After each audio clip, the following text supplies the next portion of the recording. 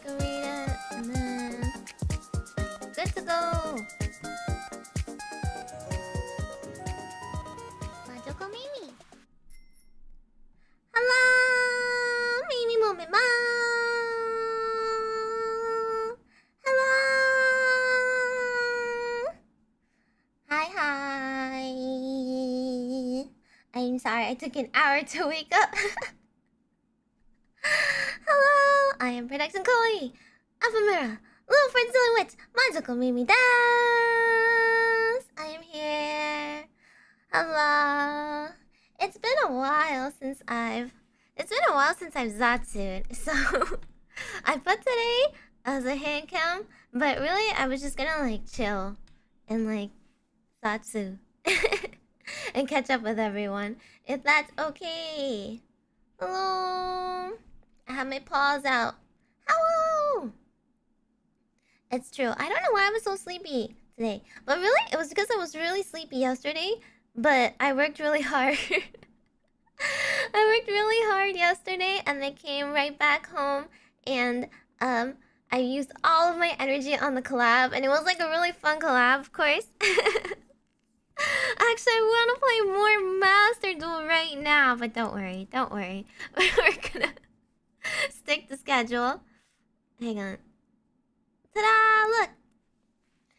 I didn't really fix chat, but I added a different chat that works. Do you like it? Not all the emotes work, sadly. Sad. That's the one sad point about using I think this is a Stream Elements thing. I wonder if it's because I didn't connect my YouTube properly or something. Maybe that's it. The emotes aren't working. You know what? I bet the Twitch emotes would work. That might be the problem. I didn't connect them properly yet. But hello! Okay, so I have a couple of catch-up announcements, and then I want to chat with everybody. But hello! I hope you guys enjoyed the two collab streams this week. One, I wanted to play some Overwatch with Batsus for you guys, and talk to some new people, but also invite Ron, of course. Our lovely Ron. Carrie for DPS, and get her in as much as possible. Also, I forgot the BGM. Wait, actually, which BGM should we do today? In this one? Hang on. I need to monitor off.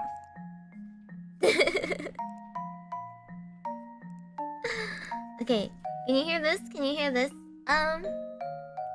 BGM? Is that okay? But yeah, I wanted to make sure Ron got to show off some of her Overwatch before she goes, because that is her strong point. Honestly, I'm surprised. She's so good at Overwatch. Why doesn't she play more FPS games, right? I'm literally like, Ron, you have like 400 hours in this game. And only Overwatch, of all things to specialize in. If I was really good at shooting, I don't know if I would stick with Overwatch. I feel like I would play a more impressive game. But I'm not that good at shooting, so yeah, Overwatch it is. But I wonder what you thought of my gameplay. This is the first time I streamed my POV. As you can see, I mostly play Lucio, and I mostly play Mora. I tried Kiriko for 2 seconds, but I don't know. It's just like, it's really good for clutch Suzu timing, but I'm not good at like hitting heads. And so if I'm mainly on heal duty, I can't heal enough. My heal output isn't as good. But it's about 500 hours now. Yeah, true. Pretty much true. Have I tried Apex or Valorant? I have. Apex is like, I don't know about you, but Apex is like a resource gathering game. You know? I don't actually scrap that much. I don't fight that much. I've only played with like a 3-stack, so either they die and then I'll die, or I die and they carry. But like Apex is just, you just squirrel away the whole game finding better and better gun parts, and then like you hope that the enemies like get caught by better enemies and they take each other out. So I don't know, but at least it moves really quickly, right? At least like if you lose really quickly, you can get back into game really quickly. Whereas like in Valorant, you just have to go through like 14 rounds of like straight losing or something before you're out of that miserable matchup. Oh wait, I want to show you guys. Oh, actually, you know what? These gloves aren't really good for that. But I learned something from Essie's hand cam. I saw she was doing a hand cam today, so I lurked. I feel bad always talking, and then like half of the chat will say hi. Like, if you guys see me in someone else's chat, I appreciate, you know, like the fact that you recognize me, but I don't want to take away too much stream time from the streamer, you know. So especially with someone like Essie, who Scylla, she like reads everybody's chat messages. I don't want her to like go through like hi Meimi 5 times. So if we can just hold back just a little bit, that would be great. But I saw something she did for her hand cam. So she does like, here's your heart, and then here's your heart, and then here's your heart, and then here's your heart, and then here's your heart. But it's pretty hard in these gloves. From the side, these gloves look like Sully's gloves from Monsters Inc. So I'm doing my best. And then here's another heart, upside down heart, spade heart. It's really fun though, isn't it? Just like she does the full fingers. But I love you and I want to say it. You can say hi in my chat, you know? Or I mean, you guys chat a lot with each other, but don't you guys have like other social media to chat with? Do you guys have like a Discord or something you can chat with? You can do it there too. Just don't do it in some other streamer's chat, okay? Don't try to like spam their chat is all. It's like on the same thing for Twitter too. If I'm talking with another VTuber or talking with another streamer, it's like literally if you're going down the street and you hear two people talk to each other and you butt in, right? Sometimes it's a little rude if the other streamer doesn't know you, or you make it all about like me when I'm just trying to like respond in a normal fashion. Like, it's fine for you guys to respond to each other in my chat or my Twitter or my community posts, right? Because that's like a community Meimi focused thing. Just don't do it to other people's streams, okay? Or other people's tweets and stuff like that. I mean, if this is really the only place you can talk, then fine. It's fine on my chat, but like... don't be too off topic, and it might be easier if you just have a Discord or Twitter or somewhere else to talk about it, no? I don't know. But I'm not there. Well, I'm talking about in terms of etiquette. Like, don't butt into other conversations too much, because they get pinged and they end up seeing like your conversation to me or something. Or it's like, I don't know, it's like two people who are talking and then you're just like, I like cheese too, high five, and they're just like, what? Who are you? You know? Don't do that is all.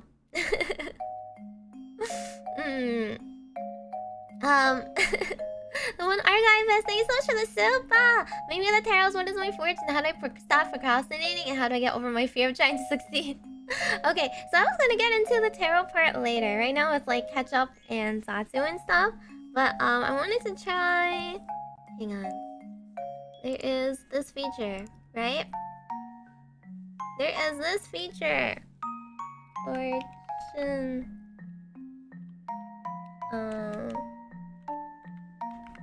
I can't type with my gloves. Okay. Whatever. One word. There we go. Yeah, I wanted to try this feature. So this is a Q&A. Ask again later. Ask again later. The Darrows, what is my fortune? Actually, how do I stop procrastinating? And how do I get over my fear of trying to succeed? Wait a second. The questions hid my chat for myself. Okay, I can see them now. I was gonna say, wait, I can't see the chat anymore. Okay, so this is a feature on YouTube that I wanted to try. It's like a Q&A. right? Some sort of Q&A, and you can enter it, and then I'll be able to see the questions on my side. I thought that would be kind of fun to use. Yeah, but we are just Zotswing first, because I don't really get to talk to you guys during collabs and all that. I just look over in between and then chat. Yes, I was toxic in Overwatch. Tell me you've never been toxic before. Lie through your teeth and tell me you've never been toxic before playing a PvP game. Okay, I'll wait. But it doesn't matter because it was just a little Batsu. It was just a little Batsu. Whatever. I was just LARPing as a dumb e-girl.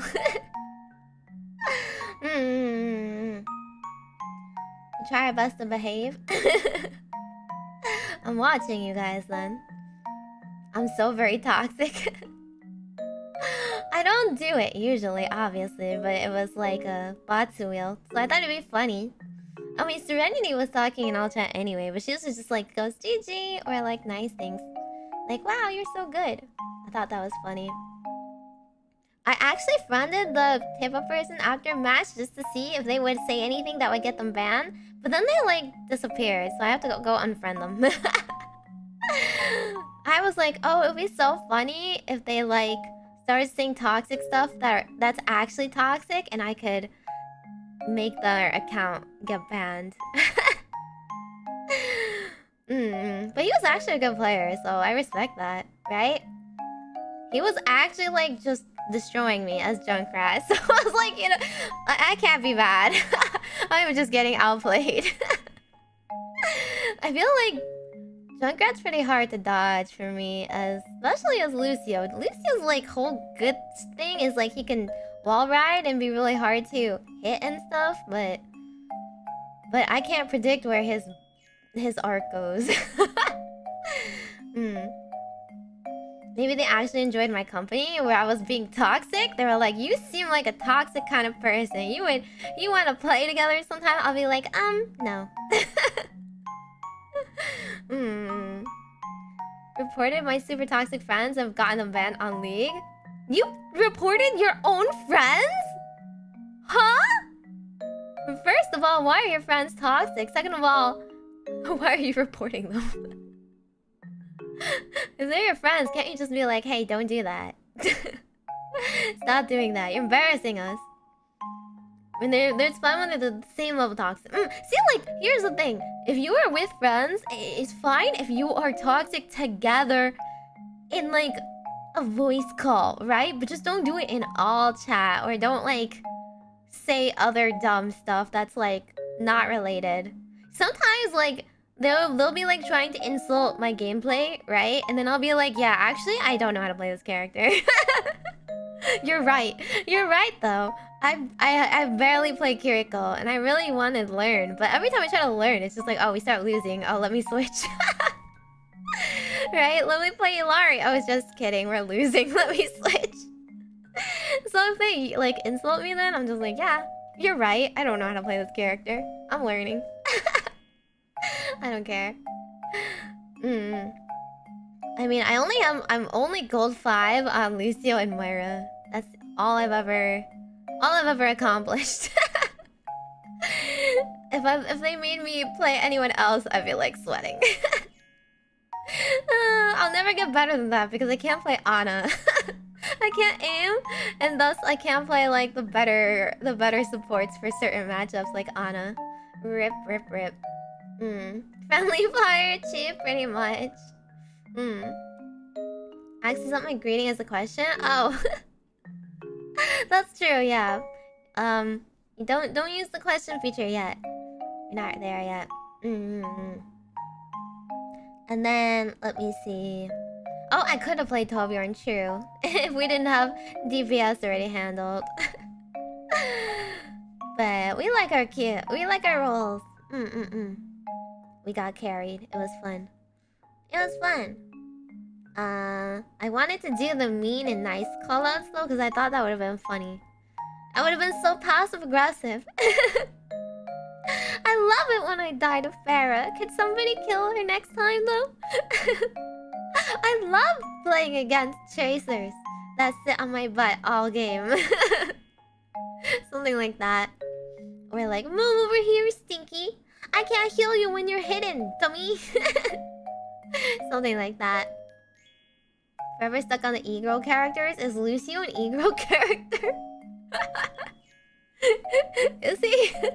Is it my fault that most of the healers are girls? They're just support. I can play Baptiste, but again, I'm very bad at aiming. But I actually like playing Baptiste. I used to love Anna, but they changed the way her shots work. Wait, really? Oh, full HP teammates body block. Yeah, that definitely happens. If you throw the thing on the ground, they body block too. It's my fault though. I woke up like 2 sleeping people before, and it was a very bad idea. This is what happens when I spam Lucio shots everywhere. I'm a nap? Okay, good luck. Enjoy your nap. And then good luck with work later. Those are big hands. Yeah, these are my big cat paws. They're super fuzzy. Super fuzzy. My normal gloves are underneath. I was either between this one or the other one, but I wore this one last time. Right? I wore this one last time. So, some varieties here. The Hulk hands? Wait. They're not that big. I just have 2 layers of gloves on. Our new Oshi is Sully. Hey, fine. Here, I'll change my ears on. Where is it? Wait. There you go. Does that make it make sense? I'm Meimi now. You like the pink black ones? They're less furry? They're less furry, but they keep slipping off. This one, it has like... This one is like individual, you see? Whereas this one, it's like... all open, like this. It has like 1 thumb spot, but it doesn't have anything else, so it just keeps slipping is the problem. When did you change? Oh, my Meimi ears. My Meimi ears are on. I'm Meimi mode now. And then Moira and Mercy are e-girl characters apparently. They are, but I don't like Mercy at all. I don't like Mercy. Whenever they see a Mercy, it's on site. I try to destroy them. But that was Overwatch. I was looking at models in your paws. I didn't change anything here, no.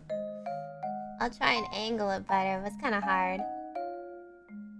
They aren't the cooking stream gloves? Well, no, the ones we got bought from my phone are the cooking stream gloves. Did you pay attention? That's why I got the black gloves. The black plastic ones. They look like they'd be pretty opaque, so I could cook with them. But they're the ones that kitchen people use anyway. I'm gonna have to try and position this with this webcam over here. Oh, well, it's not a webcam. I guess it's like a document cam? How did... You know what? It is a webcam. It's for the web. It's a cam. But I have to position it in the kitchen sometime with a laptop. Yeah. Every glove is XL size. I think these were made for girls, though. At least I don't think they would make them in guy sizes. I don't see you guys wearing these. So, but yeah. Okay, if you want me to take it off.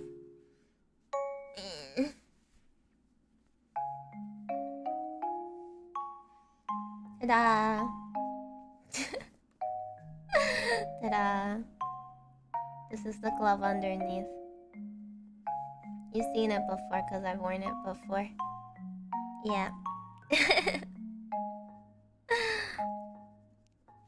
Yeah, the throne got bought out, so we can do the baking stream sometime. As soon as I test it. As soon as everything gets to me first, and then I'm gonna go out grocery shopping and get some cupcake supplies and whatnot. And then we can test a cupcake making stream. And then I'll decorate it. I want to decorate it with Meigorb designs on top. At least I'll try. I don't know how great it'll be. You guys think Meigorbs are like gumdrops? Do you think I could use gumdrops? Or something? I'm wondering, what can I use as the base that wouldn't, like... that wouldn't fall off? If it was too circular, I feel like it might not work. It might not hold anything on top. Cake boss. I don't think it'll be that interesting unless you guys have never made cupcakes before ever in your life. Then maybe we'll learn together. I looked up a couple of recipes and I was wondering like what flavor would be good. Maybe I can ask Nano to like take some of her sprinkles. She clearly has too many sprinkles. She's clearly not gonna miss any sprinkles if I take some from her. I was like wondering, maybe I should just make like funfetti, right? That sounds easy. You take a vanilla one and then you put like the sprinkles inside. That sounds kind of yummy. Easy cupcake boxes? I don't think they make any that I could use. I've made box ones before, but that's like the least interesting stream in the world. What do I do? Add 2 eggs and milk to it and then like that's it? That's the stream, guys. Let's at least try. Try and follow a different recipe. Chocolate crickets. Are mages crickets? You guys wanna be chocolate crickets on top? Cupcake box review? It would taste fine. I think box things taste fine. Obviously. Sprinkle taking strat. Well, we are gonna use some sprinkles. Some sprinkles. Not the amount she used. Not dousing it in sprinkles. Let's see. What else is there? You don't like gumdrops? Really? Well, what else can we put on top of a cupcake that's like slightly circular? Right? Like most of circular candies are like... I don't know. They're like jawbreakers or something. Something you don't want on top of cupcakes. So I think gumdrops would make the most sense, if anything. Some type of gummy, right? Oreo? Why would you be an Oreo? This isn't even a chocolate cupcake. No jawbreakers. Ew. What the? Jelly beans? Fruit snacks? Fruit snacks are shaped like fruit. They're not really shaped in a circular format. The reason why is because I want to decorate it and make it look like there's mages on top. I mean Meigorb. Wait, hang on. You know what? You know what hasn't been around for a while that I forgot? I need to... Okay.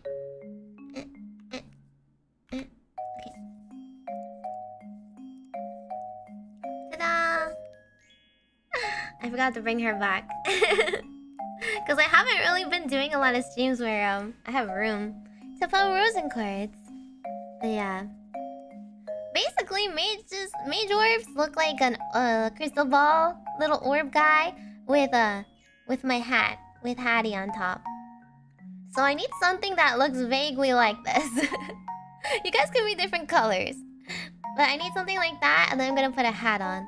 Alright, I have some ideas for the hat already, but it has to be super tiny. Peanuts? Peanuts aren't circular. Candied cherries? You can't really put stuff on top, though. You guys can't... The Smarties are not... The Smarties are not orb-shaped. Ew, putting Smarties on top of a cupcake sounds kind of gross, though.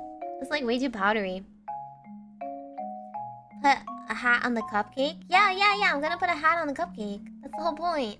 That's like... It needs to be something sturdy. It needs to be something I can put stuff on. A walnut? You guys are just being crazy now, aren't you? Blueberries. Ah, blueberries. They're a little small, but that's true. Blueberries are kind of yummy. Blueberry cupcake? Smarties are pretty circular. Alrighty, I'm gonna teach you something, okay? So, Meimi or Meimi right now is what? What dimension is she? That's right, 2D. What about my hands? What dimension are these right now? That's right, 3D. Yeah, we're looking for orbs. Orbs are circles, but they're in 3D. And that's why we're trying to look for a 3D object to put on top of my cupcake. So I can put a hat on it. Ferrero Rocher, I sadly can't eat those. Sadly, they're not Meimi safe. They're not safe for witch tummies. They're representing you guys. I think it would be cute if you guys were like a cute little blueberry or a gumdrop. But if you want to be an extremely disgusting piece of food on top of my cupcake, essentially ruining it, then I guess it's up to you guys. If you want me to throw you up after I try to eat you. Can't wait for 5Ds. 5Ds watch along. Part 2. Booted up stream with intent to bully? No, I only bully people like you who make dumb decisions. I only choose violence if you guys choose idiocy. What? When you guys hang out with that, like I ask you guys all the time, but when you guys hang out with your friends, do you just like say something dumb and then your other guy friends are like, yeah, right there, bro? Like, do they just agree with you? Have you only heard like people agree with you your whole life and you never had a real friend call you out for saying something dumb? Or like your mom? What about your mom? Your mom doesn't say like, that's kind of dumb, sweetie. We don't do that. My mom is like straight up like, are you like 2 IQ? Like my mom is always like, I guess you're just only you're neither book smart nor street smart with the way you're talking like that. And I'm like, you know what, fair. Constructive criticism is actually, believe it or not, good for your character building. If you want to sound remotely competent in day-to-day life, which is what my fortune-telling advice streams usually try to do. We try to like not just give you baseless toxic positivity, you know? My life is in shambles. What should I do? Just keep doing you and things will be fine. Things will go great. Don't worry about it. No, like that's not helpful for anybody. The whole point is feedback. The whole point is like, okay, well, maybe there's some things you're doing wrong. Maybe there's some things that you can do better, and maybe you actually need help if you ask for help. At least that's what I believe in. Our friends call each other out all the time. Yeah, then why can't you take it from me? I'm just a cat girl right now on the internet. My mom laughs. Yeah, see, my parents laugh at me all the time. My sister roasts me, but I roast her back. Equivalent exchange. Except she's just a better roaster than me. She's just harsher. She doesn't care about your feelings. You just never lose around anyone? I lose around my parents and my sister all the time. What are you talking about? But I think baseless feedback is also not helpful. You know? Like, if you don't know enough about the situation, there's always like the people that just like want to like babysit you. Or they think they know better than you. You have to balance both. If you don't know the full situation and you're just going off of no context, then you shouldn't act too superior. That's what happens a lot when I'm like, I'm gonna do this, and you guys are like, Meimi, have you heard about like the nutrition table or something? I'm like, yes, I have. I am an adult and I have made an adult decision to disregard that for one meal, but imagine if I showed up every time you like only ate like pizza or chicken nuggets for dinner and I was like, have you guys heard of a proper nutritional balance? Like, okay, that's like too much, right?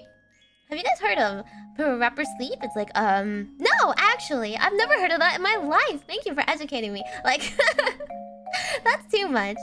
But it's like, you know, if you have some sort of context, or if you were like, hi, I don't know how to balance my diet, and what should I do to do better? In that case, you should assume that they start on a baseline of asking for help, and you start with the basics there, right? It's all about context. Maybe, did you read?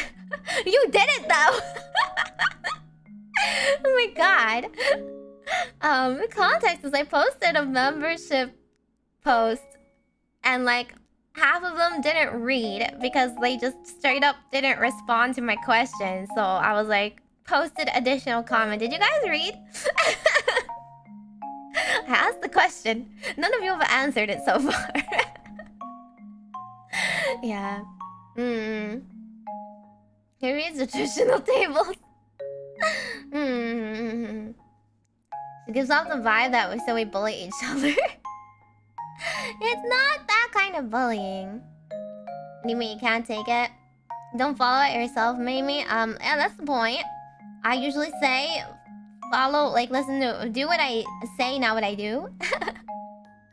But, I mean, who out here lives as a perfect person that, like, wakes up every morning and jogs before work and then, like, eats a perfectly balanced 3 meals a day and doctors recommended, like, spread of exercise and sun and socialization and finishes all their work on time and partakes in useful hobbies for their life. If they do, you know, I have nothing more to say to you. You are too normie for me and you might find a better entertainer in some Netflix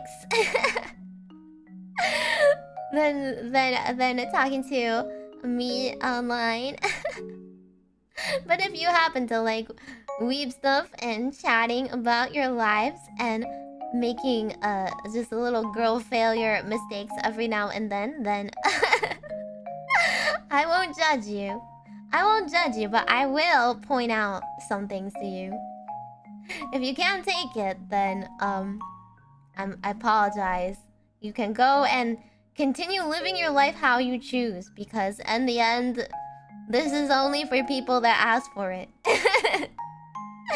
If you don't ask for help, then I will not give it to you. You know, I'm not gonna come in and barge into your room, knock down your door, and be like, okay, I'm gonna fix your life right now.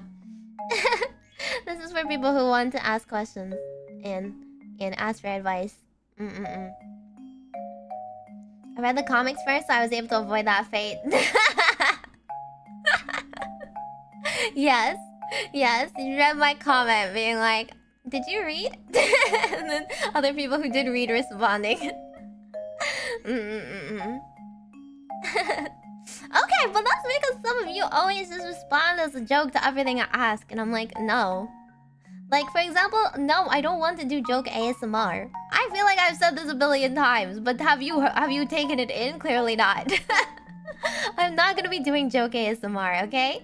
I actually really like ASMR, and I want to do it, like, properly. If the premise is a little bit silly, I still want it to be a good ASMR.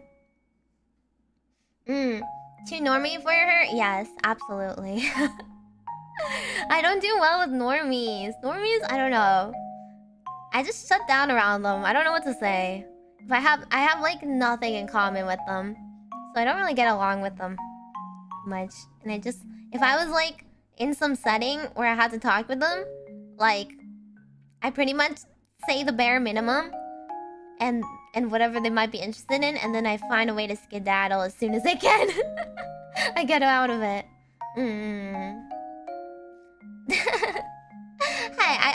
Hey, I do want you guys to succeed, okay? I want you. How do I point it here? I want you to succeed and do better in life. I'm genuinely trying to help people when I give advice. I'm just saying, if you don't want to hear advice, if you just want to hear positive affirmations that are like, keep doing what you're doing, it's obviously not your fault and it's just bad luck, then maybe you want to talk to somebody else. And if you have genuine problems that I can't deal with, then definitely therapy is a lot of better choice than me as well. Don't talk to random strangers on the internet if they don't know your entire life story and attempt to get therapy from them either. That's not recommended either. Normies enjoy Naruto too. Oh god. They're not the OGs though. They weren't like being cringe in Naruto running after school. I don't know if I can relate to them. they didn't get bullied for liking anime, then I don't... they're not from the same breed. They were not raised in the same conditions as us hardened weebs. Securing escape route? Yes. There's only so much I can talk about the weather, to be honest. Who counts as a normie anymore? Oh my god. The people that like sports and their work is their life, and their biggest events in their life is like exercising, trying out different like restaurants and different Netflix shows. And before you ask me like the Meimi, there aren't people like that. I am talking about anecdotes, okay? As a witch that has to do witch commissions with like, I do witch commissions for humans, and I have to sometimes blend in and pretend to be a human. That's pretty much what I have to do. I have to live in those circumstances and keep it down low. And if I play games, I have to like think about it very carefully what games I'm gonna talk about. I'm like, what's a game that they might know about? And then I'm like, Baldur's Gate. Like what else? You know, even Overwatch is still like too much for them. They don't really play Overwatch.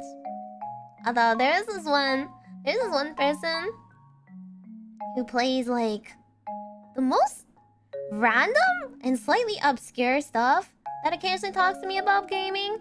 They're like some dad, and they have like 2 sons, but they're like super duper duper. They're super duper duper into like sci-fi. They're really into sci-fi. They're really into space themed stuff. Like they're known as like the office dork because they like own a bunch of like Star Wars stuff, for example. So whenever they talk about games, it's always like the stuff I've never heard about, like like some building game that has to do with like being in space and collecting materials and yeah, I'm just like, okay.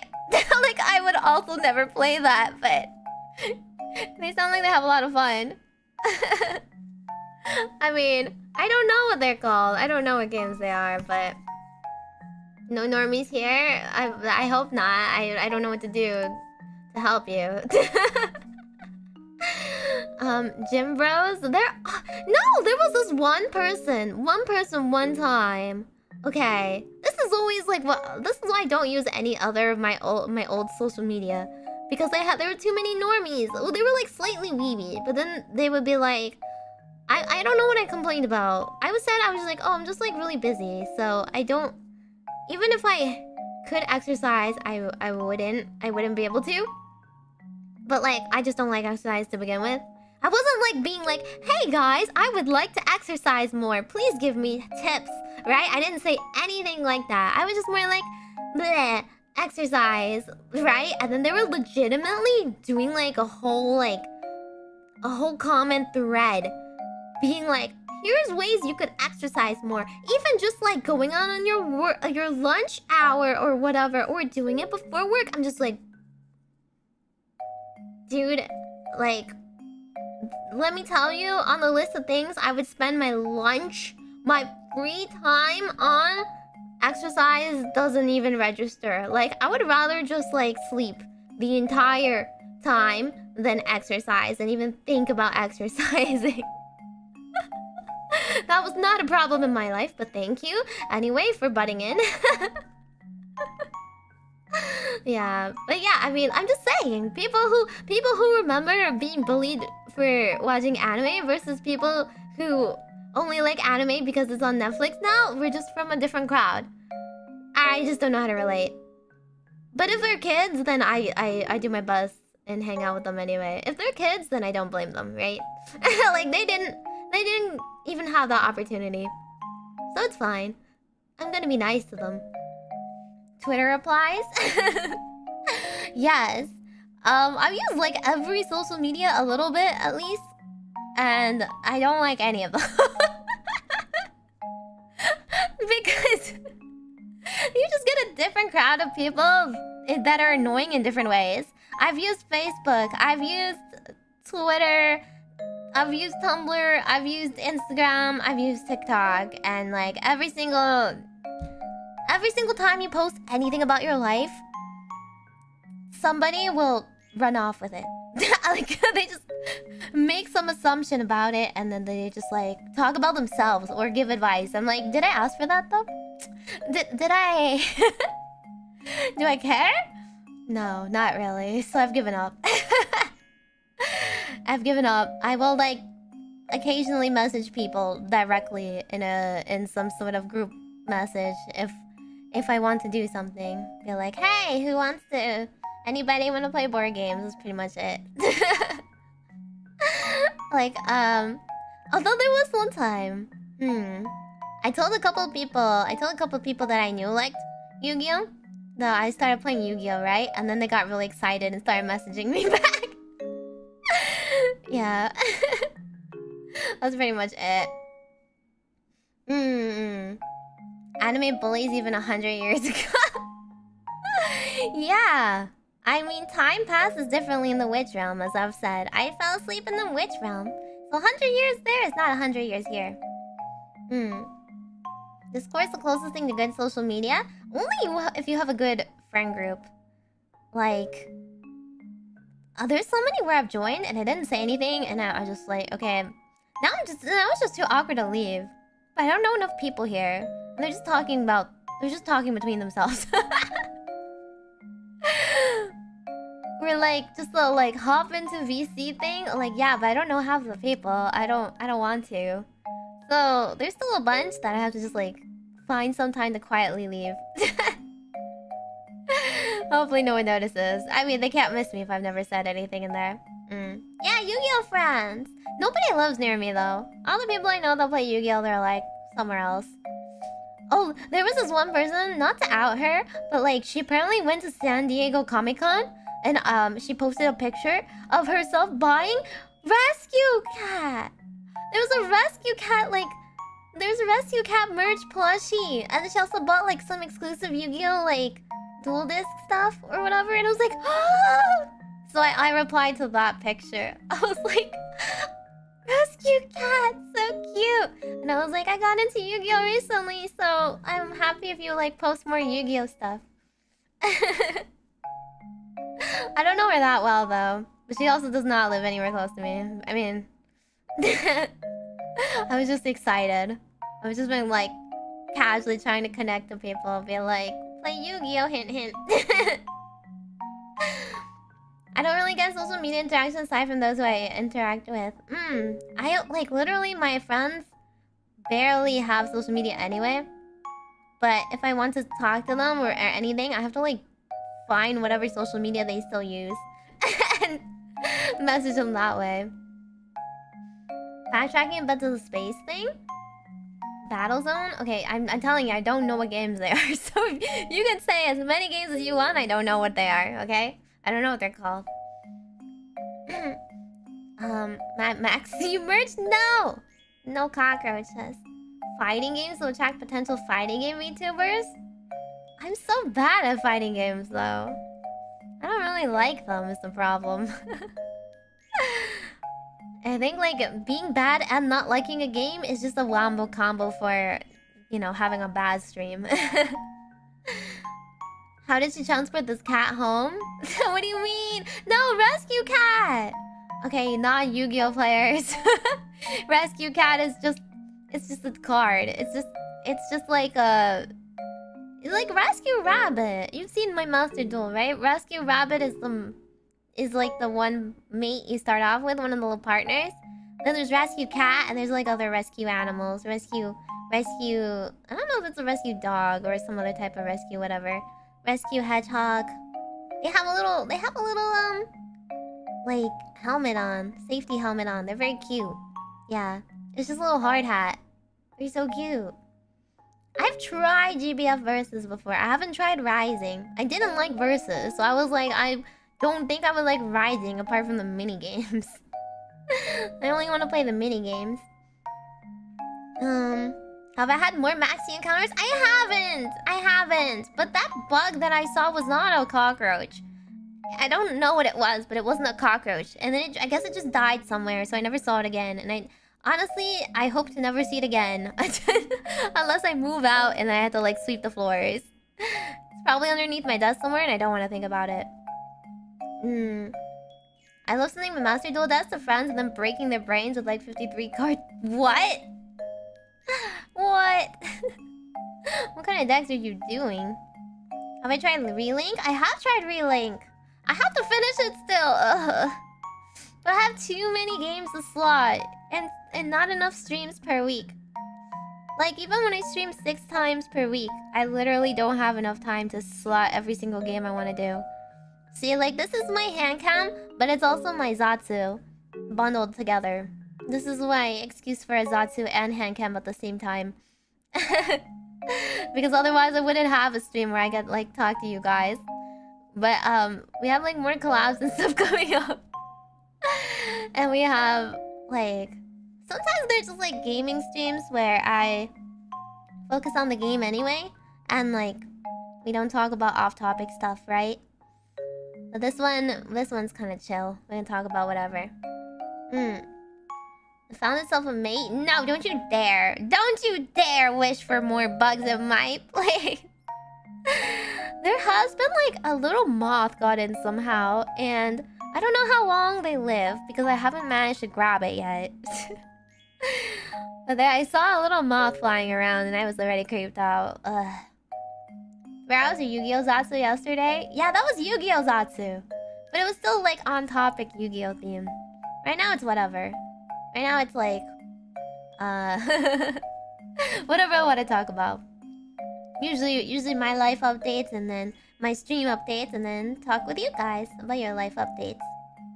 I've never picked a 53-win synchro pile because everything is a combo piece. You never bricked it. Oh! Yeah, I feel like I brick pretty commonly because my cards aren't that consistent yet. But yeah, if you manage to get a non-bricking deck, that's pretty insane. Stop it! No maxis!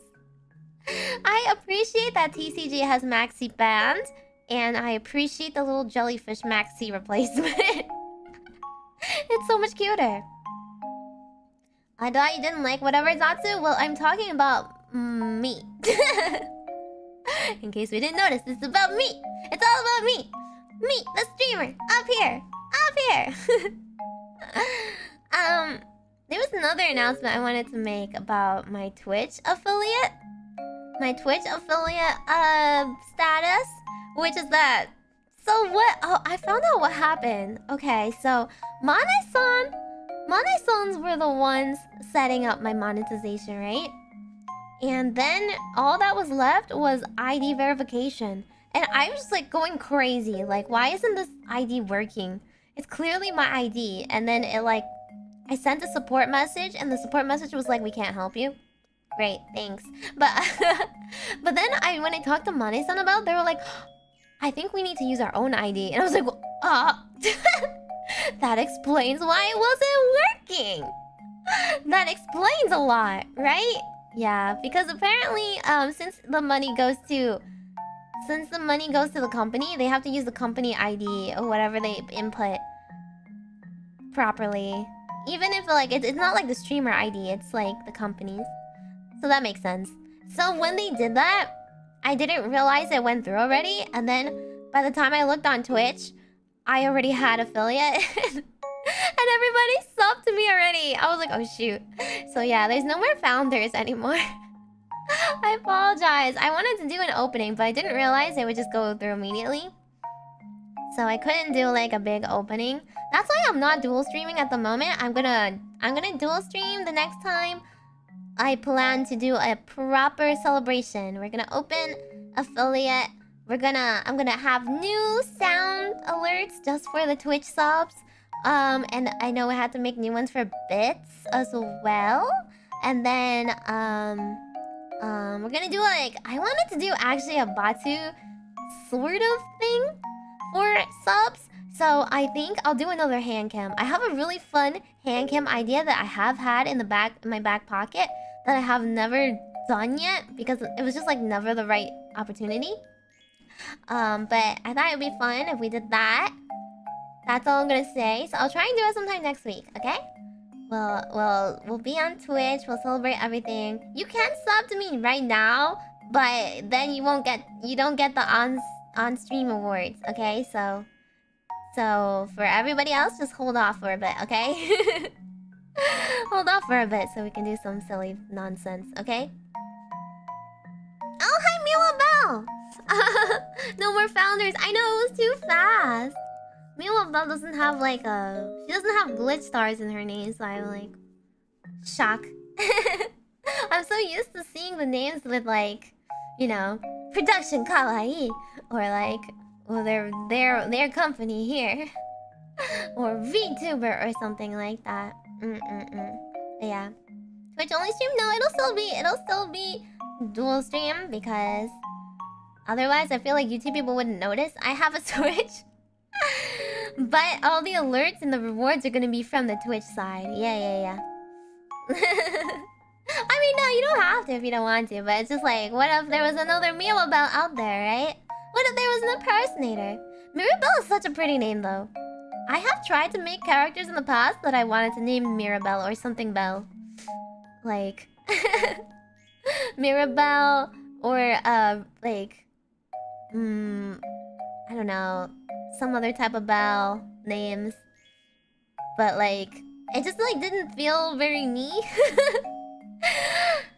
They're just, like, characters. Like D&D, like, characters. Or, like, if I play an RPG characters, right? But even then, I was just like, it doesn't sound like a very Meimi, like, character name. So I didn't go with it. Bell Peppers now! Majokko Meimi on Twitch. That's my Twitch. Horror Bell Oi! That's like the kind of stuff that like kindergartners would say to make fun of your name. You know, they always find some way to make fun of your name. Updating her name just for you. Hey, she doesn't really stream on YouTube much. She doesn't really dual stream much. Leia does. Oh, Leah, sorry. Leah does. U-Bell? Haha. I'm still not gonna play U-Bell. Terrorbell? Oh no. Kids can be cruel. Kids can be just dumb. But like, kids are also very sensitive. So if you say something back to them, they'll also cry. So just take their name and say something like poo poo pants, and then they'll also be sad. Yeah, it'll be a Batsu wheel though. We'll do a Twitch Batsu wheel. Or sort of. I mean, it's not gonna be crazy, okay? The orb says... Ow! Did you seriously just ask that? Mr. P, thank you so much for the tip! Thank you. Let me see. Thanks for making your day awesome! Enjoying watching your streams and going over all VODs. Thank you! I appreciate it. Here, I'll give you guys hearts. and I can't do like a... You guys can't really see it on this glove. The Korean heart. The Korean heart hands. It just looks like cat paws. I've seen like... It's crazy. People will comment on some of my older VODs. That's what I was so surprised about. Another thing I was gonna say. So like, apparently... So like, what happened is I asked members to vote on next week's stream ideas. I do have like one collab, I think, next week. I need to double check what day it is, but apparently the normal members and everybody tied. So I asked tier 3s to tie break it, and apparently StarCraft won. I was so shocked. I didn't think there were so many StarCraft fans amongst you guys. Some people are like, well, if I don't understand StarCraft, I can't really follow it, but like, you can follow the part where I roll out with my army and things get blown up. So I guess it's a little bit easier to follow than Yu-Gi-Oh! If you don't understand Yu-Gi-Oh! So apparently StarCraft won. I voted for StarCraft because I didn't recognize the other game. Inscription? You don't know Inscription? Really? Inscription is, I knew it as like a mystery game. It's like a puzzle game, but it has like a Slay the Spire-like deck builder gameplay to it, and I saw it had crowd control, so I thought that was really fun. That like we can mess with it a little bit with crowd control, but it still has like some story, some mystery that I have to discover. I feel like I only can play it one time though, right? My life for art, yes. Not Zerg Rush. Okay. Yeah, I was surprised that StarCraft won. But like there was people that were like just StarCraft like enthusiasts that also came and commented and was like, I really like StarCraft. I was surprised to see this in my recommended. Thanks for like a 9-hour video on it. I was like, what?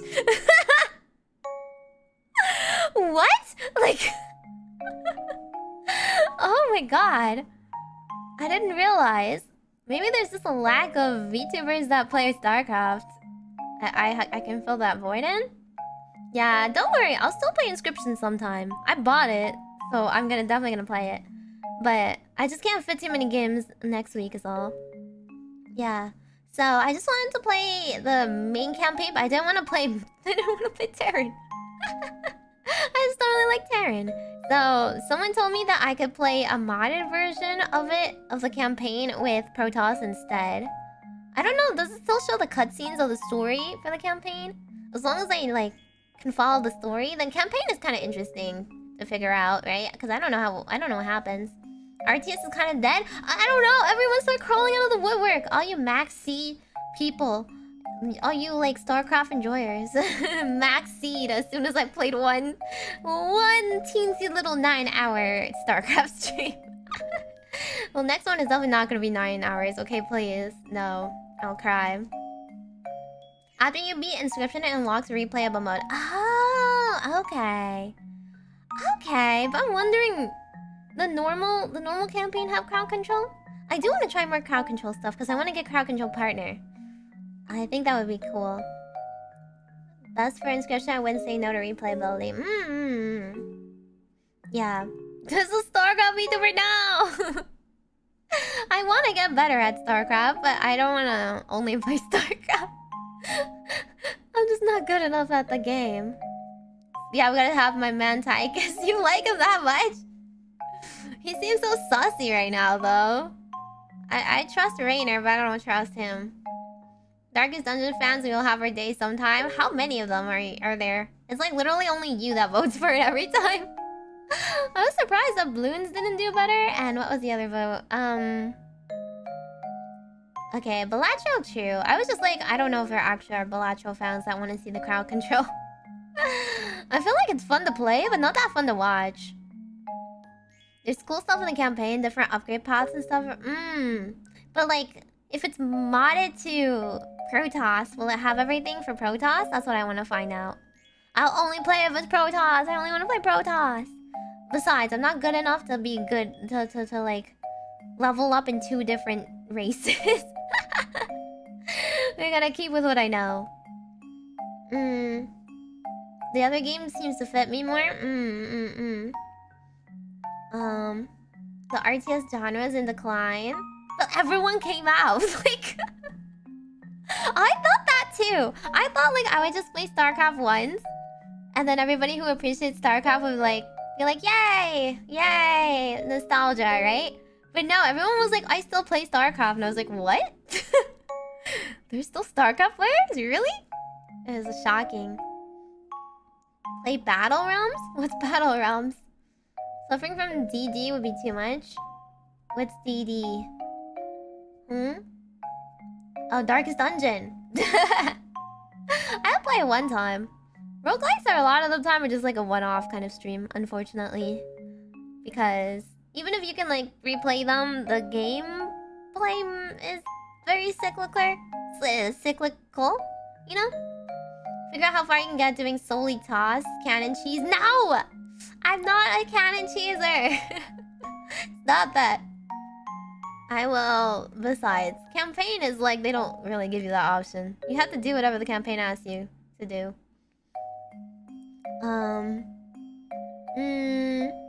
Koha to delete League? She does not have the League deleted. I can promise you that much. But I did download Apex for her, so if I play Apex once, it's just for Koha. But it's her birthday week, so we gotta be nice to her. She actually messaged me something and I didn't really see in Slack. I think it's because of my question feature.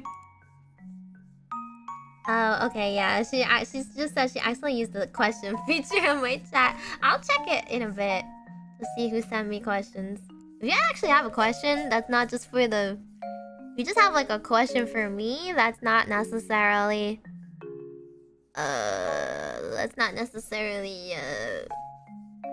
related to tarot. I can answer that too. I'm horrible at Apex though, so it'll be extremely unfun to watch. Valorant is just a jump scare game for me. I literally just die immediately, I get sniped, and that's it. There's like nothing happens. All the questions definitely work, but I need to... Yeah, I just need to go into a different, like... So, like, there's basically different chat modes, right? You guys can see live chat, top chat, right? There's one where questions. So I can't see your live chat for a bit while I look at the questions. I can go over them really quickly. But, by the way, it's not anonymous, so... If you ask a stupid question, I will still have the power to delete it. And delete you, possibly. So don't do it. I see, yeah. Kunomochi accidentally sent it in the questions. Was I late or did the stream not start? I only started at 8:30, so don't worry. I delayed it by an hour and a half. Because I was eating and eating. Meimi and the Furry Gloves, how are you doing? I am doing fine. I am doing fine. Thank you for asking. Everyone else is like a question. I have a problems. I love a cute blue cat witch VTuber. What do I do? I'm not a cat. Wink. Yeah, wink. Only sometimes. Only a little bit. Let's see. Will maybe play Apex with me and Hio on Sunday? Okay, that's Koha's question. There you go, I found it. I can play with her on Sunday. I did download it just for her. It'll be like the worst Apex play you've ever seen in your life. But I figure if I do it once, you guys will stop asking me about it. You know?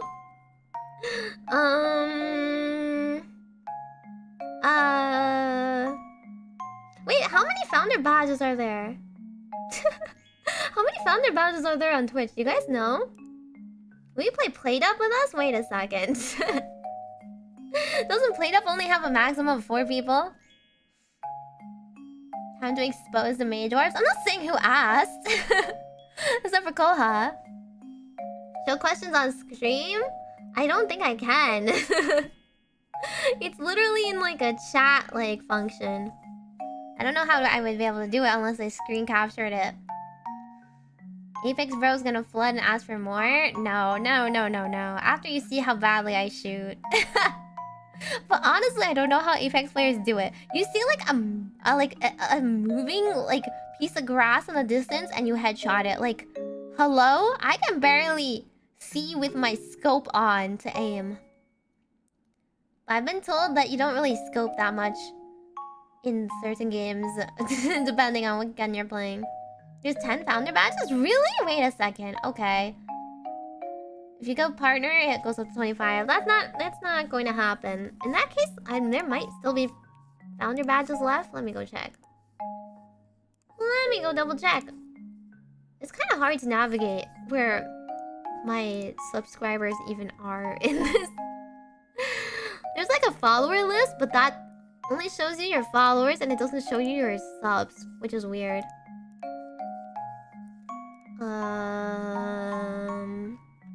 Let me see. Wait, no, it says 10 subs. It says I have 10 subs, so I think you might have sniped the last founder badge. Whoopsie. Okay. Well, I did make an announcement earlier. I was like, try and get founders. When I made the post on community yesterday, it was right before my collab, so I didn't want to like derail my collab to talk about it. But I said, oh, 3 people had already signed up, so if you want to get founders, you can try now, but by the time you read this, it might be too late, kind of thing. So everybody that has subbed until now, I think, has a founders badge, maybe? Or maybe you can try. Maybe you can try right now. I mean, if you have Prime, it should be fine, right? You can get founders with Prime, and you don't really lose money. And Amazon will pay me, so I like that. I like that aspect. Free money. Cow mini stream! Yeah! Also Meimi. Commission, you almost had guns? Huh? Koha? Oh. The gun Meimi kind of theme? Yeah. I mean, there are other games. I literally would have used it for Nikkei, right? There's games where there's guns in it that don't have to be shooters. Or it's just cool. I mean, you don't like girls with guns? My one aim for the witch game, you shush. It's horrible, I know. Announcement on the kawaii Discord too? Wait, they announced it for me? Thanks Discord? Question mark? I'm not in it, so I wouldn't know. I was like, we didn't announce it or anything on my on production kawaii Twitter because, you know, management just did it. they're waiting for me to do some sort of stream, I guess. There is still some available by the time you ended collab. Whoops. I didn't realize how many you got. I thought you would only get like 5 founders. I just want to sub, but how do I find it? You can just like, you can offline sub on Twitch, I believe, but granted, let me see. Here, I'll link. You go to my thing, and then you can go to, there should be one next to my name. At least mine says manage my sub. If for you, it should be like sub. Yeah. Should be something like that. Yeah. If you don't want to get founders, I'm saying you can wait for those celebrations. So then like your subs will count towards the Batsu wheel kind of thing. A tier 3 leak first. I didn't know when it was happening. I woke up and I had it. Mane-san did it overnight during their work day. They didn't tell me. That was the thing. Like, they did it and they didn't tell me they did it. I found out myself after 3 people already subbed by looking on my Twitch because I was getting ready to stream and I was like, maybe I'll like simulcast. But I don't want to simulcast now until I do my celebration because then I won't be able to like thank you guys properly for your subs, you know? Power washer? Huh? Power washer for what? For power wash? It doesn't have a gun. Is that what you're saying?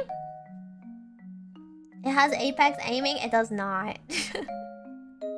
It does not. You have any FPS that has Apex gaming?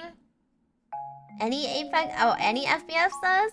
Does it? Not necessarily. Apex has like a... I don't know. Some sort of like recoil, right? They have recoil. And the recoil's not always the same per game. Someone just signed up and still got founder. Okay. Maybe you can get founder. I don't know. Does Prime subs not count towards founders? I don't know what's up with that. You can try your luck right now. How about that? Try your luck. Oh! Thank you! Vivian Raj, thank you so much for gifting 5 subs. I mean, I keep saying subs. It's memberships on YouTube. Welcome, Majors. Welcome. For those of you who are new, please thank Vivian for the gift and for everybody. Please spam my new emotes that you get access to. Please spam Meigorb is one of us. Welcome. Rico doesn't count. You shush. You know I'm not aiming at heads. You know I can't shoot heads. If I hit a thigh, I'll be happy. Yeah, 5 subs. Let's go. Yeah, that. Wait for the big stream to sub there. Yeah, no worries. Rico, we're kind of dumb in Apex. You can ignore most of it if you use controller. Controller. Pet. We don't do controller aiming here. We don't do that nonsense. That's why I was so bad at no bed, I swear. I can't do controller aiming. I'm gonna be all point and click, baby. Just click on their heads, or maybe their chest, which is easier to click on. We are not doing that. Skill diff, but I don't want to be good at Apex. Honestly, if I was good at Apex, like, I'd be a different person than I am now. I'm pretty sure it would change me as a person. You know I'd be sweaty then. A sweaty gamer type. Anyway, it's been a while, right? Have I chatted? I've already chatted for an hour. Okay, I think that's over announcement, so I can get over some of the questions. I didn't ask, but you actually can have a choice between the different decks. To be honest, I don't know which ones you want. This is the one that roasts you. This is the one that's like super real, but like if you need somebody to yell at you and get off your butt and like fix your life, this is the one. If you want something more abstract and pretty, it's this one. If you want something that's a more traditional tarot reading and not an oracle, this one. I would say this one's more like traditional tarot reading is more like abstract, but it's like better about like painting a bigger picture, right? It's open to interpretation. Oracles are more straightforward, but they're also a little bit easier to relate to. And if you don't have a serious question, they're better for like everyday things because they just give you practical advice, whereas tarot is better for like, where should I go in my life? What direction am I gonna take in my next year? Like something big picture is better. And then I have other ones, but I don't think I'll use them today. They're all over here. Zero filter. Yep, a zero filter. All fun. The emotes there are huge? Really? The emotes are really big on Twitch? Actually, I think fun fact, you could probably comment on the Twitch like side and it probably will still show up in this chat right here. I think it will still chat, like you'll show up. Maybe you can try using an emote. You think you can? You have to like go into my Twitch channel and like find my offline screen and then type in the chat there for it to work. Let me know if it works, if you guys see it. But I'm not sure. This might or might not. I have it set up in Stream Elements. Twitch emotes are so much better. Well, I like the animated ones, but I don't have any animated things yet, so I don't have anything to add in those slots. Actually, they like gave me so many free emotes. They give me so many free emotes on Twitch. I don't even have enough to fill like the bit ones. You can give like, if people give enough bits or whatever, you can give them exclusive emotes or something like that. So it would be kind of sad though if I just like, I don't know, like if I get a lot of subs on Twitch only, I would have a lot more slots. I don't know what to do. What do I put there? That's my Twitch only emotes. It's much easier to unlock the emote slots on Twitch because they give you free ones right off the bat that anyone can use. I threw in a giant emote. Does it work? Did you see it work? Is it working? Maybe it's not. Maybe I can't. Maybe it's not working. Never mind. Thanks for checking. You can add animations to still emotes. That's true, you can. But you have to use the channel points or whatever, right? I don't know what to call my channel points yet. I called it magic for now instead of magic, but it's a really bad pun. I have like so much I need to customize for Twitch that I have not done yet. There's a lot. You have to like put the alerts in. You have to put the... You can put like a raid alert in, which is crazy. You can put in what else is there? These are bit ones. And I don't know what else I want to add. Let's not go too crazy yet.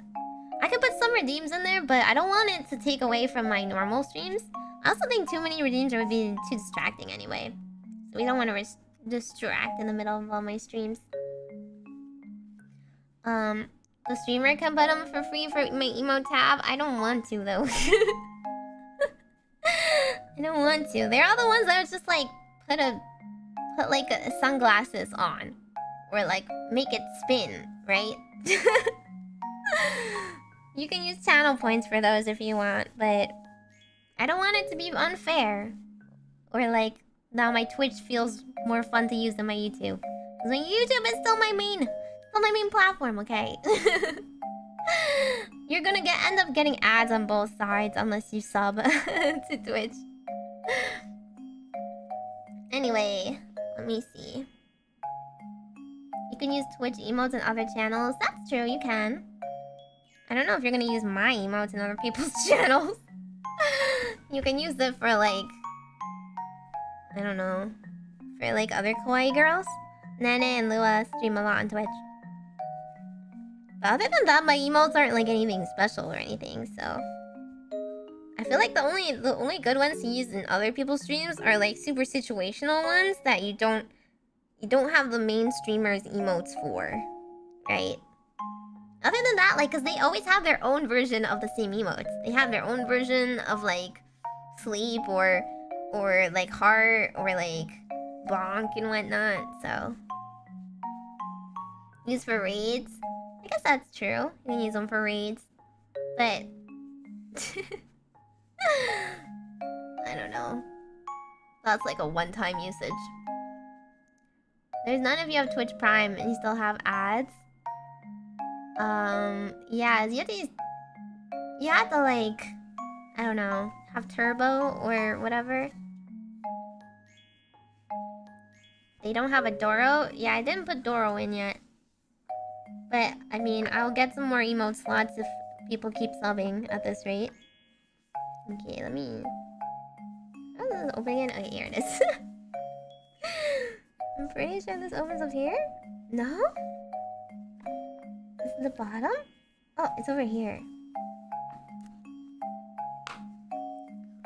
No Doro? I just didn't put it in yet. Besides, I didn't have access to all of my emotes. My Doro one's only on this PC. You guys like it that much? It's just a random Doro that I threw in. But now I can't take it out, so I can't like do anything about my emotes now because I can't remove any of them. A Gorger emote? No? Like, what are you guys asking? I don't even have any emote slots. You have a W mouth? Okay. Doro might be the most used. I think it's only you who uses them. Don't speak for everyone else. Most other people use like normal ones like maybe heart, maybe cheer, and when I ask for the Meigorb one. Why is these upside down? What did I guess I shuffled them all the way around. Okay, whatever. It's fine if they're upside down. It doesn't really affect this one. You guys are just crazy. You guys are just crazy and you're also kind of lemmings. So if one person does something, you all do the same thing. I personally like... I like Meimi Sleep. I think that one's cute. And I like Meimi... I think Meimi Bonk is really cute, but it's the Bonk chat, not me. Yeah! I like the cute emotes more too. Exactly. Isn't it cute? I like how I'm holding down my hat. I'm trying to protect myself. Max, see now? It's like lemmings. No. Cockroaches are probably smarter than lemmings, to be fair. Okay, the clown one is just because it just comes up a lot, okay? We just have a lot of clown moments here. It's not one I like.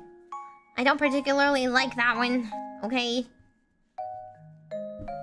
It's relatable. And you know what? Those kinds of emotes are much cheaper to make than getting real emotes.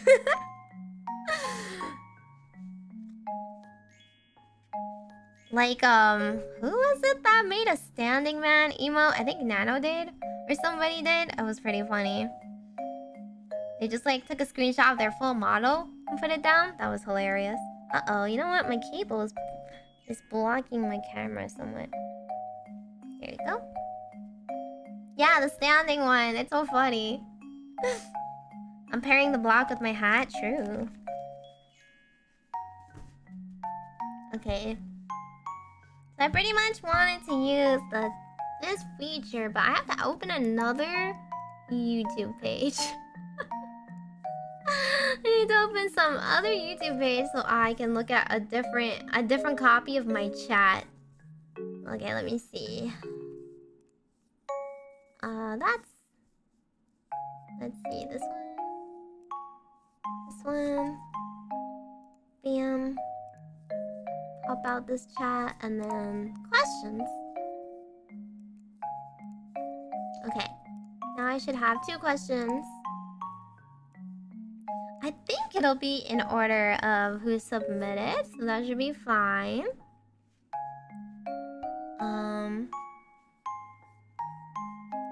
In the box? Oh, it's just because I didn't upload that one properly. I probably have to go back and fix them. But I just like added the emotes in a rush, okay? I was literally like during lunch or something. I didn't do it properly yet.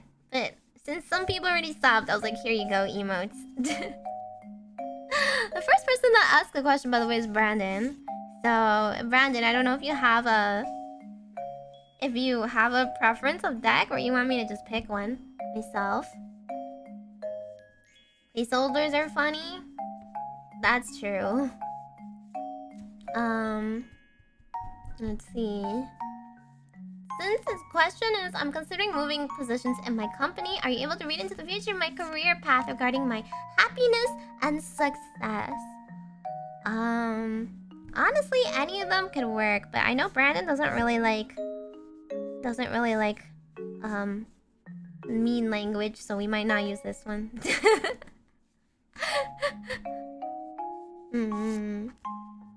Yeah, you can send in questions. I don't really know how to get rid of the question after you send it. Is there a button? No. It just lives here forever. Okay, cool. I can't like mark them off. That's fine.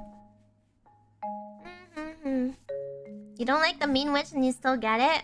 Well, Brandon has never been mean to me ever. You can start with that kind of attitude. Granted, granted, it's not like I ask for everyone to be super nice and sanitized all the time. But that's just their personality. So, did you have a pick, Brandon? Doing. Name one time? We don't have the time for that on this stream. That's off topic. See? There you go. Me neither. I'm never mean. I don't think you're mean, Egan. I don't think you're mean. The pink one with the unicorn? Really? Okay, you wanna get roasted? Alrighty. Oh, he's feeling spicy today. Okay. You like it when we bully me? Not every time! Gosh. Sometimes it's like, I just want to have fun and vibe. And some people are just like, I'm gonna make it my mission to get her to react in some way or fashion. And I'm just like, hello? Stop doing that by trying to purposefully be dumb. Okay. I forget. Is this one or this one? Oh. Oh well. Most of the time it's funny, but not always. Yeah, but sometimes people are just like, I don't know, they just like try really hard to derail. And I'm not here to give you the time to derail. Or say things that like I clearly don't like. Then I'm like, okay, you're just trying to get me to react. I get it. I don't want to react right now though. I'm in the zone playing my game or whatever. Or yapping about my topic or whatever. What do you mean admit it. No, sometimes I mean like a back and forth banter is fine. That's what I mean. Or it gives me an opportunity to roast you. If you open yourself up like that. But if it's not funny, then it's kind of like annoying, you know?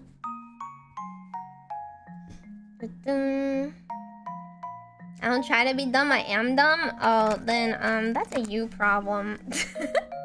If you keep coming off as dumb, then you're gonna tell me that purposely saying stuff like, oh, I think Meimi likes the lizard guy, or like, how about Meimi do XYZ ASMR when it's like not dumb. Somehow the other chatters don't say that, so I don't yell at them for that kind of thing. Somehow the others haven't managed to say something like that before. That's strange. That's... I wonder why it's not a more widespread problem then. This is saying something that I purposely, obviously don't like is dumb behavior, no? Can't I call that out? I know not to roast from a flammable house. I appreciate that. XYZ ASMR. Baby, see, baby finally doing Zeus ASMR. Yeah.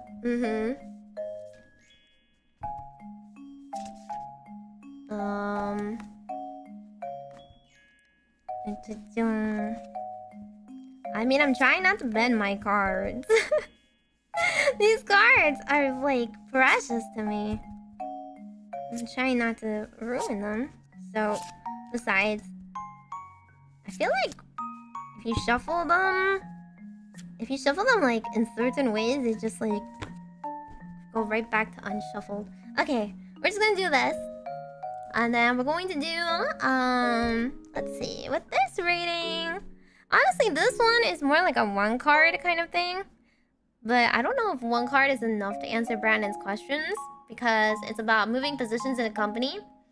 So I guess we will just do a 3-parter, if that makes sense. We'll just do a 3-parter.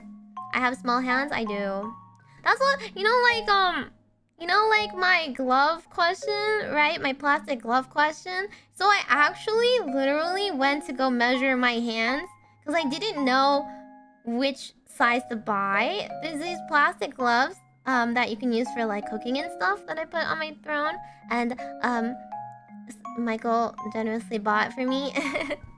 So it said like most people that were in the comments, they were saying, oh, it fit really well, but then I couldn't really tell from the pictures like how big their hands are. And a lot of people bought medium, so I was like, maybe I'm a medium. Maybe the small's like for children or something. And then I went and looked at the sizing, and you had to measure from here to here, right? Like all this lengthways is like the same, but here to here is the sizing. And this, actually, do you want to guess? You guys want to guess how many inches across my palm is? You want to guess? You can't really guess with this glove on right now, I guess, but it was 3 inches. And then medium was 3.3. Medium was supposed to be 3.3 inches, and I was below 3.3 inches, so I bought a small. So yeah, I was like, oh, okay. I guess I'm size small. Makes sense.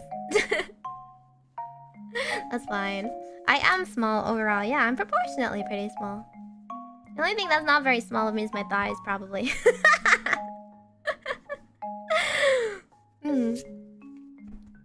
Okay. We're gonna go... I think they are pretty big, though. They're bigger than playing cards. Unless you have big playing cards, in which case they're the same size as playing cards for you. But I think they're a little bit longer. I'm gonna cut it. Oh! Awesome! This is the first card you get. Nice you. Okay, wait, which direction do I put this in? The glare is pretty strong.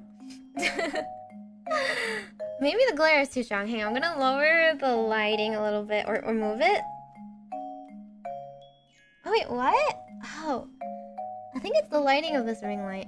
Okay, let's turn it off. I have another ring light, and then I have the webcam's light, so I'm using the ring light from over there. Here you go. Then we don't have a glare. This is the first one. Let's just do this. And then... Look at the autofocus! Look at the autofocus! Chef's kiss. Love this webcam. I love it so much.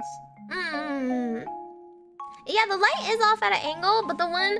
See, like, the one that comes from the hand cam is, like, direct. It's, like, one-on-one. And then the one I have over there is a off-center ring light. But yeah, this is the first one! So you want to... fear. Alright, so that's the first question. First part of the response for Brandon's question about possibly changing positions at work. First of all, don't even consider your own personal apprehensions. Don't worry about it. Don't underestimate yourself. Don't like hold yourself back if it's like actually out of fear, you know? Try to think about it from a logical point of view. Is this a good move for you? Is this a good position for you? Does this fit you? Does this make sense for your career and aspirations and trajectory? Think about that, but don't think about your own little emotions. Don't like plug yourself down. You know? A lot of people will do that. Okay, I wanted to focus. Okay, there we go. Focus on the over here now instead. Gotta keep it here.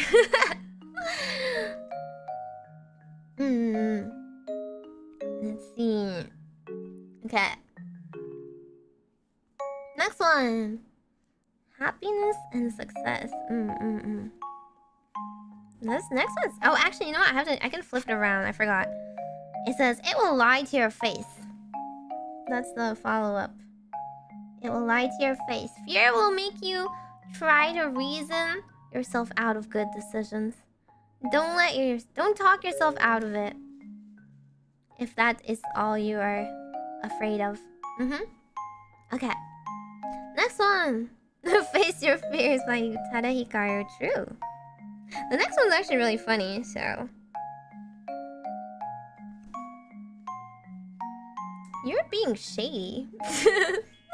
Alrighty, Slim Shady there. What could this mean? What could this mean? Oh, I needed to focus. 1 second. Hello. The thing is, it's off at an angle, so I never know what angle I'm supposed to be putting it. Okay, this way. This way is the way. Proper way. Let's get it. Hello? Maybe I just... Yeah, I have to hold it there. There we go. You're being shady. And then the back says, watch out. Things can get ugly. So it's cautioning you. Now that it's saying be objective, it's now cautioning you. Do you have any shady, personal, like, stakes in this? You know? Are you just doing this to avoid something? Or are you doing this for ulterior motives? Watch out for that. Don't let anything that you have, like, left behind and not tied up to, like, come back and bite you further down the line. I should stand up then. Yeah, don't be a sussy. Don't be a sussy baka. True. Boss got dirt on you. We're co-workers. Yeah. I mean, I don't know how it would work unless you were trying to steal, like, a co-worker's job or something like that. But yeah. Don't do anything with an ulterior motive. Try to be objective and try to be upfront. The last card is... Believe what you see. Da-da-da-da. Believe what you see. Look at that focus. So crisp. Face reality or live in La La Land. Choose bravely.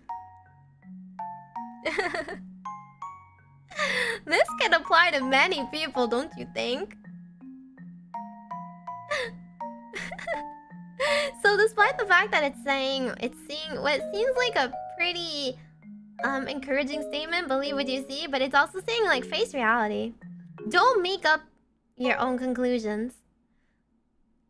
It's not really saying just take things at face value. It's just saying like don't make up narratives and stories that don't exist, and don't believe in stuff unless you're actually, unless you actually have proof for them. Choose bravely though. So, what does reality tell you? If it doesn't seem too good to be true, you still have to I feel like you still have to do your due diligence. You still have to research and see if it's a good move for you. See the department, the co-workers, ask what their jobs are like, ask if other people in the office and other people that know you think that you would be well suited for it.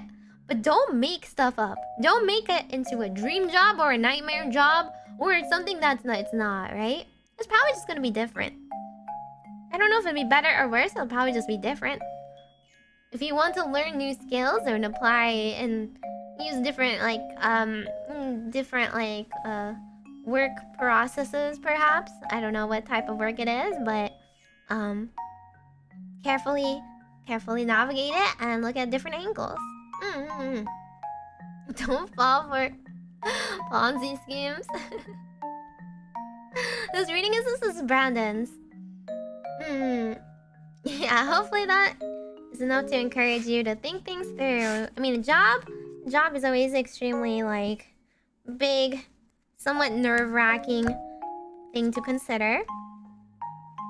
And it is very much cautioning you on that front, but it's also trying to keep you level-headed, I think. Don't let your emotions get in the way. Don't make this out to be either too good or too bad to be true. And then also just take a look at all of your options. And don't be weird about it. Don't be shady. Don't have some weird ulterior motive. We aren't Ryan Gosling? For what? Ryan Gosling for what? As in what? He's a really talented actor? Question mark? Okay, next one. I think it's funny. This is funny. I don't know if LJ is still here. LJ Alvarez, can you fix me? Maybe someone, can you fix me? I'm a loner. I can fix you guys. I will fix all the mages. That's my goal. I'll pump enough good advice into you guys to fix you. However, I don't have any contacts here, so I don't know in which aspect you wish to be fixed in. A loner. I don't really know. I don't really know if the cards will help me with this kind of question. Because I can only give you a general advice if you don't tell me why you're a loner, or if you're a loner by choice, or if you just... Does that mean you're an introvert? Does that just mean you're antisocial? Does that mean you have anxiety? Does that mean you have, some other problems preventing you from fitting in? Do you live in, the middle of nowhere kind of loner?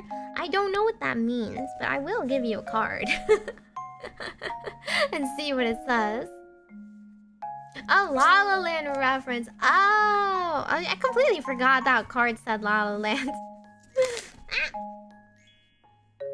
I haven't actually watched La La Land, so I really should. I feel like I would like it. But I've never really watched anything with Ryan Gosling, so... I don't watch a lot of movies with, flesh people in general. I've seen Ryan... Wait, what? No, that's a lie. I've seen Ryan Gosling in Barbie movie, right? As Ken. But that's kind of past his prime.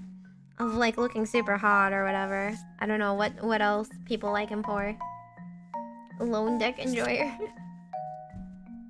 I will fix all of you guys. That's my attempt anyway. But I never said I would fix you all alone, okay? Some of my fixing is beyond me, so then the advice is find a therapist. And find some friends. But if you don't follow my advice, you don't start anywhere, right? Alrighty. Here you go. This is LJ Alvarez. Wait, this card is so funny.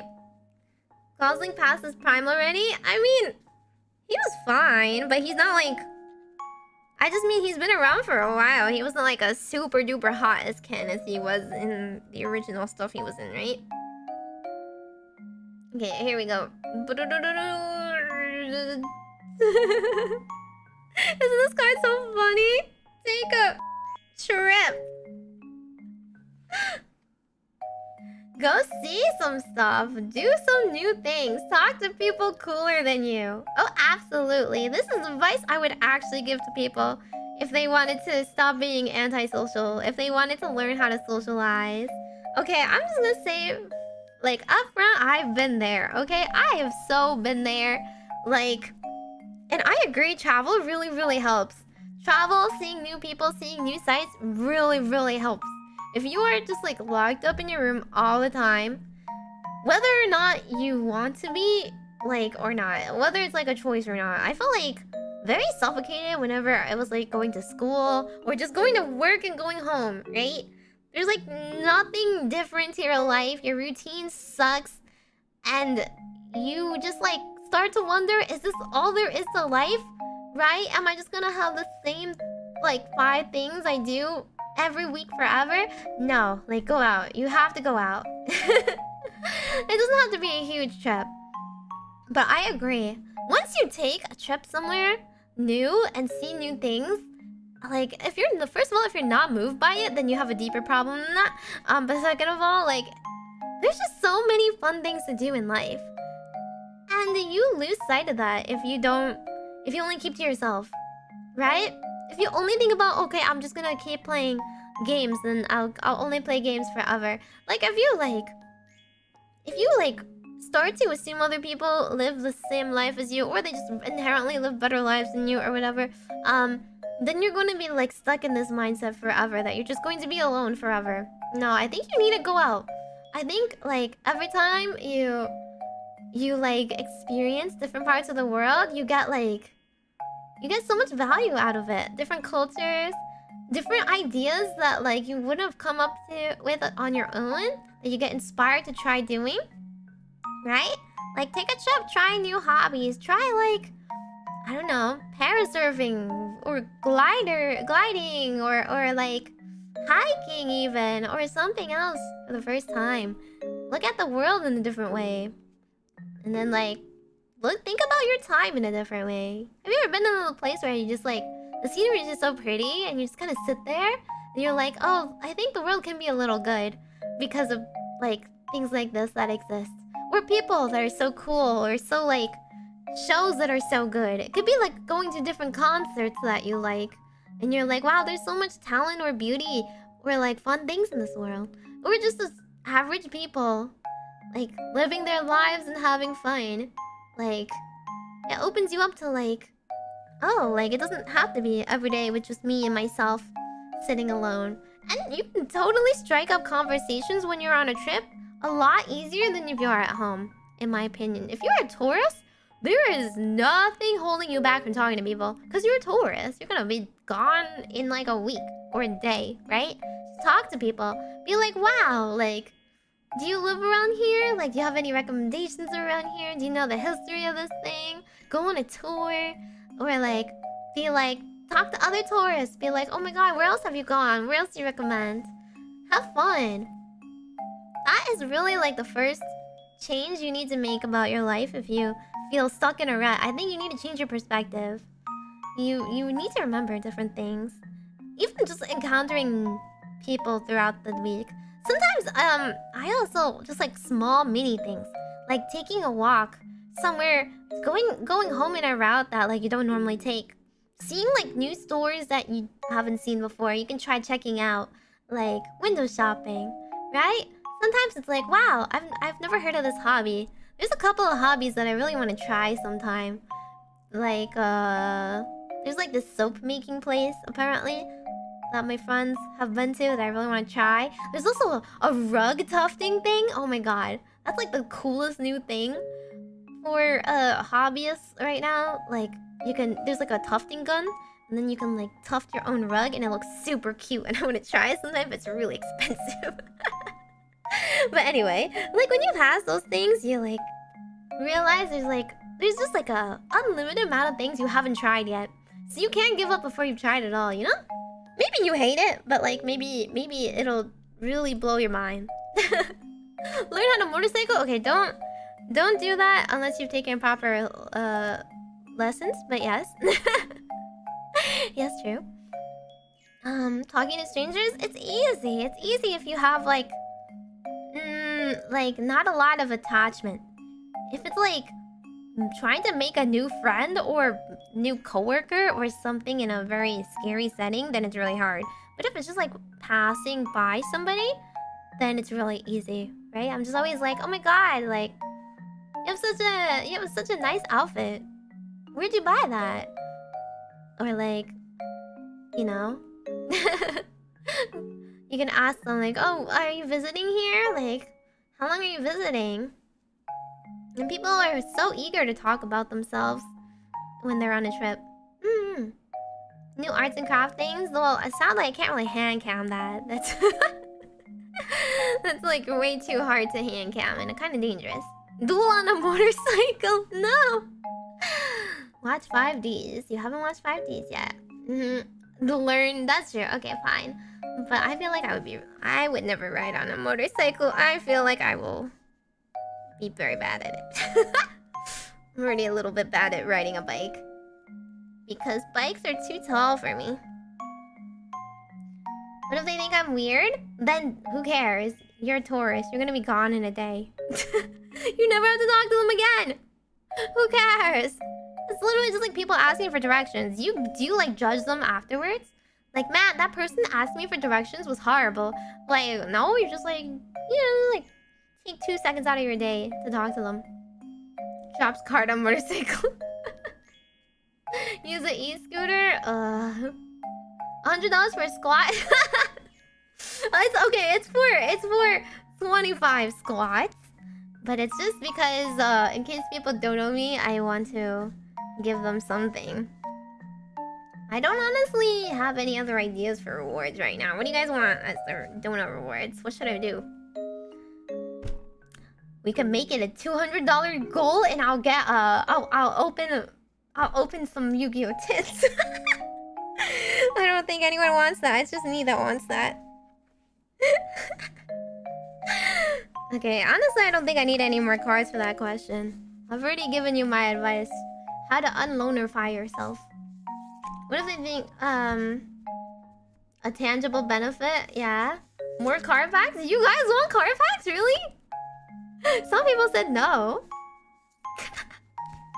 I really want to open, either a box or the future anniversary tins. But they're pretty expensive. They're like heckin' expensive, you know? Okay. That's it for that question. Vivian asked something. Vivian, what will be my focus level next week? Okay. A focus level kind of question. Probably should go with a traditional tarot, honestly. Because these oracle ones, they give you a little bit like too much specific info in their responses. I tried saying card packs last goal and you said we were all supporting it. Huh? Well, no, I said no because like I can't just do it out of the blue. You guys know how expensive they are. It would have to be a pretty expensive goal. Rarity collection? Pretty nice shinies. Really? Which ones are there? I'm the expert? I'm not the expert. Oh, unless you meant like what deck I picked, then yes, I guess I am. I don't know anything about TCG other than the tins are nice and shiny. Tarot expert, yeah. Tarot.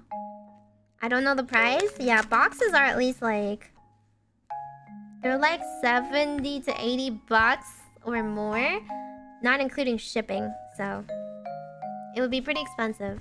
And I was saying like I can't just buy it on my own and do one stream and make like $5 or $10 off of it, you know? Like, it doesn't make sense. But if it was like a really expensive dono goal, it would kind of depend. Everyone donating would have to like really want this kind of stream. I don't want to take their money and blow it all on one thing if they would rather I spend it on like art or something, right? For example, though, you saw the art I posted on Twitter today. I should repost it on YouTube. But you want to know how much that money that was? The money of my own that I spent on that art? Guess. What the heck? Oh, I was just wondering. I thought this was like an advertisement card. It is, but it's actually one of the real cards too. Interesting. Boxes are 90-ish. Yeah. Tins are roughly 110, but depends on the box itself. They're pretty expensive. I'm just saying it doesn't make sense for me to use my own money unless like it was like donated money that people really wanted to see out of me. Otherwise, I could use that money to like buy more games or more stream assets that everybody would benefit from, is all. You cat ears and hi, hello! Thank you. Yeah, I'm in Meimi mode right now because I have pauses. Hello. Groceries got expensive. You remember my grocery tweet? Yeah. That's how I feel. $75, $150. Oh, the art? The art was like around 100-ish without... I don't remember what the tax was. Actually, I can double check. I can double check. But yeah, that was all out of my own pocket. Because I used my budget on the $300 scab request thing, right? They're all gonna come in like this next month or so, I think. How much money did I spend on it? But yeah, art is pretty expensive.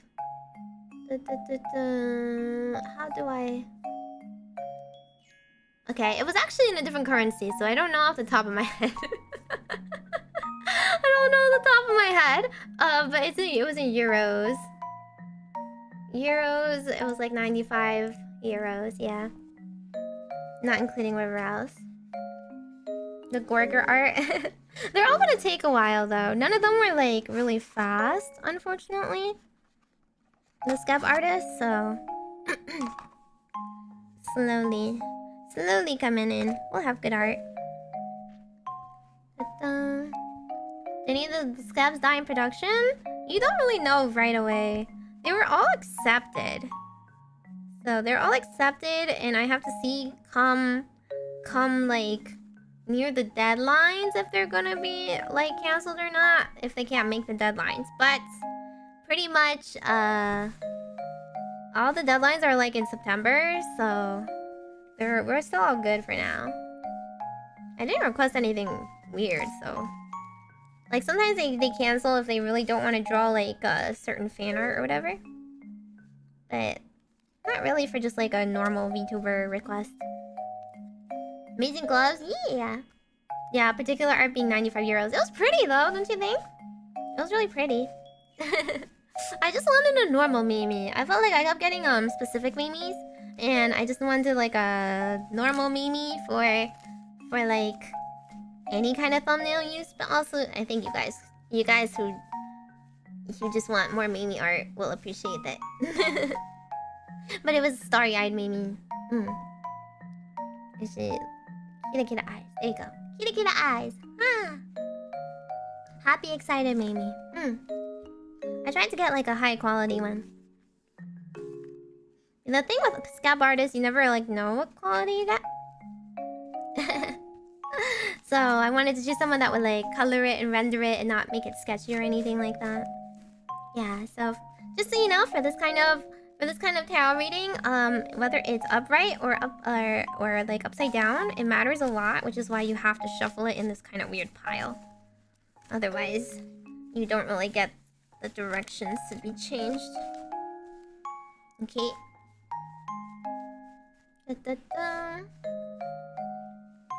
If anything, my Komei-san art should be here soon.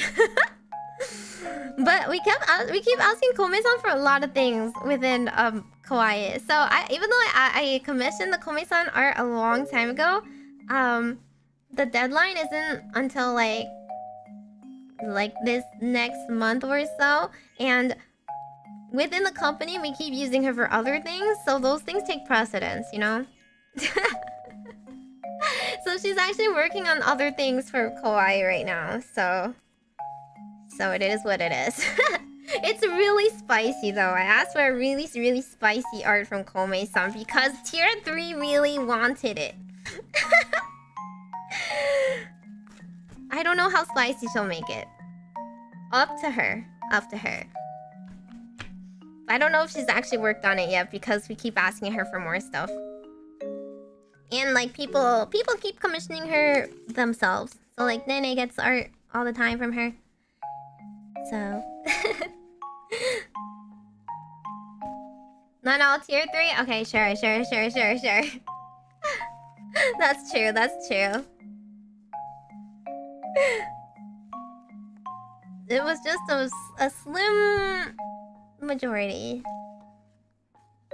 Technically, it's not really a majority, right? If it's just over 50%. I don't know. Jirai-K Hill? Actually, Lethe really likes Jirai-K. If you want a lot of Jirai-K art, then Lethe's gonna be getting a lot of Jirai-K outfits. That's kind of her thing. Like, when all of us get art, we all, like, try to spread out our aesthetic as much as possible. So we don't, like, wear the same outfits and whatnot. Here you go. Okay. Finally, we're ready! Well, really, I was just chatting. So,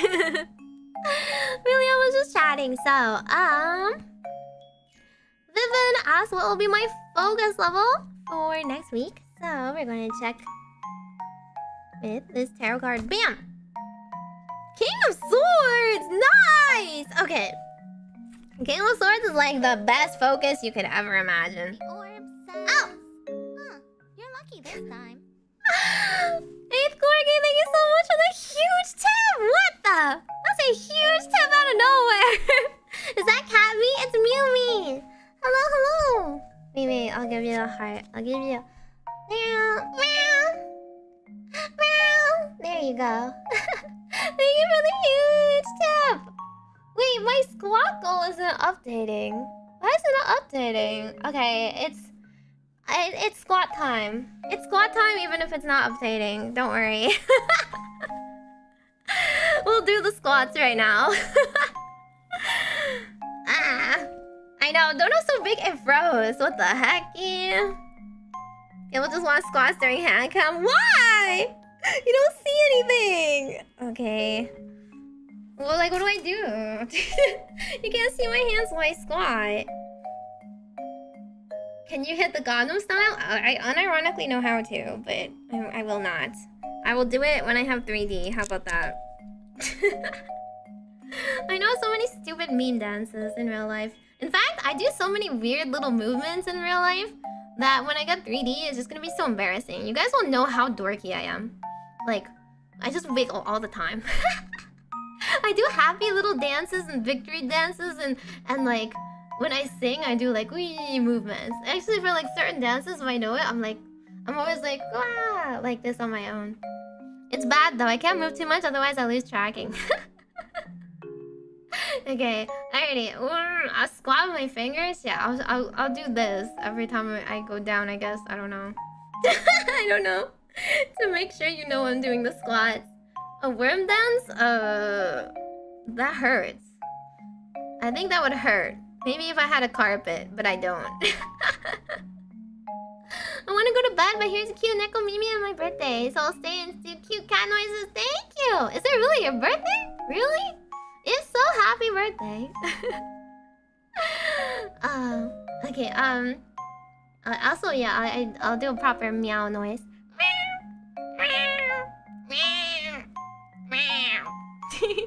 I kept meowing by accident when I was supposed to do like barking noises during Overwatch because I'm just used to it. I go all the time. Okay, breakdancing maybe? I don't think I can breakdance. I ooze dork energy, you shush. I'm stalling. Okay. 1, 2, 3,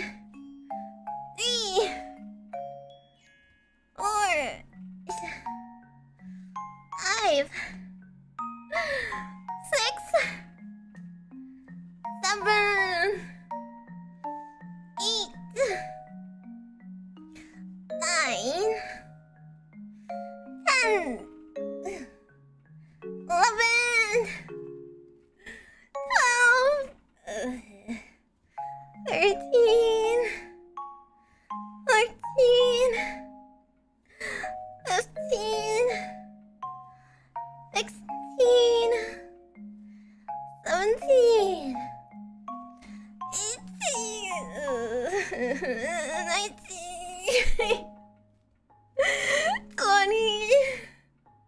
I'm sorry you came into stream this time. Just struggling. Oh, you totally didn't hear my knee pop and crack right there. 21. 22. It is proper form. It's mostly proper form. Going all the way down. Am I 22? 23. 24. 25. There we go. Okay. 25 squats for the stream. Thank you for the dono. I suffer for you guys. Never forget. It's always for you guys.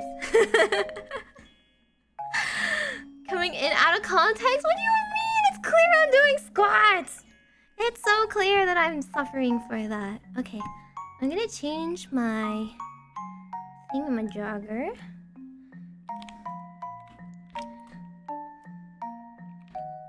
Okay, and then we're gonna do... Bam. Da-da-da-da. Change my settings, and then restart. Here we go. the squat counter did update in time. Okay, it should hopefully update soon to my new goal.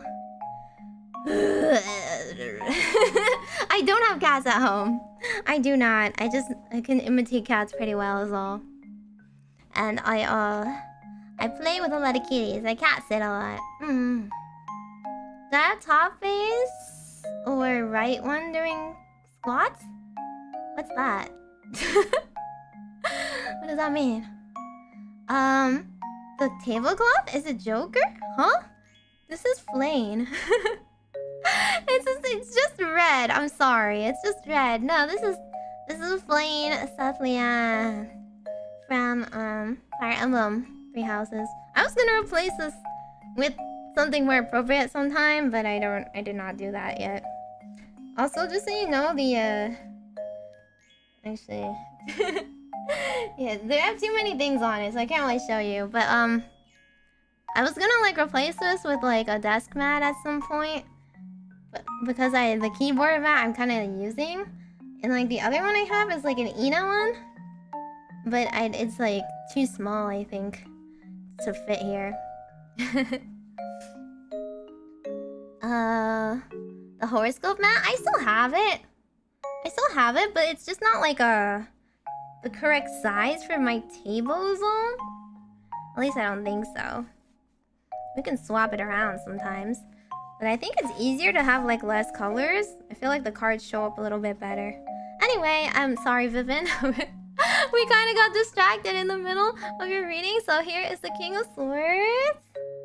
But don't worry, it's really, really good. He's even face up. So, for those of you who don't know about traditional tarot, usually the king would be the highest.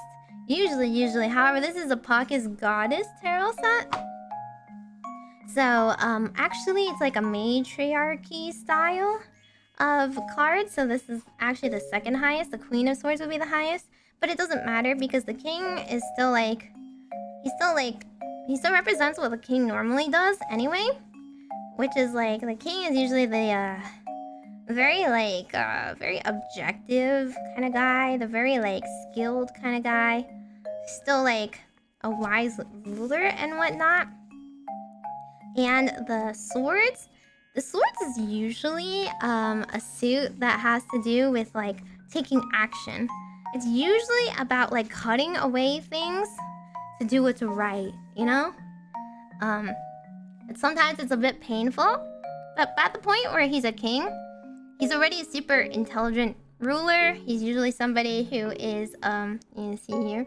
He's usually somebody who brings his wisdom and clarity to any situation, and he has authority, and that's what's the most important. He has authority to make change. Sometimes if this was like upside down, you could take that authority and then make it like spin it in a bad light, like too much authority, right? Too much of a hand in it. But no, he's upright, he's good. So basically, it's just like embodying somebody who won't sugarcoat their words, but will do what is necessary, be responsible, be calm in the situation, and apply their authority in the correct way. Not abusing it, but not like also not running away from their position, right? So, very much like the card you want to pull if you're asking about focus levels. He's very focused. He's locked in. He has to be. He's at his like meetings with all his advisors. He's fixing everybody's problems. He's listening to everybody's like petitions and applying his wisdom. A big silk purple handkerchief when I'm doing tarot. Oh, okay. Yeah, if you want to see my other one, it has to do with horoscopes. I still have it over here. Let me see. It's in the back.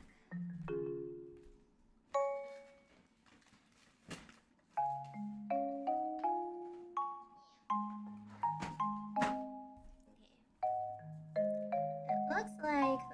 Let me just unravel it for a bit. It looks like this. So yeah, there's nothing wrong with it. If anything, it's just a bit thin. I think this one's a bit more opaque. And this one, if you can see, the material is just kind of thin. But the colors are kind of dark, so it kind of makes up for it. It's just that sometimes when you put stuff on top of it, there's just too much going on. It's a little busy. It's like me making thumbnails. I always put too busy stuff in the background. And then you don't get to focus. You don't focus on the front that much. Yeah, it looks cool. It's like kind of like a horoscope-based board game. But yeah, if you guys like it, we can use this one for now. I don't really mind. This is a little wrinkled. Da-da-da. Okay. Next question. Da-da-da-da. Tina Branford. I'm not sure if you're still here, but should I ask my doctor to let me take hormones for my gender transition? I really don't know the answer to that sort of thing. I think that's definitely above my pay grade. I really don't know. I'll give you one card reading if you want a yes or no. But that is definitely like a please don't put important life decisions on me. I will not be held liable for any major life decisions you make. Okay, disclaimer. But I'll give you a quick yes or no card. Next board game night we play this. I don't even know if this is like a real game. I just bought it for the mat, you know? I get paid for streaming. Sometimes, at least. You guys pay me when you want me to accompany you. Not everybody pays me for the advice. But... Base legal mindset. Oh, absolutely. Please don't come after me. I don't have enough money for this. I really don't.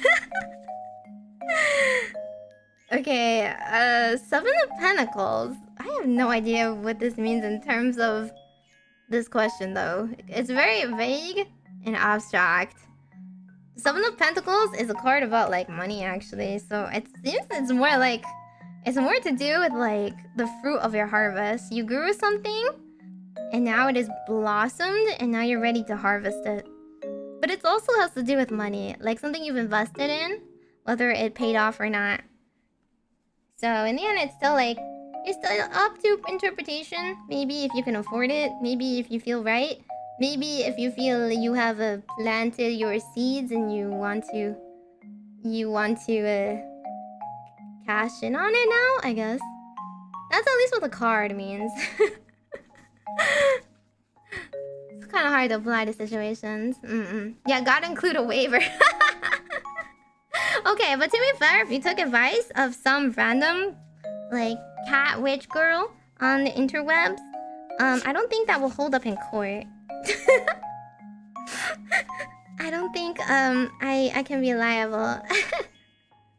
Sorry, that's on you. I'm gonna ask a question about the Same time, I'm not really sure if I want to. You can ask a vague-ish question if you don't want to completely out like a super personal detail or anything like that, because these are not private or anything. Luck based so I can win. We did play a luck based game, Michael. You literally won King of Tokyo the first time. It's luck based. Okay, next question. I think this is way Shadow. Work has been wild up and down a lot more than normal. What does the cards have in store for me this week? Okay, work. Work related. Do you have any preference for which deck you want, Shadow? I think I might use this Oracle cards. Math-based game like the Jam one? Why does it have to be math-based though?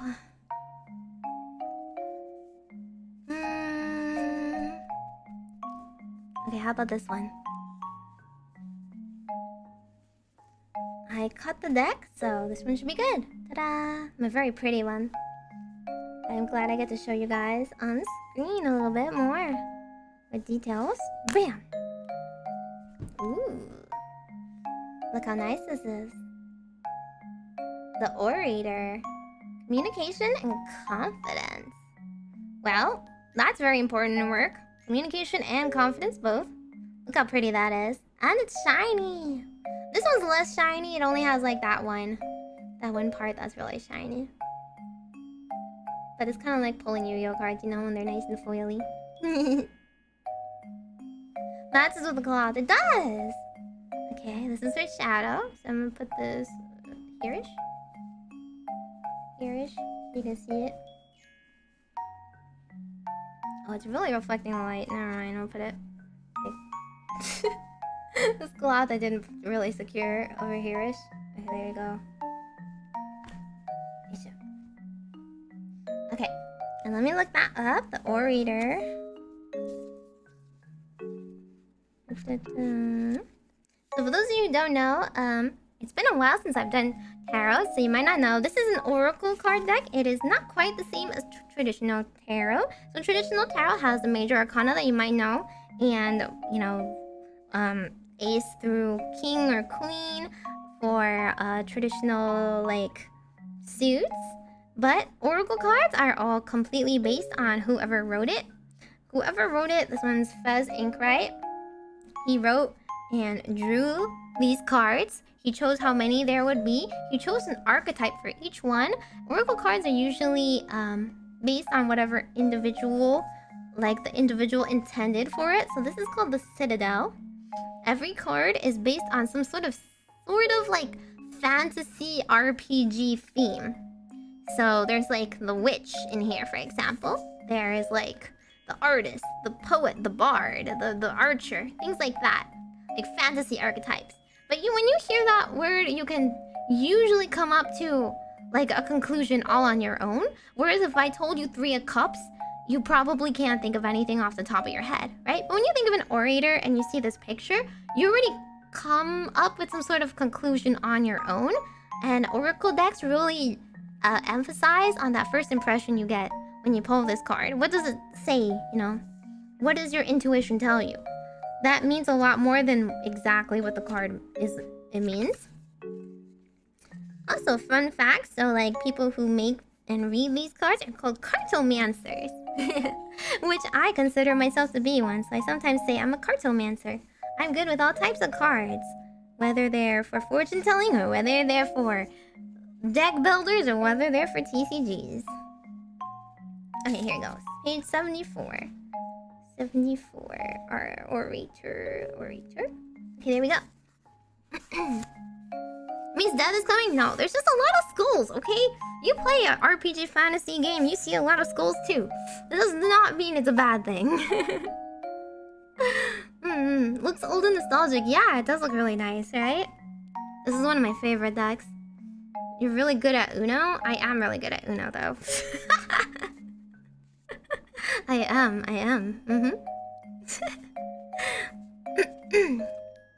The seats of the theater curve away on either side of you, filled with a rapt audience waiting for the performance to begin.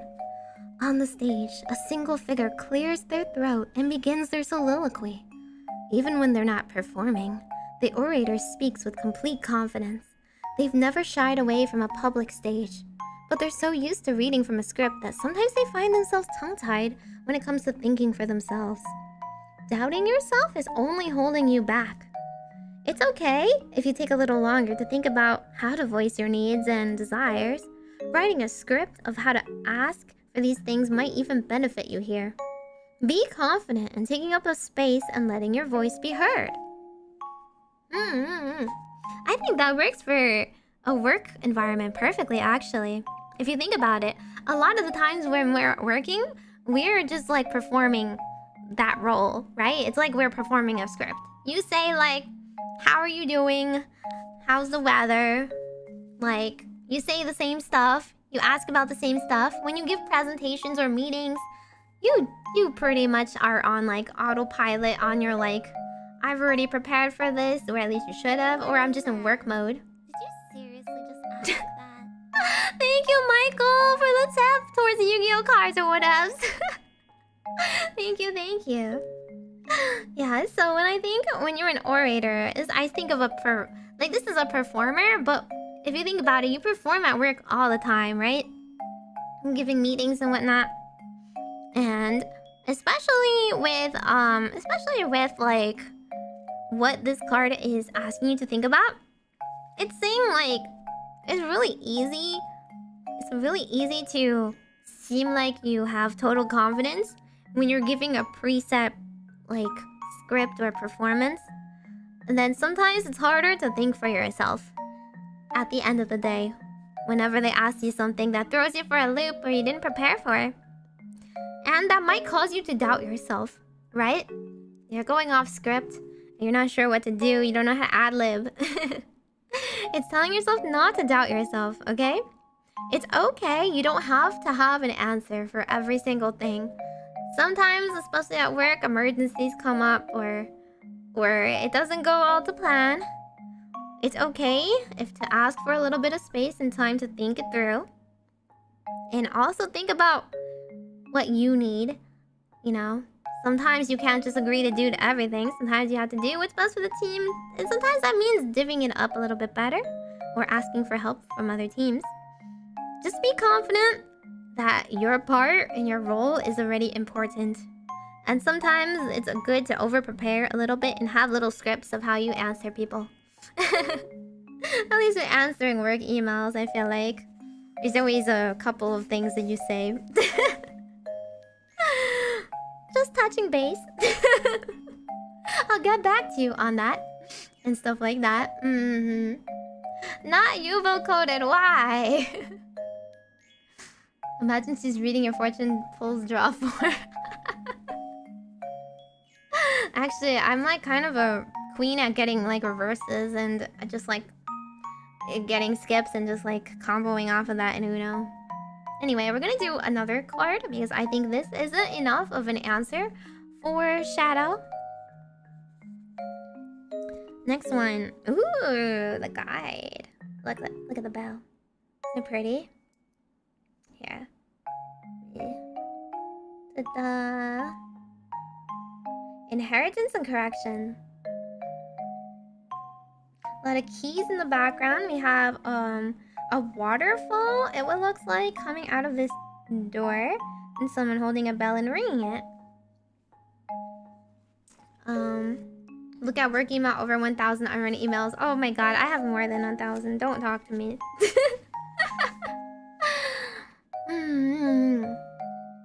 Flowchart with every single possible answer. No, then you're just an AI. But hey, I guess you gotta work smarter, not harder. Okay, let me find the guide, but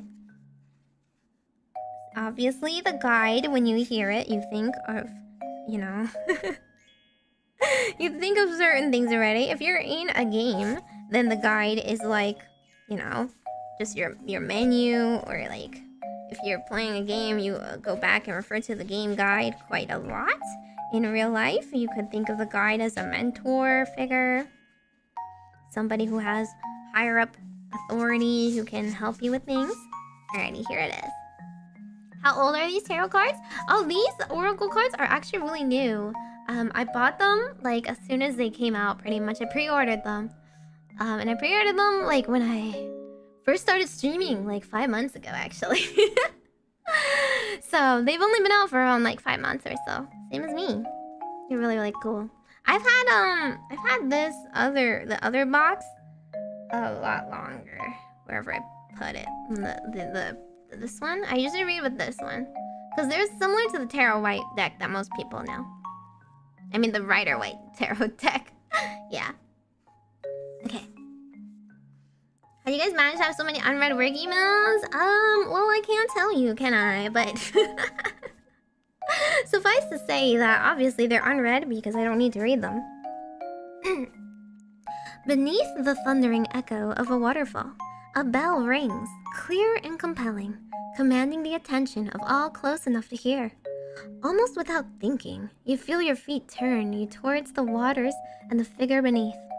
The guide has inherited their position, and the path they walk has been predetermined. It is their role to correct the mistakes made by their predecessor and make things to rights. You're in a situation that isn't ideal, but it's up to you to make the most of it. Holding a grudge against what led you here won't achieve anything. It's time to accept the cards you've been dealt. Once you're on the other side of this, you'll be better placed to reflect on what you've learned from the experience. But for now, it's time to put on some hard work and push through. So that is also not what we really want to hear necessarily when we hear work is getting piled up and kind of crazy. But it's just saying it's not ideal, and you're gonna be the smarter for it. You're gonna get a lot of experience out of it, so it's just time to grind. Don't go in with a grudge. Don't go in with like a bad attitude. Everyone's gonna be upset and complaining about it already, and it's not gonna make the work any faster. So just push through, and after everything, chill and relax and give yourself some treats. Lots of treats throughout the day is my secret, and reflect on it afterwards. Yeah, so it seems like you're correct that the work was going to be a lot of ups and downs. So do your best to be confident and prepared, but also weather it out. Yeah, so that's what these two cards are saying to you. I think that's a clear enough answer.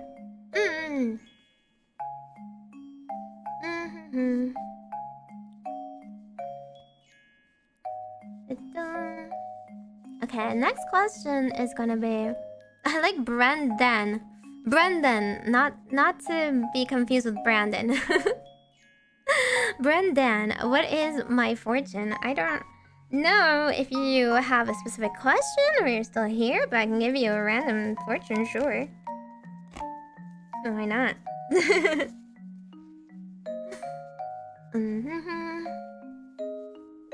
Brandon! No! It's a Bren and a Dan. Actually, I've had someone tell me that I say some words in a funny way. I don't think I have a full accent, though.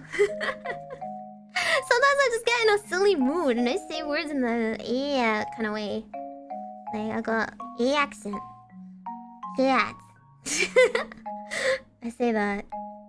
I'm just being silly, though. I don't know if anyone has ever noticed, because I try to be as articulate as possible when I'm streaming. But then the later I stream, the more brain off I get. I like one on how I managed to seek motivation. Okay, you can use the Q&A feature to put one in, just so I have it in a queue and I don't forget about it and miss it. The Q&A feature in chat, that is. I'm just using this because I can refer back to it really easily. Okay, here's my random fortune for Brendan. Mr. Brendan, you are going to have this kind of day. Bam! The botanist. Okay, that's really pretty. This one's not shiny foil that much. It's like a couple of the leaves. But it's a botanist. Parenthood and legacy. Oh my god. Oh my god, are you gonna be a dad? Are you gonna find out that your wife is pregnant? Just kidding. The botanist is obviously about Well, growing things. Doesn't have to be human things. Can be roses things.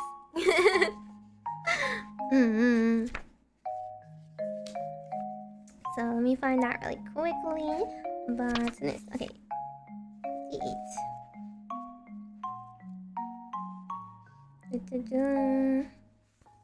Beneath the thick glass panes of the greenhouse, sounds of the outside world are muted. Humidity hangs in the air in a heavy veil of mist, and all around you are plants, vibrant green leaves, exotic flowers, and pungent herbs, growing their steady, secret lives. Deep in the heart of this jungle, the botanist inhales the aroma of fresh earth and presses a seed into its depths, ready to see what life it will lead. The botanist is a parent, a nurturer, a giver of life. By providing the right environment that bring everything, intentions, material gains, even people, into fruition. What you do now creates a legacy for those who come after you. Take what you have learned from the botanist before you and become the next to embrace that role. The card is for you and for those who have nurtured you into who you are today.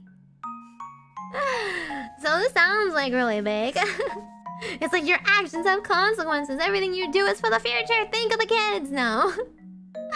I just think it means I personally think it means like environment and intention is extremely important right now. So if this was just a general fortune, it's really like think things carefully when you are doing things, right? When you are doing like just anything that you might feel like what's the point, or like I don't have enough meaning in what I'm doing, definitely think about the future, even if it's not for other people, even if it's for yourself, right? Doing anything now, if you do it with the right intention in mind, if you do it like basically if you do it like for your own benefit, for the future, like you're growing flowers that will later bloom, right? Even if it's like a little bit at a time, even if it's like pieces and pieces of little tiny habits that you're building, tiny good things, you are ensuring that your future is going to be a little bit better. So take heart in the fact that nothing you do has like is like gone to a waste. Basically nothing you do has no meaning, even if it feels like it doesn't have meaning. Like relaxing for a little bit has meaning. It gives you better a better mind space to do more work later on, or doing work that seems tedious, or making a mistake now. That also has meaning, because down the line you will have that kind of experience to go off of. That makes you a little bit wiser. Not your house burning down. Tiny good thing, maybe. That's true. Come watch more of my streams and get to know me, and I'll get to know you better too, and I'll give you better fortunes. Okay, next one. Let me see. Sar P asks, what should I do tomorrow? Well, what do you want to do tomorrow? I'm not streaming tomorrow, so that is kind of a pickle, isn't it? I would have just said, just watch me stream. Although, I don't know, maybe I'll be crazy and I'll gorilla. I really kind of want to gorilla more Yu-Gi-Oh right now, but I also did promise I was going to record some ASMR sometime, so better that I do that sooner than later. Watch VODs? True. I think it's crazy if you watch like all of my content up to date. I think every single person has had to like, you know, do normal human functions that I just skip while I'm streaming during my 6 to 9 hour streams. Granted, not every VOD is necessarily that amazing. Not all of them are great. If you don't really care, for example, about StarCraft, and there's nothing in that 9 hour VOD that you probably want to watch anyway. But okay, if you were an Orbicle, you should totally watch our latest Ephemira Mario Kart. Oh my god, that was a doozy. If you were an Orbicle and you haven't, or if you like one of the other girls tier 2 members and you haven't watched that stream, you should totally go watch it. That was just a private collab for you guys. The stuff we said was crazy. Oh my god, the other girls are crazy. Looking through VODs made me watch this paint dry for 9 hours. If that's what StarCraft is to you, please don't watch that VOD. But some of them are pretty fun, even if you don't like the game. For example, which ones? I think like I think the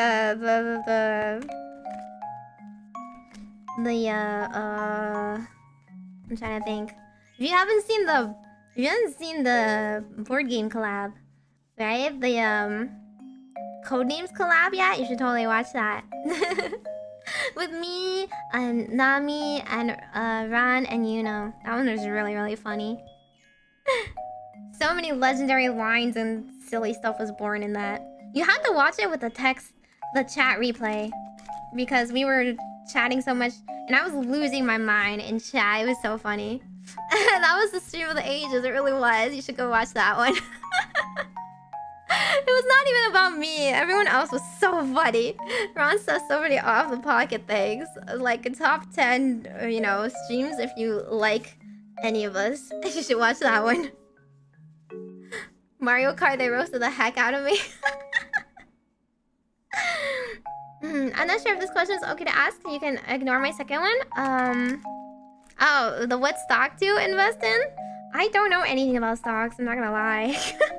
I learned about it once in like, you know, some sort of history class. And then like we were given like fake money to invest in. And like all we learned is that everybody was gonna lose money unless you invested in gold. So I can't tell you anything. I invested in like Neopet stocks and it still hasn't gone up either.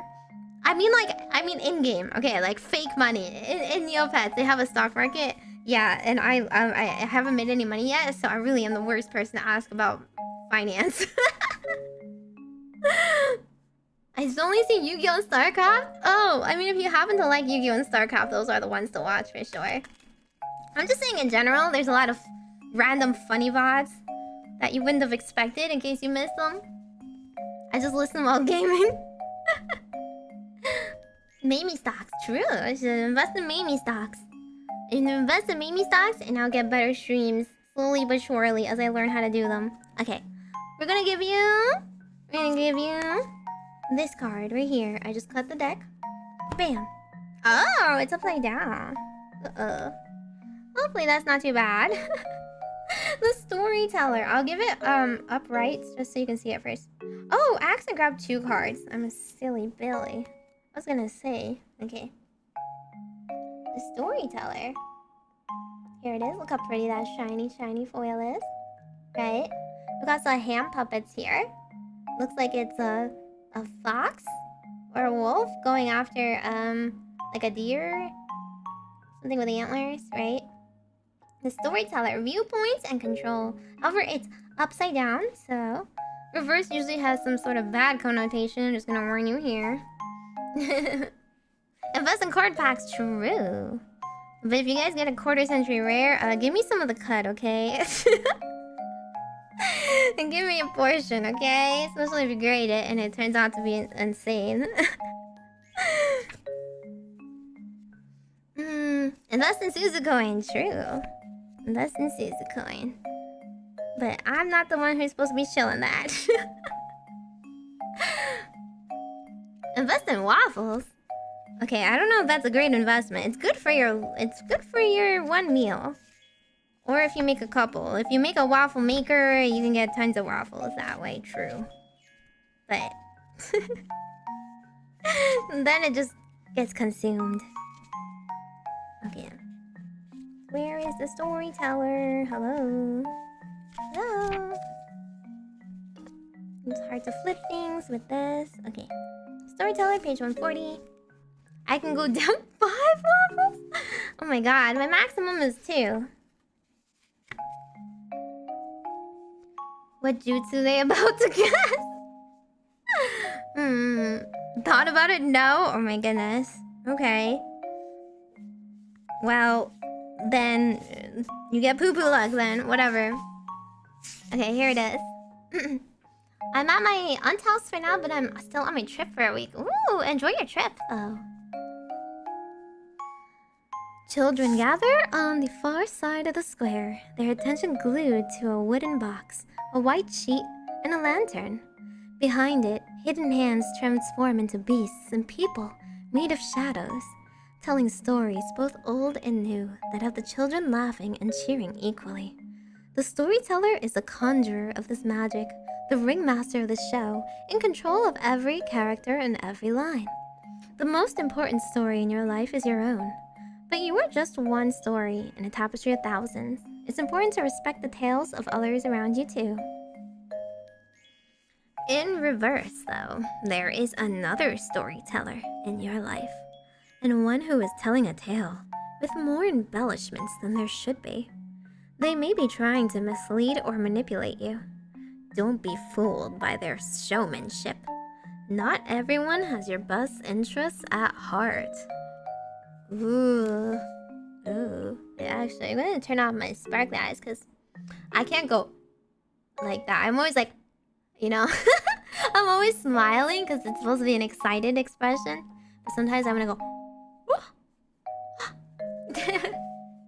okay, so we've got a gossip in your life. Oh, Sarp. You okay there? You're not getting gaslit by anyone? You don't have anybody telling you the wrong tea, feeding you false narratives, or going behind your back and saying bad things about you? You wanna watch out. Maybe not believe everything that you're being told, or maybe double checking to see if other people aren't exaggerating things to you. So that's a warning card. No, I'll give you this is for your for your tomorrow. But I'll do it like another card just in case. See what you should do about it.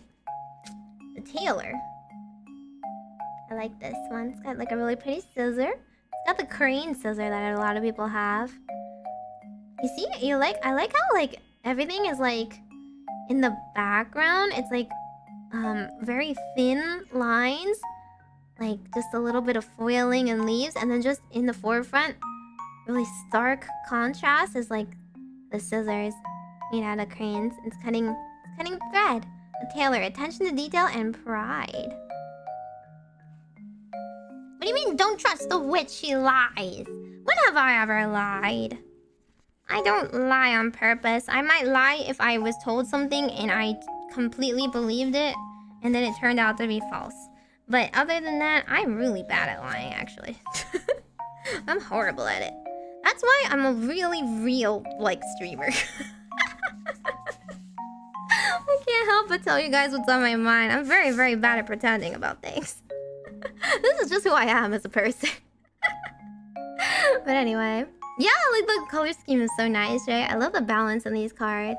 What do you mean I was gonna give you poo-poo luck? You shush. You didn't even get your reading yet. Mad respect to the chronically honest. Okay, it does mean I have to watch for my tact. I can't be too blunt. I do feel like I'm very blunt sometimes, and people don't like that.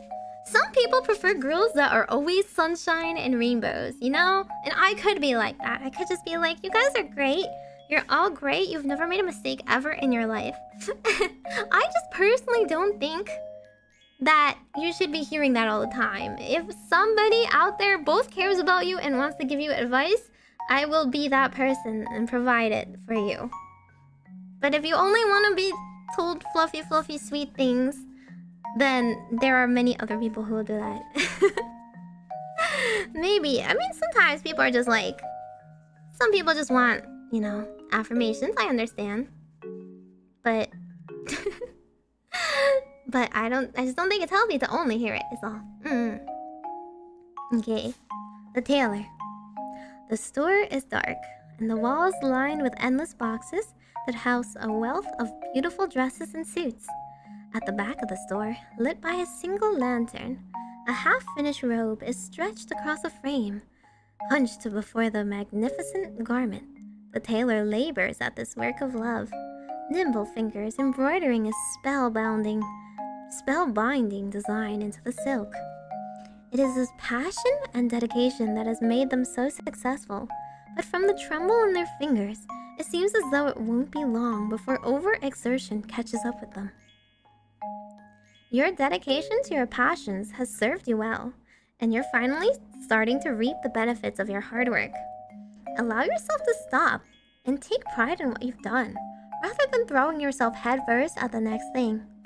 It's important to acknowledge your achievements in order to understand the depth of your own abilities. Nice! This card is actually great. Sorry, sometimes I knock into the mic.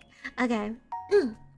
Here is a card that's telling you both, like, you can take a break and be proud of yourself and still be a really passionate person that's like really good at paying attention to details. It's praising you for having achieved what you've achieved up until now, but it's also telling you like there's a time and place to dedicate yourself and don't overwork yourself. So if it's important to you, then you need to know like when to take a good break, when to give yourself a mental health refresher, right? And then sometimes it's also good like when you know when you should finish something up. Maybe you are in the zone and maybe you're just so passionate, you're having so much fun, you really want to do it right now. Sometimes it's fine to chase that too. As long as you acknowledge yourself that what you're doing is great. And keep doing what you're doing. Keep achieving. It's a pretty good card. What do you mean? Reminds me of the fates? Oh, you mean like the 3 fates? Yeah. One like does the spindle, and this one is like cutting the thread. But that's usually something bad. This one's good. Like a tailor is like, you know, creating something with their own 2 hands. This is not like they're cutting your string of fate or whatever. No. It's a good card, don't worry. Sometimes a frou-frou Kool-Aid is good. Okay, true. You can be sunshine rainbows and still be pragmatic and responsible too. That's true. I don't think I'm like pessimistic though. I don't think I'm pessimistic. I'm just like kind of realist. Maybe getting too excited and punching us? When have I done that? Huh? When have I ever punched out for no reason? A little sunshine and rainbow? I am literally trying to encourage you guys right here. Am I not trying to read you guys good fortunes? Have I ever said you're done, you're cooked for, your future is blown up? I'm saying I can fix you guys. We will fix you all together. We'll work on it. Opposite of pessimistic, you're giggly. I am very giggly, but I think most girls are, not gonna lie. Baked in reality, true. What do you mean? I punched the mic? Oh, that's what you meant? Okay, I didn't punch it though. Okay, I have my headphone. It's here. So when I do that, I'm knocking into my pop filter. My headphones are just kind of big. And I'm just trying to, I'm like looking this way. Okay, I'm looking this way and my mic is over there. So, like when I do this, that's where my mic is hitting. My pop filter is hitting my headphones. That's all. I don't want to be fixed. Okay, fine. Then I'll encourage you. Some people don't need to be fixed. It's true. Sometimes you're doing fine in life. See, the tailor was just reassuring you. You're doing fine in life. The cards will tell you. They'll let you know. If not, I will tell you. If I have more context, anyway. Like, cast, you're cooked. It's super effective. Isn't that just a fireball? Okay. Next one. Let's see. This is Dax, actually. Can you read my fortune if I'll get a new job that pays better? Okay. In that case, we're gonna use the normal tarot since it's like a 3-parter, I think. Don't fix me! I don't wear the red cone of shame. Hey, you gotta get worse before you get better. Sometimes. Oh! Hello, vampires and charlatans. Welcome, raiders. Wait, I'll let you all watch your. I'll let you all watch your ad. I feel like that happens to me every time I raid someone. I have to sit there through the ad before it happens. But welcome, Emote Raiders, latte raid. Oh, was it a latte? I'm very charismatic to Charlotte, really. In that case, can I charismatically ask her for a collab? I have to pick something she will like, though. Yeah, this is my boss. Okay, so we guys are out here. Ready? Here's a heart.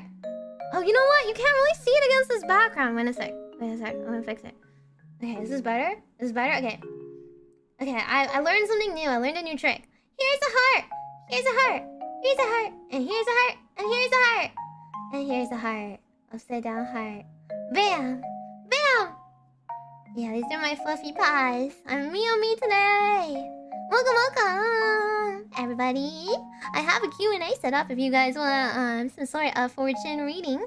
But I'm also just yapping. Also, I will help fix you. I will fix you. That is my goal today. Oh! Michael, thank you so much for gifting. Thank you for gifting 5 memberships. Everybody, welcome to the Majors. Welcome to the Meigorb. If you are a new Meigorb, make sure to thank Michael and make sure to spam the Meigorb emote you can use now. One of us. We have initiated Refuse the fixing, she'll fix the cone of shame. I have not done that yet. It's perfectly okay to need fixing sometimes. In Charles? Oh, Charles in Latte? Okay, I need to go see. I need to go see what's going on. The read message background. I know, it's so white. It's really hard to see. How'd the fates been today? I think they've been okay. Unless, I don't know. Everybody who has had the Majokko Meimi tarot services, please let me know. Please let me know what your rating is of my services. She can't fix the heart she broke herself. That's because you like getting your heart broken by saying the silliest things and then waiting for me to call you out. I know your spiel. I'm not randomly bugging people without any good reason. Don't make me look bad in front of other people. 5 stars for my reading. Yay! Tell all your friends about it. Yeah, I was yapping a lot. Oh! is a very cultured yes. Red Grass, thank you so much for the tip. Thank you. One reading, please. When's my August, September look like? Okay, sure. Thank you for the tip for it, then. I guess I will do yours.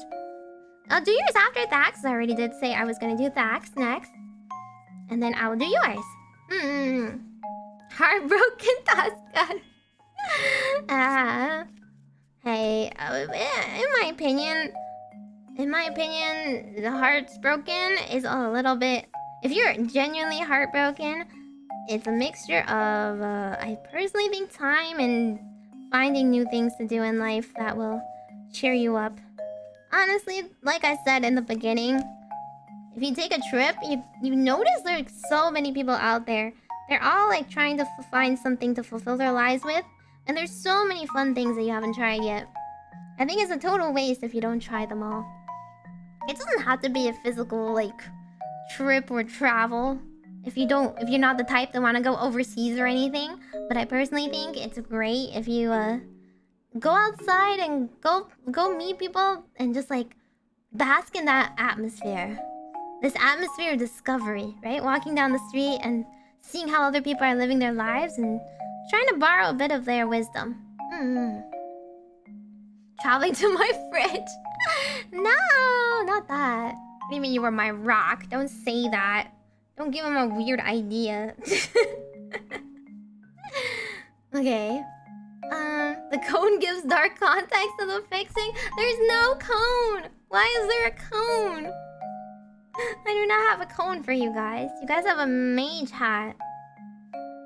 Okay. Bam. Oh, it's upside down already. Okay. It's not reading some at all.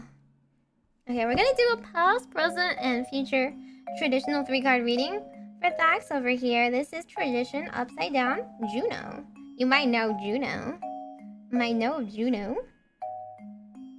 Pretty famous goddess, to be honest. So that's why this is the goddess tarot deck. It has instead of major arcana that you might know, like say the hangman, say whatever, they replace them with goddesses from different mythologies around the world. This one stands for tradition. I think the tradition card is actually like the Hierophant or something that it's replacing. Okay, it doesn't have... Okay, yes. Sometimes touching grass is good. I know, I hate it too. But sometimes there's good things out there if you touch grass, and you gotta do it occasionally. Free membership, let's go. Yeah. You know? Judo! It's not poo-poo luck, actually. If you think about the opposite of tradition, what's the opposite of tradition? Let's use our brains. Critically think. So, how would you interpret the opposite of tradition? Usually upright, you would think tradition is a card that, like, it's just about, like, kind of trusting the process that has been laid out before you, right? And then what happens when you don't follow it? Well, it's a little bit scarier, of course. It's easier to do what other people are doing. But sometimes there's a new perspective, right? So for this card, Juno was honored as the patroness of marriage and other traditional rites of passage in women's lives. This Roman goddess was believed to watch and protect all women from their first breath to their last. Juno, of course, being a traditional goddess, is also kind of like... Well, it's kind of like the home, the hearth, a lot of other like considered feminine aspects of life, but really just like a good foundation for your family, right? So usually upright, it's about following social structures. But in reverse, non-conformity, questioning of traditions for tradition's sake, possible rigidity, possibly, like, you're resisting, you're rebelling. It doesn't say this is a bad or good thing, right? Sometimes you can't follow what everyone else is doing to get what you want. Or sometimes it's better to think outside of the box. So this card I would prefer. I would prefer this reading instead of the upright reading because I'm a very non-traditional kind of girl. I mean, I am a witch after all. We're all pagans here. We don't believe in authority. But for your question about jobs, this will be a card that's either in your past or a card that's like some sort of past influence. Something, either a situation you're moving away from or something that has led you to where you are now. So where you are now is definitely by not following something traditional. By carving your own path. Yeah, breaking out of the comfort zone if you want to think about it that way as well. Yeah, searching for new things. Trying to search for new things has led you to the situation you are at now. Instead of just doing what everyone else is saying, you want to look for something else. You don't want to, maybe you don't want to rot in the same position forever that a lot of the other workers have done before you. Focus on questioning, try new approach. Yeah, opposite of tradition and progress. That's not necessarily true. You can make progress either way. There are some things where I think tradition is nice. You know, like sometimes like holiday traditions, or like if you follow them for the sake of like family, I think it's great. But if you follow traditions just because and never question it, that doesn't lead you to anything good. Alrighty, here's another one. Don't sacrifice a plushie on the altar. Sacrifice something less useful, like sacrifice textbooks, preferably the math ones. Anyway, we got another card that looks a little bit intimidating. 3 of Swords. We've got 3 swords stabbing through the heart, right? And this card is going to be in the position of your present. But again, despite it looking kind of scary, it might actually be a good meaning for your situation particularly. Because this upright meaning of this word is separation. And what else is leaving a job and getting a new one but separation, right? You like math? Okay, fine. Sacrifice your history textbook. I don't know. You probably need a new one soon anyway. Let me find the card for you. But again, the sword suit is something like... It's usually painful, actually. It's usually painful. Okay, so this is like the worst card in the world. When I pulled this card, for somebody's love reading, and that is one of the first few like love readings I've done that I predicted a breakup because it means separation. But this is fine. This is fine. Usually means doing something painful for the sake of growth. You can't, like, sometimes it's, you know, it's like amputation, if you want to think about it. Sometimes you really have to cut off something in order for something else to be better or heal. You can't just keep it around forever. We switched the cards for goddesses except this one to get sorted. No, only the major arcana. So another side note, whenever there's a major arcana that shows up in your reading, it means this is a pivotal moment in your life. The cards are telling you this is very important. So do take note.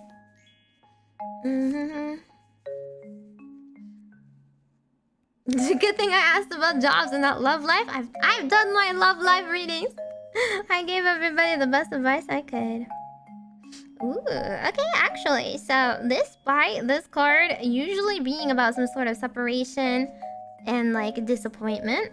In reverse, it actually kind of means both like indulging in your grief a little bit too long, like throwing a pity party, but also the slow easing of sorrow. It's kind of like you have had your sad moment that like you're slowly moving away from. It's slowly over already in your heart right now. We don't know what the sad moment is, but it could just be like for the sake of like drama even. It could just be like just like kind of like overkill. Some sort of like disappointment or unhappiness in your life. Like it's slowly easing off now. You've like dwelled in the emotional aspect of it, and now you're like done. You're done with that like clouding your heart. You're ready to move on now. Breaks up with the arm. Don't do that. Okay. I don't know what separation should be when I'm always alone. True. It can be something other. It can be like disappointment, you know. Okay, last one. 7 of Cups. Alrighty. This one's a pretty good card, actually. Actually, no. This one's a little bit about daydreaming, too. I think. Let me try. Okay, you know, I forgot. I'm gonna turn off this light because it's a little too bright, right?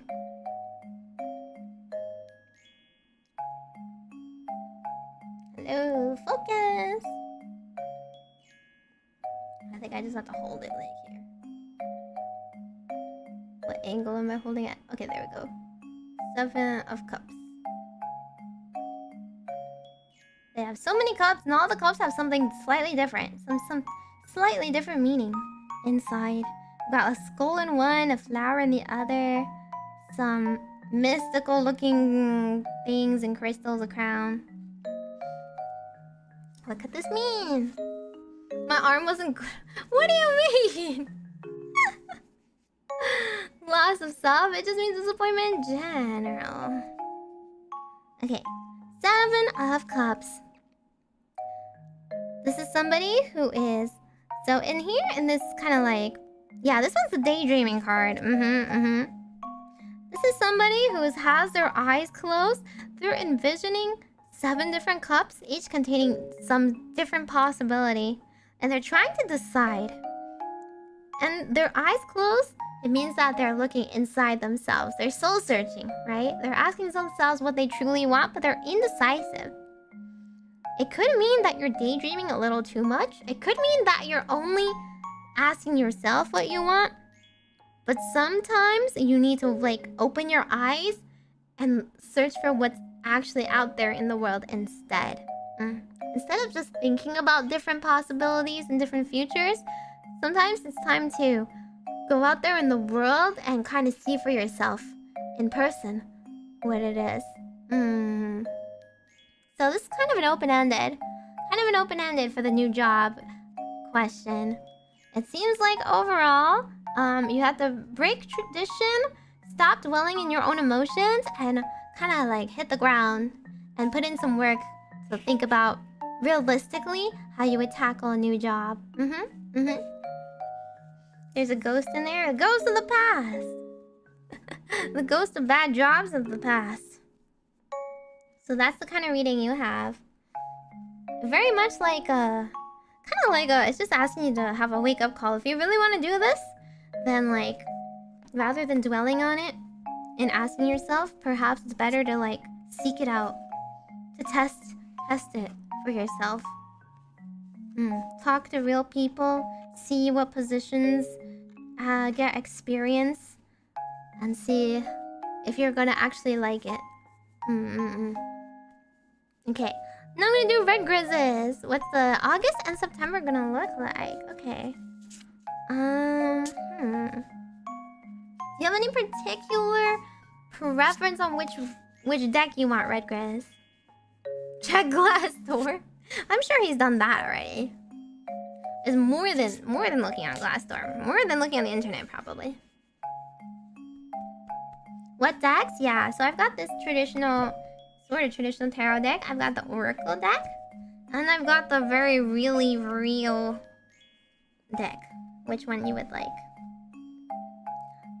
Oracle deck is more like, it's about like RPG themes. It's about like, you know, different like types of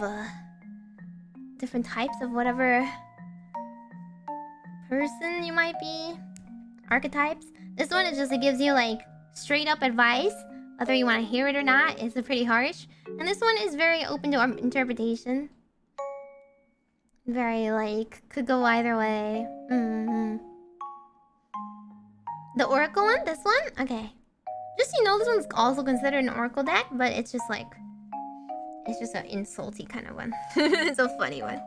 Oracle with attitude, as it's called. Okay.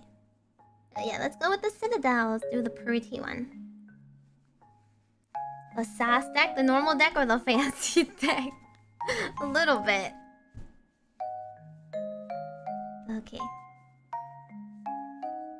Maybe next for that one. It's okay, I think all of them are fun. Yeah. Okay, let's try this one. Bam. What your August and September is gonna look like. Bam. The witch! Hey, you're gonna be watching tons of me, Meimi, right? Let's go! The witch card! I love this card so much. Look how pretty it is. Got the different moon phases and they're all super shiny. The witch means experimentation and rebellion. And two things that I do a lot of. I wake up and I choose violence and I choose to experiment with things. Sometimes you guys. Okay. I'm gonna put that wherever it will focus. Hello. Okay, here we go. Just see it now. What do you mean rigged? I literally shuffled. How would I know? It's over 50 cards. Okay, the witch. Let me find.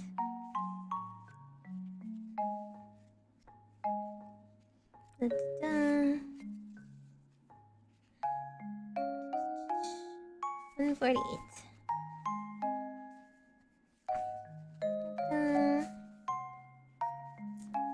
Let me see. You guys are all gonna watch me a lot this month, right? And next month? Actually, you have to! Next month is like... Okay, I'm horrible at math.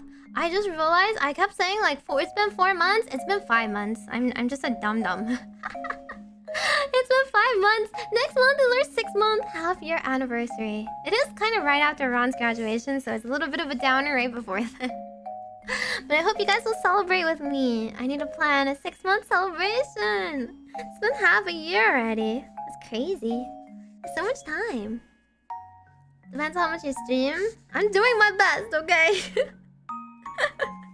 Aren't I streaming 6 to 9 hours for you guys even when I cut back on my streams? Huh? I know! 6 months already! It's crazy.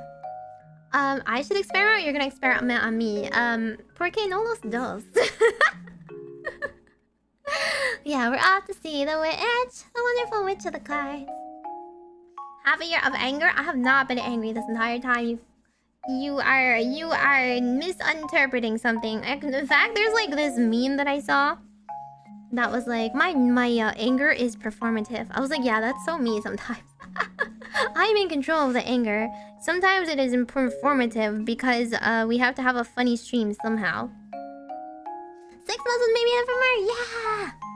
Yeah, so I hope that will be something fun to look forward to. Even after Ron's graduation, we will be having our 6 months festivities. We have to plan that still. If you see why we're so busy now, yeah, we're planning that. Yeah. But if you have any ideas for what we specifically can do, then let me know. Let me know. Obviously, I will celebrate with you guys in addition to celebrating with Ephemira. So, we can do something fun. Yeah, maybe molding. Sometimes maybe mold just for you guys. Sometimes I play silly moldy games just for you guys. It's true. Yeah, like on... What do you mean like on stream? Yeah, so we're celebrating together on stream. Or I'm molding on stream? Is that what you mean? Job King? Oh god, did you really want me to mold that badly? I will carry out great vengeance on them and punish them in my wrath. Then they will know that I am the witch when I take vengeance upon them. Fun like Master 2? No, we'll do a celebration stream. I'm just like, I don't know what you guys want. Like, is 12-hour stream too much? If everybody does a 12-hour stream, because there's 6 of us. There's 6 of us, so that's a lot to watch. We're gonna celebrate each like probably a different day. I think that would be fun. Don't say being boozled. Well, no, I'm. How much you gonna pay me for that, huh? Okay. 12-hour variety stream or donathon? What should I do during it? Should I just play games with you guys again? You guys enjoyed that last time, right? Surprisingly so. I thought like 12 hours was not enough because you guys kept wanting to play. You wanted to play like more Gartic Phone and more like whatever other games. Oh, I should still do the drawing thing sometime. I didn't do that much of the drawing thing. Where like, you guys tell me what to draw and I do my best. Mario Kart, board games, Zatsu. 72-hour relay? No! Won't be that long. We'll each do a stream per day, hopefully. Hopefully, we'll spread it out somehow. T-shirt game? Jackbox stuff is fun? True. Karaoke, ASMR? I don't know if I can do it. I think ASMR should be its own stream. I don't know. Because, like, ASMR, I can't really talk to you guys. And I feel like for a celebration, I should, like, you know, react to you guys. And instead of just whispering it. Yeah. Karaoke is always fun, that's true. Another wheel? Okay. Let me know what boxes you guys want. Okay, I'm gonna read the witch right now, okay? The scent of new fruit hangs in the air, bright and refreshing. A pestle grinds in its bowl. The sound of stone on stone, a soothing repetition. Just as the first plants of spring burst forth from cracks beneath the paving stones, so too does the witch push her boundaries in search of new magics. Knowledge exists only to be expanded upon, reshaped and reformed to a new and exciting purpose. Is that not me? That's so me. I'm always experimenting with new stuff. And making new potions for you guys. And searching new magics. The world is full of old wisdom, but some advice is too outdated for the modern lives we live now. Tradition is a set of guides, not a strict rulebook. If you find that you're being held back by how you should approach a situation, break from tradition and forge your own route. Surround yourself with others who think outside the box and embrace a new tradition. See? See, the witch is all about rebellion. That's me for real, for real. I'm always experimenting with new stream types and new game types because I just want to try everything.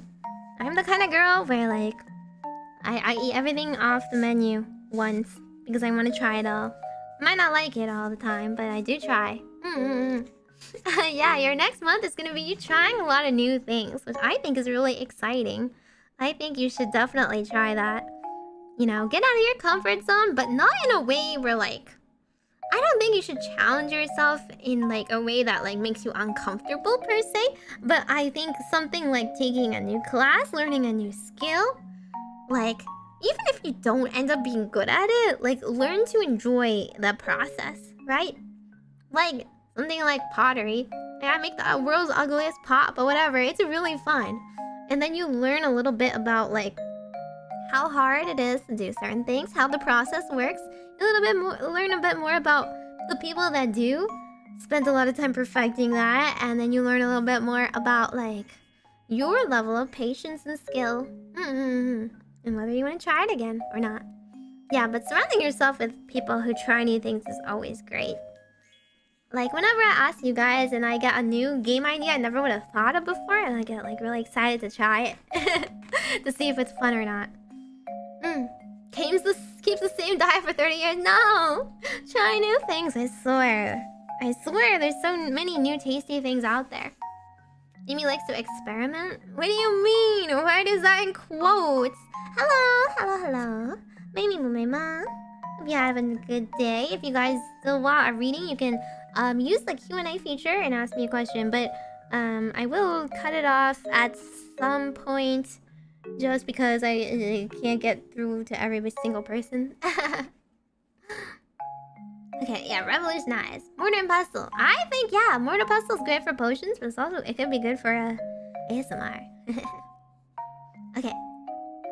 So we got another card for you because I feel like one card isn't enough. What should you experiment on, right?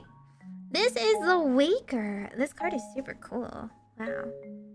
The creepy eye. The eye of revelations. And surrounded by clouds. This guy. The Waker is awareness and reflection. However, I drew it upside down for you. So I wonder what that's going to imply. A suggestion box for games? That's just my Maros. If you ever want to send me Maros, I'll do my best to respond if it requires a response. Or sometimes I just keep it around. Sometimes I just don't get rid of it, so I have something to refer back to.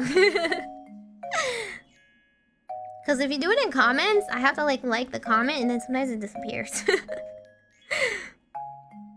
Okay. Should I nap more? Mood! Let's all take some naps together. Let's eat. Try new shampoo. You should actually be regularly trying new shampoos because your hair will get too used to it and it won't be as effective anymore. So try new shampoos. I specifically recommend the ones with like some sort of addition to it that is really good for your hair. So if you have like dry hair or scalp, for example, try the shea butter ones. If you have like if you have hair that is like or sensitive scalp, you might want to try like aloe or something like natural in it instead. Waker. Okay, 50. Page 50. Oh god, actually my gloves are getting kind of warm. Who could have thought this would happen? They're very fluffy. You don't actually see them too much anymore. Should I just take them off? But it's kind of fun to do this. I have greasy hair? Oh, greasy hair? In that case, you should get one of the clearer, lighter ones that are good for greasy hair. Although sometimes if you overwash your hair, it'll overproduce grease. So you shouldn't wash your hair every day, actually. You should wash it like... if you do wash your hair every day and you want to cut back a little, you should start with like every other day. Even if it's greasy, like over time you slowly teach your hair to produce less grease because your hair is overcompensating. Every time you strip it currently of grease, it's like trying its best to like, oh no, we need to put like all of the oil right back on. You need like a healthy level of oil. So start with every other day. I do like a bigger gap in between my hair washes actually, but also I have a perm. I have curly hair as you can see. So if you have anything like if you have anything that damaged your hair, it's gonna be a bit drier, so you want to wash it less. I thought you stick with what works. No, that's for skincare. For skincare, the rule of thumb is like don't change it too much because your skin is very sensitive. For what shampoo is, you should regularly rotate it. Yeah.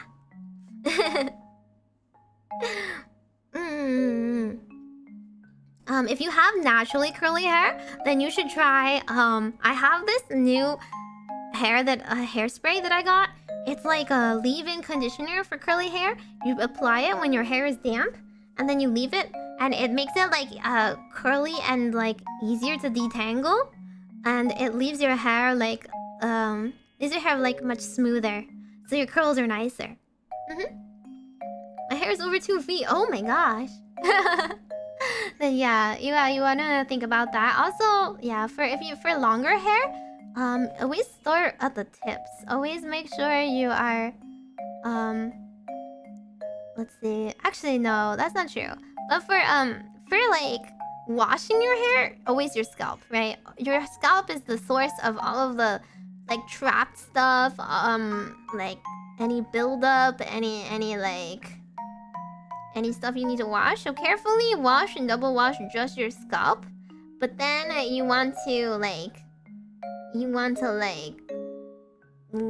have a good conditioner and replenish anything that you've like stripped it of, like nutrients and whatnot, and then do your best to like leave longer periods in between hair washes. Leaving condition is a secret. Yeah, exactly. It's mine too, because oh my god, I sleep in the funniest positions. I wake up and I'll have knots in my hair for a while. Especially because I don't wash my hair every day. So I'll have knots if I'm not careful. So I use my spray for curls. Hi, Sensei. Okay. I do sleep like that. It's so true. I sleep like that.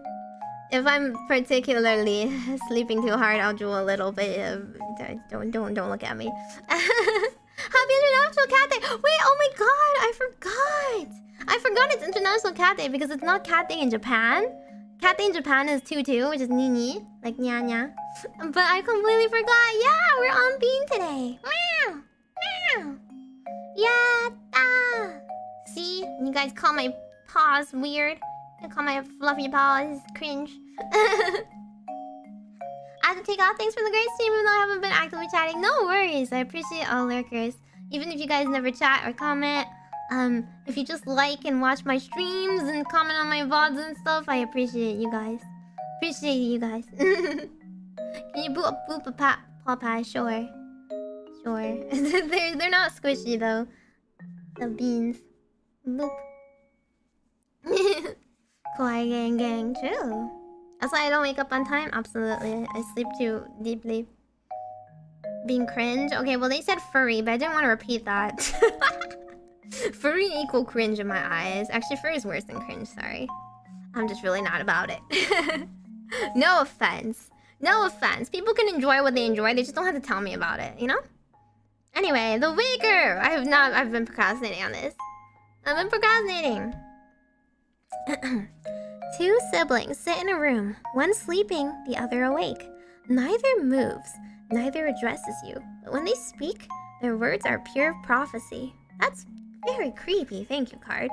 The waker is a keeper of knowledge, the one who sees all with an unblinking eye. They see everything that happens in the world, and all that will come to pass, but are blinded from self-understanding. Oh! This reminds me of Ground Blue Fantasy, but... Okay, only GBF people would understand that one, but... It's like somebody who sees the world and is an observer, but somebody who doesn't see within themselves.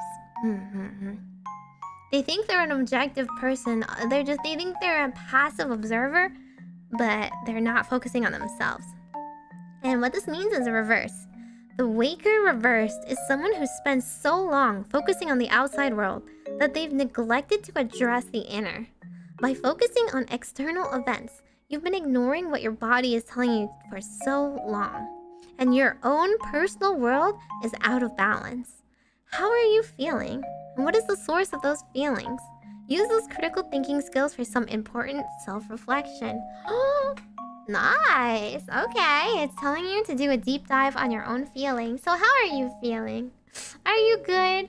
Are you okay? Have you asked yourself that lately, or have you just been forcing yourself to perform the motions of life? I think this is a good check for every single person. Sometimes the cards say you're thinking too much and you need to go do something, and sometimes it's saying you're not thinking enough about yourself. So in conjunction with the first card, the Witch of Experimentation, is saying try new things and rebel. And this is saying think more inner and think about your own happiness and needs. You can really combine them to think that you have been kind of following the same routine for too long and you need to try new things. But when you're trying new things, Why are you trying them, right? It's not just for the sake of trying new things, to learn new things. It's for your own sake. It's for what kind of person you want to be. What will fulfill you? What will make you happy? Don't do things because other people tell you to do them. Do them because you genuinely want to. Or you think you would find some sort of benefit that isn't just tangible, okay? You don't need to make money off of it. You don't need the skill to be particularly good. You can just be extremely good at, like, something that will never pay the bills. Cough me a tarot. But, like, I kind of, like, learned how to, I don't know, like, crochet or something and sell it if I really cared. But no, I just wanted to do something that I thought was fun. And I think, it's good for mind-expanding exercises. Yeah, it's a good time for you to work on Chris. They are furry because they have lots of fur. Okay. Fluffy. Call me Fluffy, not furry. So yeah, I hope this will help you. I hope this will help you with understanding how you should spend your August or September. I hope you have a good time too. Also, for some reason, my Twitch has been... Okay, whatever.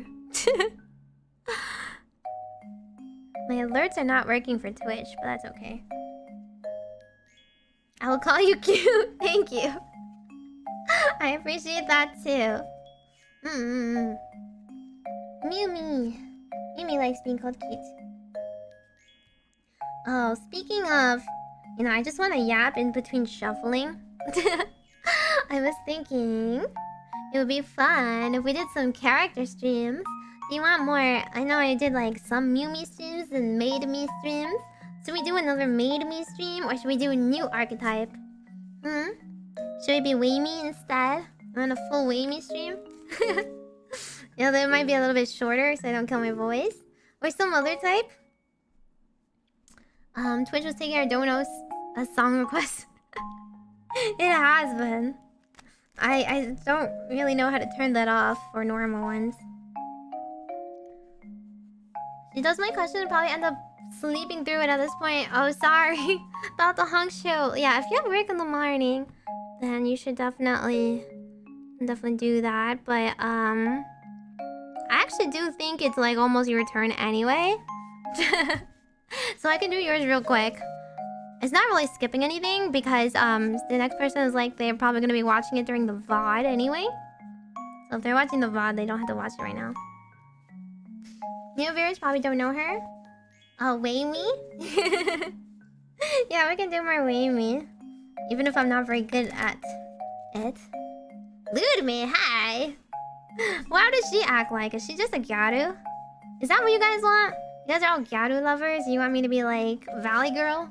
A flirty Valley Girl?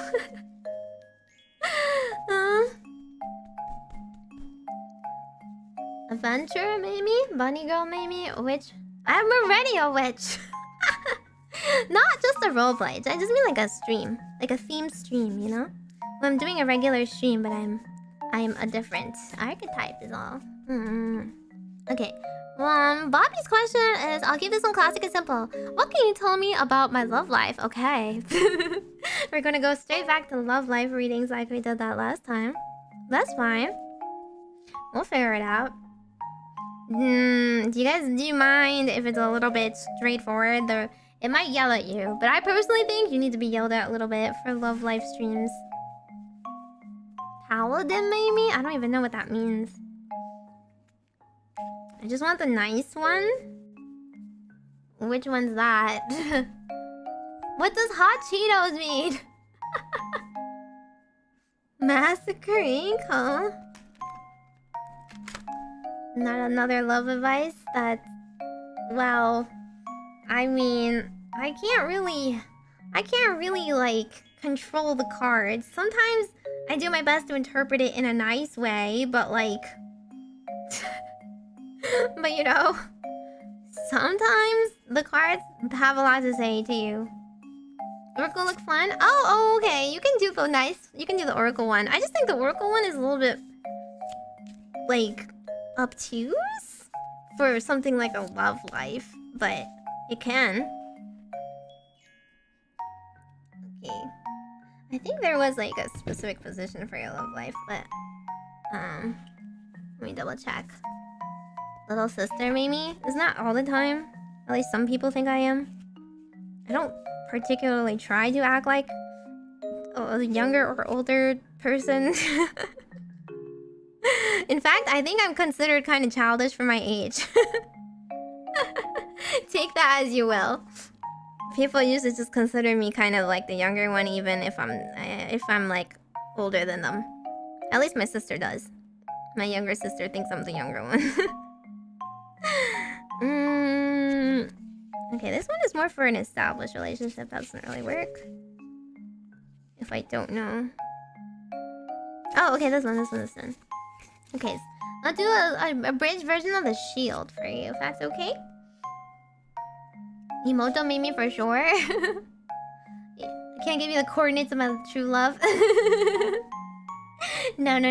So for love life, I don't know if you have an existing love life or not, but I usually do a reading that's more about like what is preventing me from getting into a relationship and what will help me. What do I need to overcome so I can get into one? Okay. So that's what I personally think is the most helpful anyway, because I can't really be like, okay, your next love life is gonna be just like this card. They're an artist. Right. The height also helps. That's true. My sister's shorter than me. Okay, but yeah, some of my friends are younger than me, but they're taller than me, and they never forget it. Okay, so this one is gonna be. What challenge is holding me back from improving my social life right now and my connections? This card is so crazy. Bobby, do you have something you need to tell me? Vengeance? Did someone slight you in your past? Do you have some trauma against, like, getting into relationships? Okay. Overcoming slights and a choice. Alrighty. Well, that's eye-opening. Let me just focus it. Okay, it's a little bright over there, but whatever. I have my issues. Batman over here. I know, but it matches the first card pretty well, so I can't even say anything, right? The first question being like, what challenge is holding you back? Okay, well, clearly you're not done with your vengeance, and you might want to resolve that first. The tavern is busy, full of conversation and the bustle of travelers settling for the evening. One figure catches your attention. Someone who is not drinking, talking, nor engaging with the rest. They say nothing, but you know that they're watching, waiting for someone to appear. Someone with whom they have a deadly score to settle. When the opportunity presents itself, will they let the past consume them, or will they finally accept things for what they are and move on? The vengeance has a choice, and so do you. Though the chains of anger have been giving you the energy to move forward, their weight will eventually drown you. It's time to address those negative feelings and find a healthier way to sustain your drive. Letting go of bad emotional patterns might leave you feeling empty and drained, but you can fill that void with healthier adjustments that will help you build more positive relationships. Cut off your drama. Cut off your trauma. Drama, trauma, all that. Leave it behind. It's an anchor weighing you down right now. Are you gonna let the past that has kind of held you up dictate everything about you? Or are you going to overcome it and try and reach out to people again? A big question for you. Alrighty, next one. What part of me am I struggling to accept? Yeah, what part of you that's holding you back from being a good you? And it's actually the Spy Master, but upside down. This is such a pretty card. It's a little raven. You see here? Spy Master, knowledge and distrust. Okay, hang on. Focus it a little bit. There you go. Nice raven, right? Nice raven. He's got the key. What does it mean upside down? I promise I'm not wallowing. I've been morbid a bit. Extremely isolating. Yeah, that's a thing that happens pretty easily. People don't realize that you have to be pretty actively, putting yourself out there. Otherwise, it's very easy to just go with the flow, right? Okay, the spy master. Spy master. Which one is it? Batman do be a spy in? True. True. Good call. The most fixable. He needs fixing. Okay, we're fixing him. We're fixing him. We got our fixing gloves on. Hey, I did say I would really like it if the mages would slowly improve their lives and get relationships if they so choose to get one, and talk to more people and have more social connections out there. You go live your lives, okay? I'm trusting you guys to do your best. Okay, nothing happens in the Citadel that escapes the Spy Master's notice. They must surely be one of the most powerful people in the court, yet their office is a small affair, crowded with papers and bottles of stale drink. In knowing how fallible people truly are, how can they trust anyone else? Knowledge is both a stepping stone to power and a poison to optimism. And in seeking it so voraciously, the Spy Master has become trapped on a lonely path. In reverse, your high standards are only setting others up to disappoint you. Whoa, whoa, whoa. Okay, you say you don't want to get roasted, but these cards have another idea coming. Rather than expecting too much of people, try to recognize where you've been unrealistic. Accept that nothing is perfect. But actually, when I drew this for you, what part of me am I struggling to accept? It's both your high standards for yourself, not just for other people. You are afraid to trust other people, but you're also like setting yourself up for failure by expecting yourself to be perfect. You don't need to be perfect before you meet other people. You just need to acknowledge your own faults and you're working on them. You know, don't blame your flaws and your shortcomings on other people, but it doesn't mean you have to be a perfect person to make friends, right? It does not mean that only then are you allowed to meet other people. Just don't drag them into anything sad, and that's like not like their problem, of course. You haven't met the people who live in my area. There we go. Watch out for your standards. Okay, last one, I think. Let me double check. What's the best way to approach this particular social connection? What's the best way to approach a new person and try to make a new love connection, perhaps? Now, I've got like a 50-point PowerPoint in my head about how to talk to girls, but I just kind of, you know, you can just go back to my love life reading one if you want advice on that. I don't know if I really can do a definitive how to talk to and date girls stream. I can only give you advice. Oh, the wise one, but upside down. The last card. Wise one is a hand pointing up with what looks like flowers in their hand. Some wildflowers. Tradition and order, but in reverse. Ooh, is it saying to be untraditional again? I love cards that say ditch tradition. Lots of upside downs. The reverse just means like usually an opposite meaning or a different perspective. Doesn't always mean something bad. It's cool. I'm confident in my Riz. I was curious what your deck thought of my current state of affairs. Really? Being short is not a flaw. Yeah, I don't think being short is a flaw. Let's see too.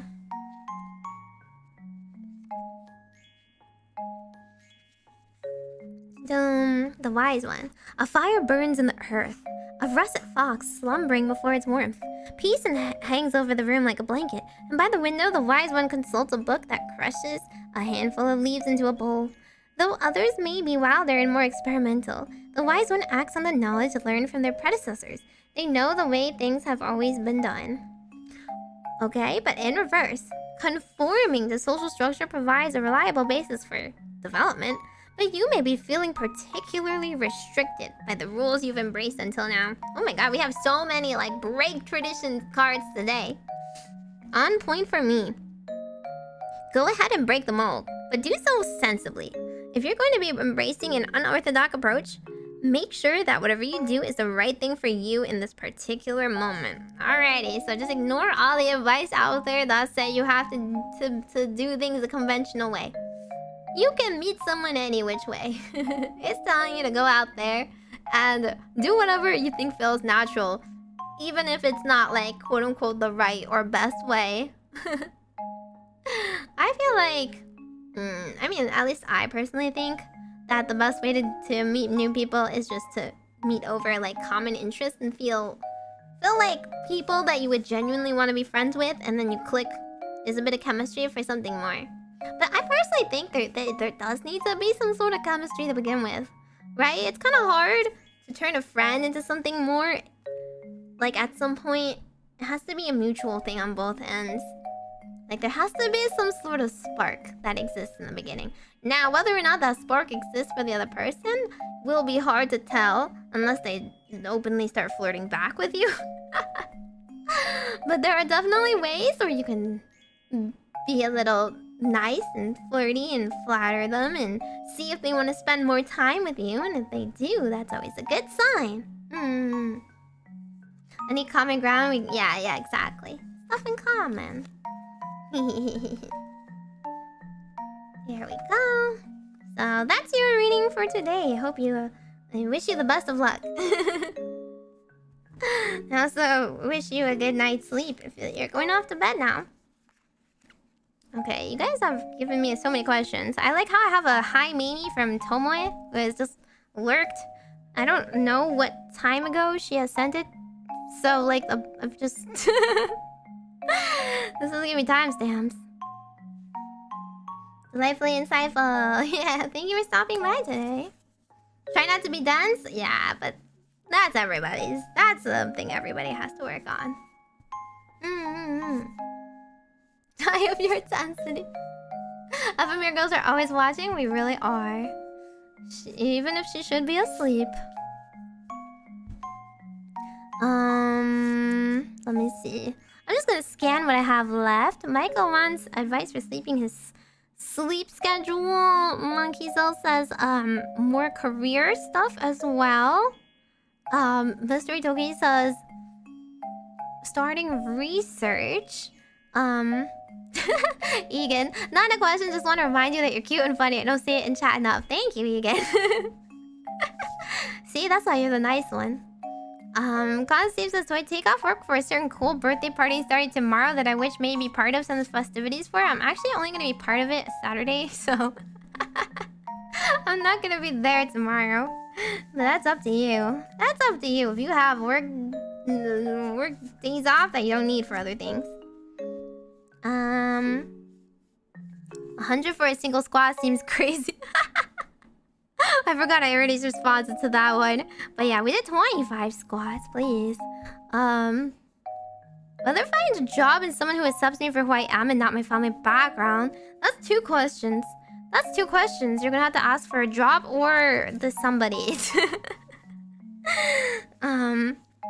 So you're gonna have to pick which one. Well, when will my love come? I don't know about the timings. Cards can be like, well, this will happen like soon, or can this happen in the next year or next decade? You never know. Unless you give it a time slot, in which case it's not like the cards have like numbers on them that tell you years. The one on seeking a motivation. I want to show my appreciation for those around me, but life tends to get crazy. How do I better appreciate all the cool stuff and people around me while balancing out fires? I don't know about fires, but honestly, for appreciation, I feel like the cards don't really need to tell you much. I think it's just like thinking about someone and like being there for the times that they need that little booster and reminding them that you're there is enough for appreciation. You know? Like getting them a tiny little present, like just picking up some food, or like commenting on their, like celebrating their life victories and updates, and commiserating with them, and offering like a hand for when they're going through something like that. That's already a lot. But actually, like if you offer anything, you definitely just have to follow up, you know? Someone really needs you to be there for them, then you can't just flake. You can't just say, I'm there for you, I'm supporting you. You have to really do it. Also, Bobby, thank you so much for the soup. Thank you. Thanks for the reading, Meimi. Hopefully the universe picks up on the vibes I'm putting out tonight. I hope so too. I hope you get good luck and Riz everybody. Huh, you're lucky this time. Ah, you're lucky this time. For the reading. Hey. Woo, heart. Hey. Oh my god, ooh, heart. Vibes I'm putting out every night. I can't believe the TTS actually works with that. Crazy.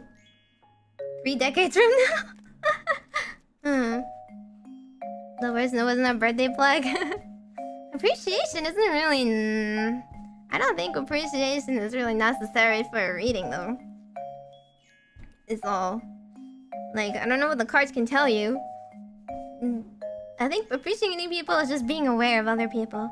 Remembering that they exist and that you're thankful to them. You know? I don't think you even have to say I appreciate you. I think just like commenting and keeping up with their stuff is good. Right? Just showing your friends that you care about their lives. Oh yes, you can comment on people's supas now. It's really weird. You can also like them. Yeah, that's the feature we wanted in YouTube, right? I don't know. His luck is fixed, hopefully. You can switch to the black and white cards? Oh, sure. You can do that. Is Meimi a furry? No, I'm not a furry. Would be a good idea to go back and finish college? That's a pretty big question. It was a beta thing before now it's just a thing, yeah.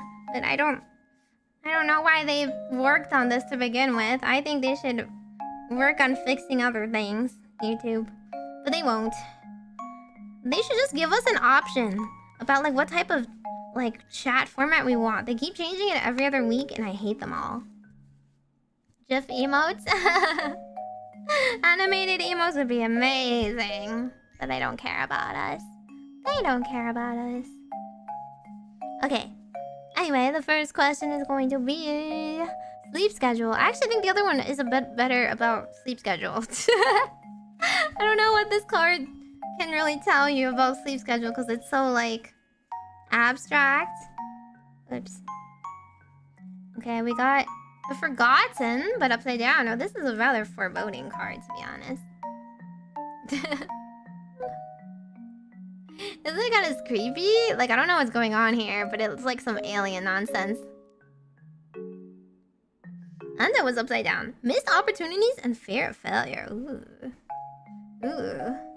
Are you staying up for bad reasons? Is that it? Like, what's up? I mean, my sleep schedule is just whack. It's just horrible. I don't know if there's any fixing it. Oh, there is like something. I had to wake up at like 6 a.m. because I was gonna go and appear on... I don't know if you know her, Roro. Hirano Kokoro stream. She has a birthday right now. And I was gonna go and join for 2 seconds for a Totsu. And wish her a happy birthday, but her time zone is really bad, so I have to wake up at 6 a.m. So wake up at 6 a.m, say hi, and then go back to sleep.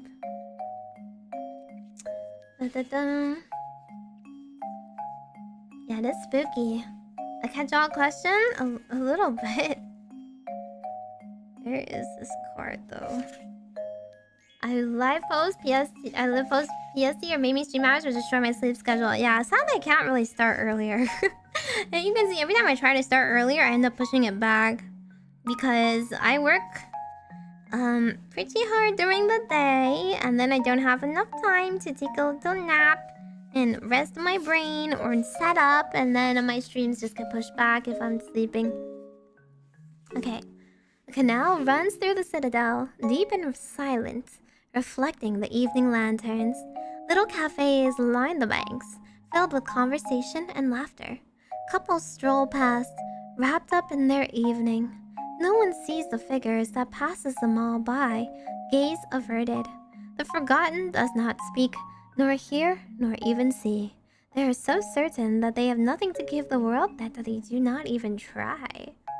That is so foreboding. See, I don't know if this means anything. Wait a second. The reverse meaning so funny. Hang on. Reverse the Forgotten is a powerful card that signifies an irrefutable defeat. Alrighty, you're just never fixing your sleep schedule, and that's all. Reading done. Your negative feelings and anxiety have put you in a situation where everything seems unfixable. You have nothing else to give and nowhere else to go. But with the darkest hour comes the inevitability of the dawn. And now the day can start anew. But this won't happen without some effort on your part. Now is the time to make a change. Okay, well, it's don't be a defeatist. You're honestly, this is how I feel. The more you like try to sleep, the more you like think about sleeping and like, oh god, I have to sleep, the worse you feel, and like the more likely you're not going to sleep. And like I do the stupid thing sometimes where I'm like, okay, I'm not gonna go sleep until I finish the thing. But instead, I'm just so sleepy that like nothing gets done anyway. I don't sleep and I'm just staying up for no reason, just like zoning out into the dark because I have no motivation to do the thing. I still have a lot of work I'm supposed to be doing right now that I'm gonna be doing tomorrow, cries. But yeah, so don't let your negative feelings get in the way. Don't give in. Try to make a change now, but it's gonna take some considerable effort. With the darkest hour comes the inevitability of dawn. Yes, that's what happens when you try to sleep. It gets dark and then dawn comes. Exercise in the warm shower? What? Exercise keeps you more awake though. Exercise gives you like the brain hormone. Actually, I don't know what it does. It releases something in your brain, like some sort of chemical that makes you more awake. I mean, my answer is ASMR. I just have to stop thinking and focus on the ASMR, but I'm so picky. I'm literally like, no, this ASMR is not doing it today. No, not this one. Or some of them are just so interesting that I just stay up. And then I just read manga. I just read my stupid mangas that are my comfort mangas, and then I go back. And then it's like 4 a.m., 5 a.m., and then I finally fall asleep. That's why you take a comfy shower after.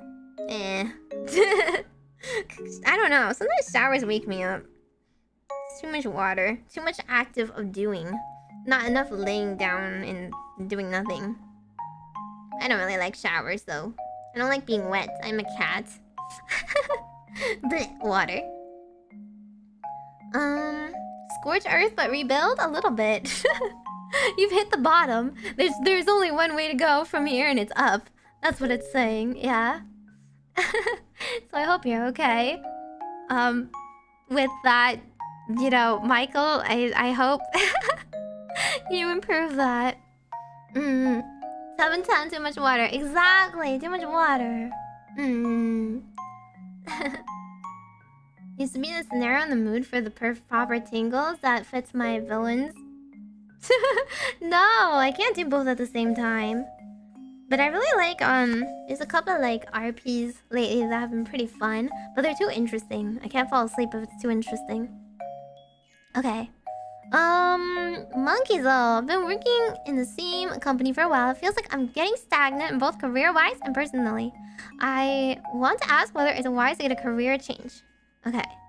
Career change. And I think we're gonna do traditional tarot because this one can go in many different directions. I shower, I just don't like it. Blech. I'm never like, well, yay. I'm never like, you know? I spend too long disassociating in the shower. My brain's just like off. And I'm just like blanking out and doing nothing and thinking about stuff. And then I'm like, oh, I've wasted a lot of water. I don't know how much time has passed. Rock bottom, anything is improvement. It's true. It's true. Oops. Yeah. It's okay. I've kind of like shuffled it in between, so it shouldn't be too bad.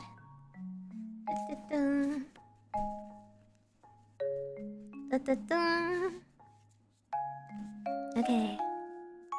Let's see. We kind of cut the deck here. And put it over here. Bam. And draw. Bam. Ah. 4 of swords in reverse. Now this one's kind of scary, isn't it? Four of Swords hovering ominously over her. So this one is going to be a past, present, and future. It'll help inform you of what you're supposed to be doing. A Four of Swords. You see it this way. There you go. As we've mentioned before, swords is very much cutting painful things, but this is reverse, right? So actually, this is not that bad of a card usually. Usually, anyway. Usually, it's about like protection. In reverse, this actually means enforced isolation, loneliness, more recovery time needed. So as you've mentioned, you've been stagnating with the same company. It's probably feeling very restrictive. You feel kind of lonely and you're not feeling very fulfilled at your current company. So this is what brought you to the present situation, right? It feels like you're very isolated and you don't see a path forward, right? You don't see like progress. And despite the fact that you're kind of like emotionally feeling kind of battered and withdrawn, it might be a sign. Usually this card is kind of about like healing from something, like an illness, or like taking time as a break from something stressful. So maybe instead of like, this is like you've kind of taken your break up until now, and maybe it's time to like do something. Next card. Oh my god, you got Venus! We all know who Venus is. She's quite pretty here. Literally the card for love. Usually this is the lovers in traditional Rider-Waite Tarot. Interesting. Well, this is not a love reading actually. This is, you know, this is about your career. But love can be, you know, referred to a job. Now, this is a major arcana, which means when it appears, it is something important and to take notice of in your life. It's a very big turning point. Yeah. So, created from the happy union of sea and sky, Venus, the Roman goddess of love, has been described by many as the queen of pleasure and passion. Meanings: a renewed awareness of the nature of passionate love and what is needed to encourage it. Artistic creativity, integration of both masculine and feminine forces, a new important relationship.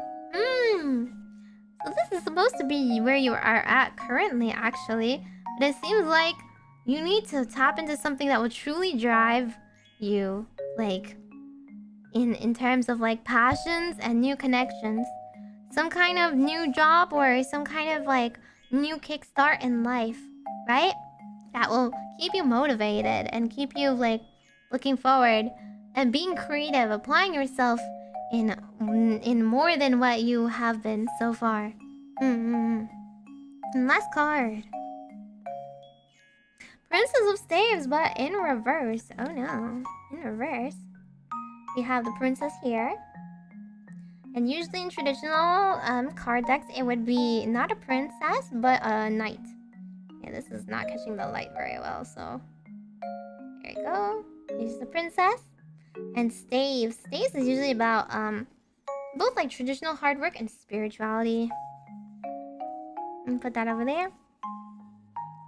So this last position is kind of like where you're heading towards in the future, which you can keep in mind. Things like that.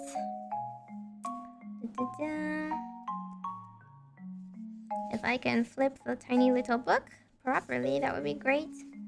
Oh god, maybe I do need to take off these gloves. Anyway. She, in reverse, means scattered energy, actually. Inability to focus on matters on hand. Ooh, okay.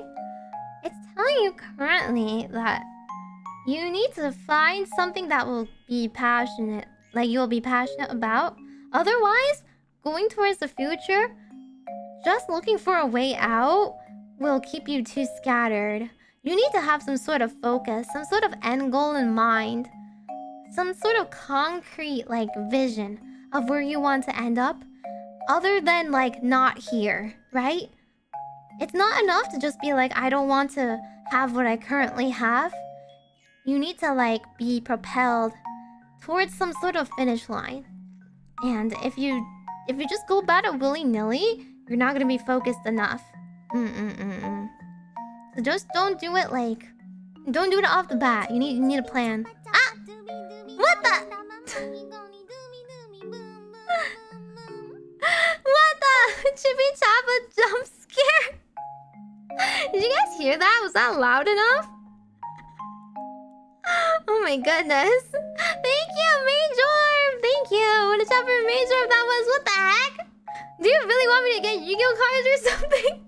Thank you so much for the super dono! That's crazy. It was pretty quiet. Okay, I'm gonna replay it and I'll turn it up a bit. I did forget that my alerts are kind of quiet right now.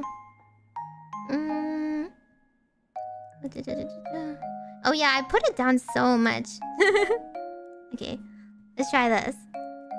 How do I replay it? Ponder the orb. Oh, that was like a random one. Can I do it again? Can I do it again though?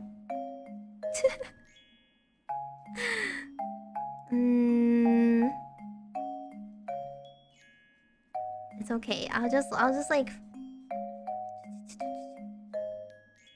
It's because you can either get Chippy Choppa or you can get the Ponder, the orb for the randomized thing. Also, hello. How's everyone today?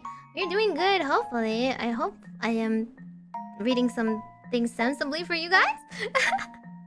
I don't know, you guys tell me if you guys like my readings today or advice today. Where did I put all of my sound alerts, I swear? I have a little Meimi voice line folder. It should be... Oh, here it is. Chippy chippy chappa chappa dooby dooby dabba dabba mahi goni dooby dooby boom boom boom boom. Chippy chippy chappa chappa Okay. dooby dooby That's dabba enough. dabba Stop mahi it. goni dooby dooby boom. Stop it. boom. Chippy chippy. Stop it. Okay. I just want you to be able to hear the alert. There you go. Chippy chippy choppa choppa. Yes, yeah, let's go Yu-Gi-Oh cards soon, hopefully. I'm gonna do... Let's see, we have so much to look forward to. I'm actually really excited. Even though I'm gonna be cutting back a little bit in terms of the volume of streams this month for August, I think the quality will be pretty cool because we're gonna be doing some pretty big and exciting collabs and new stuff that I haven't done before. And I'm also thinking of something fun for members sometime soon. And Yu-Gi-Oh cards you're hoping to have? Oh, so many. So many, god. I heard... Nobody has confirmed yet, but I heard there was supposed to be some anniversary tin coming out sometime. Is this true or not? Because I heard tins have better pulls than boxes. Because otherwise, I've been so tempted by, like, the box set. The Infinity... What am I gonna call it? Like, the Exodia one. It looks really cool. It doesn't have super cute cards, though. Otherwise, like, I would just go for tins. There is one in October! October is so far away, but... If it has really good cards... Will it have really good cards? Will I make bank if I pull something nice? The 2024 tins. I'm so excited. Lots to think about for my reading. Gotta start planning. Yeah, I hope that gives you some things to think about. And just like a set of guidelines. Yugi vs Kaiba rival tin? Ooh? Really? Blue eyes?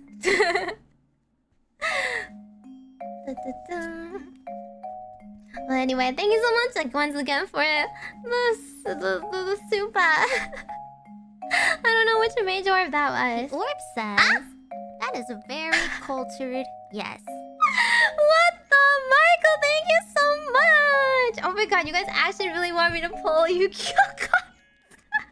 I thought there was no way you guys wanted me to spend money on this. Thank you so much, Michael! Thank you, thank you! my gosh. What am I gonna do already? Can I ask Mana-san? Can I really ask Mana-san if I don't want any of the cards? Can I sign them and give them to you guys? Like, can I auction them off? That would be so fun. What am I gonna do with like 1 billion cards? You guys want them? Can I just sign a bunch? I don't even like... The only thing I wanted to cover is like postage. It's a bit expensive to ship them around. But like... Would they be mad at me if I just out of the blue was like, okay, can I please? Please?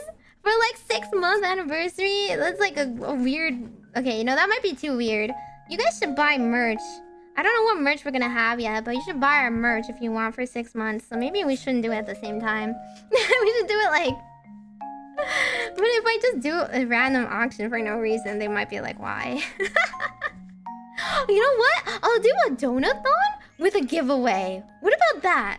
So like, it's not really for the donathon, okay? It's just as an excuse, you know, like... It'll be a giveaway. It'll be like a raffle, right? Right? What if we just do like a... I don't even know. Is there something that's not a donathon? But like... $5 you get into the random raffle? What about that? Would that be fun? I'm trying to think of like some way to do it. Yeah, sign cards. Think of the shipping. The shipping is pretty expensive, but it's cards, so it's not the worst thing in the world. I'll just give like, I don't know, I'll just give Mane-san like a bunch of envelopes and top loaders. I'll put them all in a bunch of top loaders for you guys. That way it shouldn't be that expensive, hopefully. International's always gonna be expensive though. There's not much I can do about that. Sign Stardust Dragon? Only if I pull one. I don't know. It would be fun if you guys had like... If it was a giveaway, raffle, and like the top people get first choice, you know? On which card they want, and then like it goes down the line or something, right? That would be so fun. My Meimi keychain? Same, okay? I also bought my own keychain. I really don't know. Booth is taking a while. Yu-Gi-Oh cards wheel. $5 you spend the Yu-Gi-Oh wheel. You get X amounts of tickets per dono. Yeah, that's what I was thinking. I think that's like the most fair for like a raffle or giveaway. But I'm not like trying to reach any like donathon goal. You know, I'm just saying like in lieu of an auction, everybody gets some sort of like equal chance to get something. Cause like there's a bunch of cards, right? There's a bunch of cards. It's not really like I'm doing that much effort other the part than it's just like covering mailing and shipping. Next birthday is gonna be yoga cards. No! This is only for people who want to participate in it, okay? It will just be for people who want signed Yu-Gi-Oh cards, not anything else. Or I guess if you don't want a signed Yu-Gi-Oh card, you have an option to get a signed checky instead. What about that? I'll make a checky. I'll doodle something. I'll print something out and doodle on it. We can do that too. Time to get sponsored by Konami Man? I wish! I would love to. I've told Mane-san a couple of sponsors I would like to do. But like small ones. Obviously not like Yu-Gi-Oh itself. 2 signed checkies? You could. I mean, I have to have an option. I don't really know what I would want to do a donathon for otherwise. I don't really like donathons, to be honest. I think there's too many like rewards and tiers and nonsense and like... Just like... It's just too much pressure and effort. Like I just want to do the streams anyway. If anything, I would do a donathon for like a original song. Right? I would put the money towards like a music video and mixing and stuff like that.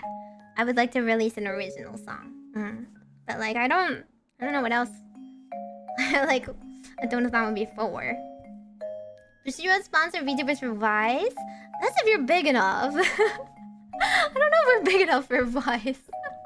We're not really Hollow Live. That'd be cool. I also like supporting some neutral. I appreciate it. I mean, like, there's definitely a level of streams that I can do thanks to you guys' support. So I always want to, like... I always want to be clear and transparent about what I'm spending the money on. Like, if I do a donathon just because I exist, I don't understand why. Like, I will still be streaming. And if you don't give me money, I will still be, like, doing my best for you anyway. So when I'm clear about, like, if you give me money, I will spend it on like a cooking stream or something else. Like these hand cams I'm trying to use the webcam you guys bought me, right? Something like that. Original song would be cool, yeah! I've been planning it for some time, but I was like, I need to get better at singing before I feel like I can release it. And I feel like I should release it on some sort of milestone, but maybe we should just do it sometime.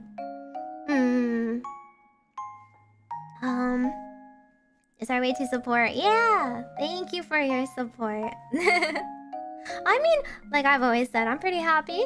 I'm pretty happy with where I am now. And like just spending time together and getting to do streams that I want to do and playing games that I want to play and making silly moments on stream is like my goal. And as long as I can do that, I'm happy. You know? As long as I can do that, I will never leave. I will always be a VTuber. If there's ever a time where I can't do it anymore, but then it would be a problem. But that's why I'm with kawaii. I feel like I have a lot of creative freedom here, you know? Like, I never need to ask for permission to do anything unless, like, I genuinely think it might be a risk, you know? Unless they genuinely think it might be a risk. Like my own health or fans or, you know, stuff like that. But they pretty much never gatekeep me for anything. This is just really how I want to stream. You can see it right here. There's nothing else I would do different. We have initiated a new major! Oh, thank you! Other than do better, of course. Stanticon, thank you for being a member of the Majors for 3 months! Welcome back. Good news, you're making silly moments at a professional level. I'm a mini professional streamer, thank you. I appreciate that. Always pay attention to living the moment. Yeah! Always have a good stream in front of us, right? One good stream at a time. Not everything can be a good stream, but we live and we learn. Some streams are better in certain formats, and then take knowledge from that I get to try a better angle next time. The goal is to operate at break even for... Yeah! I just want to break even for a production kawaii. You know, I don't want to drag them down. I don't want to drag any other girl down because of me. If I can do that, I'll be very happy. Personally, with some of my goals when I'm debuting was to do a lot of the stuff I have been doing. I'm gonna do more ASMR. I've never really done that before, so this has been a learning process. And I appreciate you guys being patient with me trying new things. I want to do like more hand cams, tarot streams, and hanging out with people. New games I haven't been able to do. Lots of collabs. I've been very happy about that. You know, all the small corporal girlies I've admired that I can now just like slide into their DMs with. That's great. And then merch. Merch is great. We're starting off small, but we're getting more merch. Real merch of myself. It's crazy. And what was it? I want to do a Patreon. I was going to talk about that next. You know, got to open a Patreon, and she puts out free voice packs every time people meet her dono goal, her daily dono goal 5 times in a row. Like, I want to do that. Honestly, I would just put free ones all the time, but you know, I don't have a lot of time to work on them. But if we did some kind of reward like that, that would be so fun. You can't like really put voice packs out in a good way elsewhere. You know, like I can't put them on YouTube Community without you having to download it, and I can't put them on YouTube without them compressing it. So it would be really, really cool if I eventually got to open a Patreon just to like put a bunch of voice packs and voice lines and fun things like that. I don't really need a profit off of it. I just want to like post it there. Just host it there. But I'll you know, just as long as we make back the amount that I spend on stuff. I kind of love spending on things, so I gotta be careful and balance my books a bit more. Patreon only stream possibility? Oh, I guess that's true. I guess that's true. I don't really want to do too many like high tier stuff or whatever though. Cause like I already do membership streams here, so I don't really see a need for separate Patreon stuff. I just like the fact that you can literally host sound clips and play them. Like I listened to Yuno's free one, and it was by the way, it's a scenario that involves me, so I think it's really funny. You should go listen to it. It's free. But you can just like listen to it, crystal clear, like on Patreon. You can go back and listen to it anytime. You don't need to download it. Like that's great. Why can't we have that on more sites? right? Without like compressing the quality horribly. Yeah. Ada. Maybe plushie? Oh god, I really I want some sort of like a mochi, a hand mochi thing. That would be fun. But that's like a lot.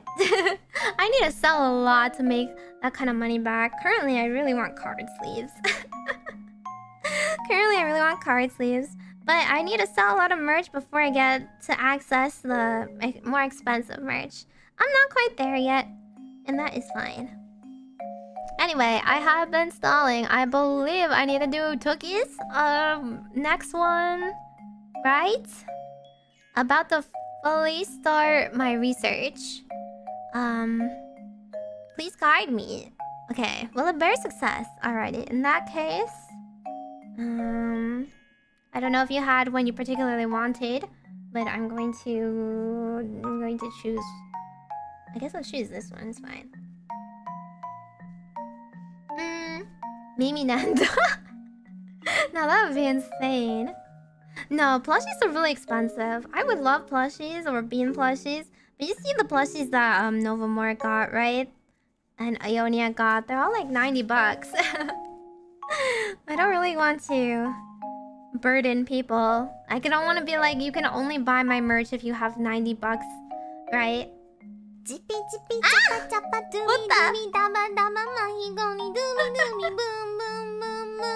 Do it for the love, Michael. Thank you. Oh my god, thank you for the second the 100 jump scare. You guys are crazy today.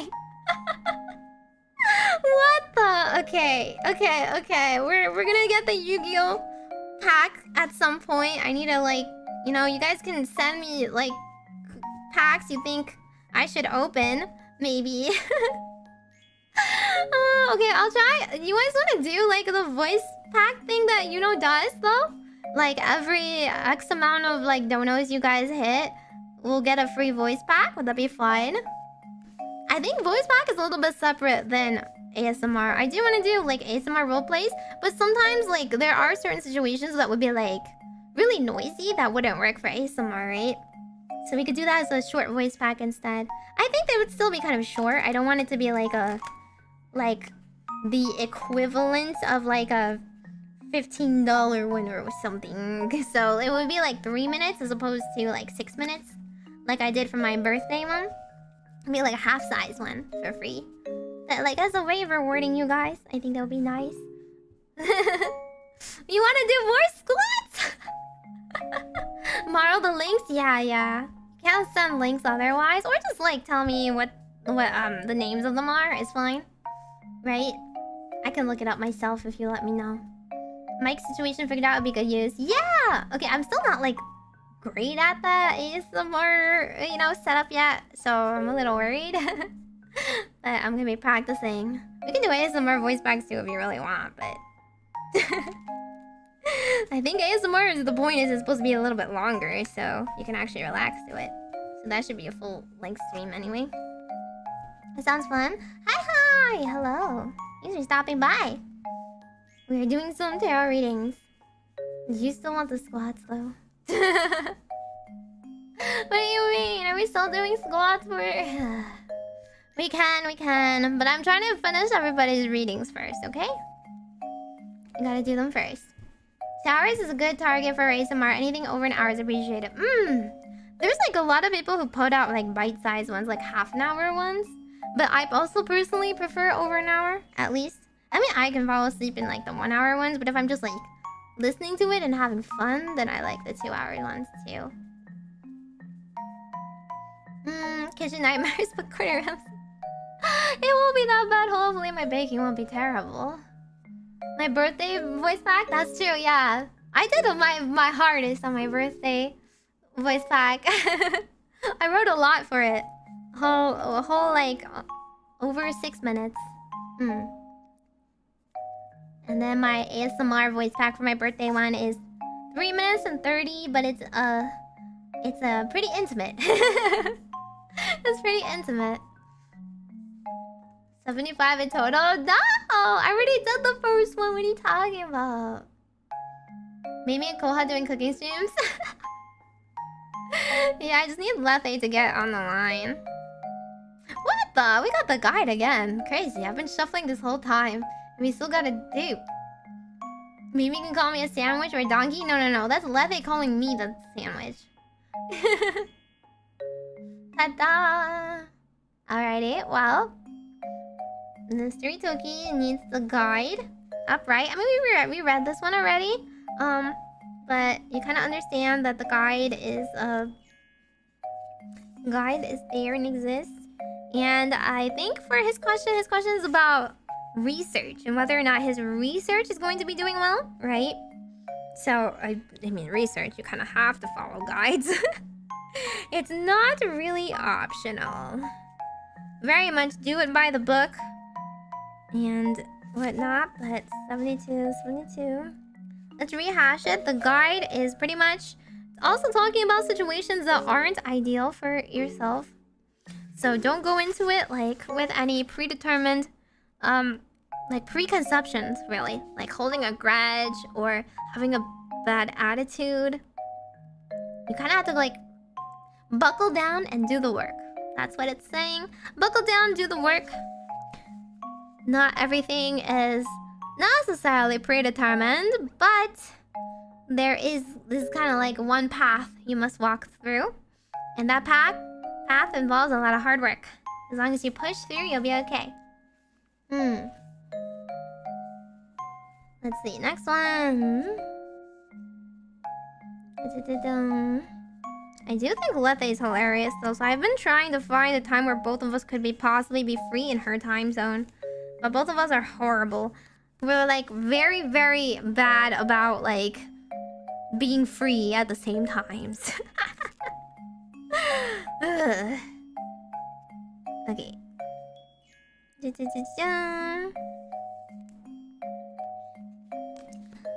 Lethe is able to make Lethal Company. Yeah, because we chose a time where it's on the weekend she can make. Ooh, the Brawler. Now, what do you think about that card? New card here. Unfortunately, Nana won't be able to make it. Nana has a lot of real life, okay? I know she's not a normie girl, but she has a normie life. Let's just be real about it. She, like, goes to the gym, she cooks, she goes, like, hangs out with her family. Not gonna lie, you can be, like, you can choose two things, right? In a Venn diagram.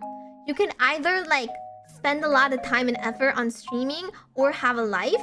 And most of us fall in the don't have a life part. And she falls in, like, the sort of, like, wavering in between. Because when she streams, she's, like, great. But she just has so much, like, that she actually cares about in her life that she needs to balance and maintain. Whereas I'm just like, no, I'm just gonna wake up and stream because I can.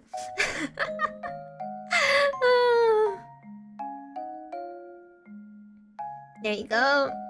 She walks her cat with the most normie, not normie thing ever. Hey, her cat's like walking. It actually has a it has a Latin. Lex talionis. The Brawler. Lack of empathy or confrontation. That's actually kind of worrisome. I hope it's not gonna be too bad for you or anything.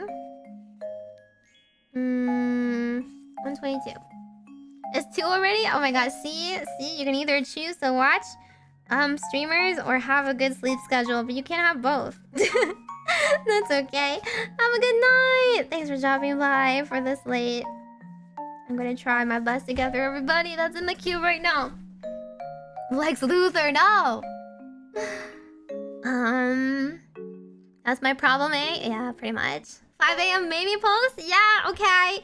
Listen, I have nothing else to do but post at 5 AM. Because I can't, like... If I post on Twitter, no one will see it. You'll wake up and see it even if I post at 5 AM, right? Yeah. But, like, days where I don't really get to talk to you guys, because I don't stream something where I talk one-on-one, I just post on community, which has been a lot lately. And then I go, oh shoot, I have something else to ask people. Is it too soon to post again? But whereas, like, I can stream right now, or if I stream every day, I talk to you anyway, so I don't need to do that. Okay.